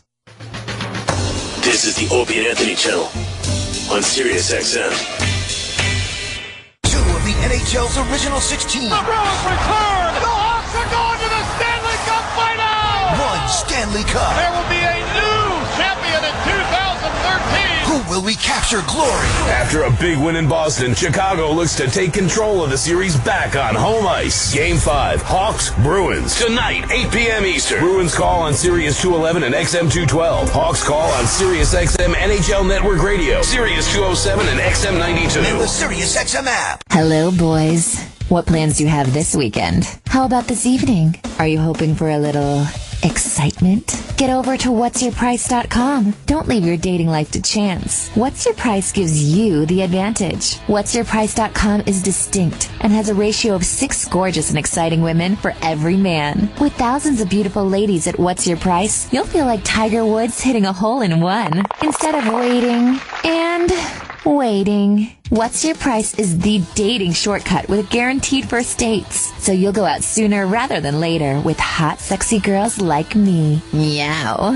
One word of caution. Dating women like me on whatsyourprice.com can be addicting. Whatsyourprice.com is free to join and is so easy. Stop waiting and start dating. Go to whatsyourprice.com, join for free, and enter code RADIO to receive twice the amount of dates. Just go to whatsyourprice.com. That's whatsyourprice.com. Meow. Over the past few months, Fresh Balls has been everywhere. We're in the movies, on TV, all over Sirius Radio, and on tens of thousands of balls all over the world. Now, it's time for your balls to be Fresh Balls. Fresh Balls is the hottest man's grooming product on the market. It's an amazing lotion that keeps your balls dry. You know what the heat and the humidity of summer can do to your balls? No longer. When you use Fresh Balls as part of your daily grooming routine, you will be fresh and dry all day. It's a natural lotion, so it's good for you, and it works 24/7. Now, how easy is it to get Fresh Balls? Real easy. Visit our website, freshballs.com, or the London drugs nearest you in the deodorant aisle. It's the most talked about product in years. From LA to New York, Orlando to Vegas, Vancouver to Sydney, guys have fresh balls with Fresh Balls. Order yours right now at freshballs.com or the London drugs nearest you in the deodorant aisle. Go to freshballs.com right now. Enter promo code SIRIUS and get free shipping on your next order of Fresh Balls. Having Fresh Balls has never been easier or more affordable. Go to freshballs.com. Have you ever wanted something so bad that you do just about anything for it? Well, that's exactly how we feel about you. That's right. AdamandEve.com wants you so bad. We're giving you 10 free gifts with your first order. You heard me right. That's 10 free gifts to spice up your love life. First, you'll get a sexy surprise for her. Second, an adventurous toy for him. And third, a little something we know you'll both enjoy. Plus, you'll get 6 full-length adult movies on DVD. And number 10, free shipping on your entire order. That's 10 free gifts for you shy types who've never tried Adam and Eve before. Just go to adamandeve.com and select any one item. It could be an adventurous new toy, a sexy piece of lingerie, or anything you desire. Just enter offer code DOLL at checkout and you'll get all 10 free gifts, including free shipping. That's offer code DOLL. That's DOLL at adamandeve.com. Are you an inventor, or do you know an inventor who would like to attempt to have an invention or idea patented and submitted to industry? Call EventFul, America's largest invention company, and learn how to get your free inventor's information. You'll learn how to attempt to patent your idea and submit it to industry from the company that has helped secure over 7,000 patents. It's a free call, so call now. 1-800-220-9562. That's 1-800-220-9562. Call toll free at 1-800-220-9562. That's 1-800-220-9562. InventHelp is a fee-based company. You're listening to the Opie and Anthony Show on Sirius XM. The Joe Rogan Experience starts now. Buckle up, bitches. Here we go. This motherfucker and his dick pills. You believe this guy? I took 2 different brands last week. Why not go to a doctor and tell him your dick is broke? Because it's not broken. He will give you amazing drugs. I'm not saying that it's broken. Yeah, but I'm don't saying they have tell the doctor it's broken. Did they have a test, though? Like, does he rub it and go like, you're lying? He sucks your cock for 5 minutes, and if you can think of dead puppies for 5 minutes, then he'll give you the pills. Yeah, they can't say no, can they? There's no way for them to test that. Of course they can't say no. They don't want to stimulate your prostate with a large electrode. 3-finger death grip. And then if you get hard, they don't give you the pill. I'm there. They can't, obviously. Right. I mean, they're going to take your word for it. Why would you say that you can't get hard if you could get hard? Well, you wouldn't lie about that, would you? Nobody breaks their dick with that stuff, do they?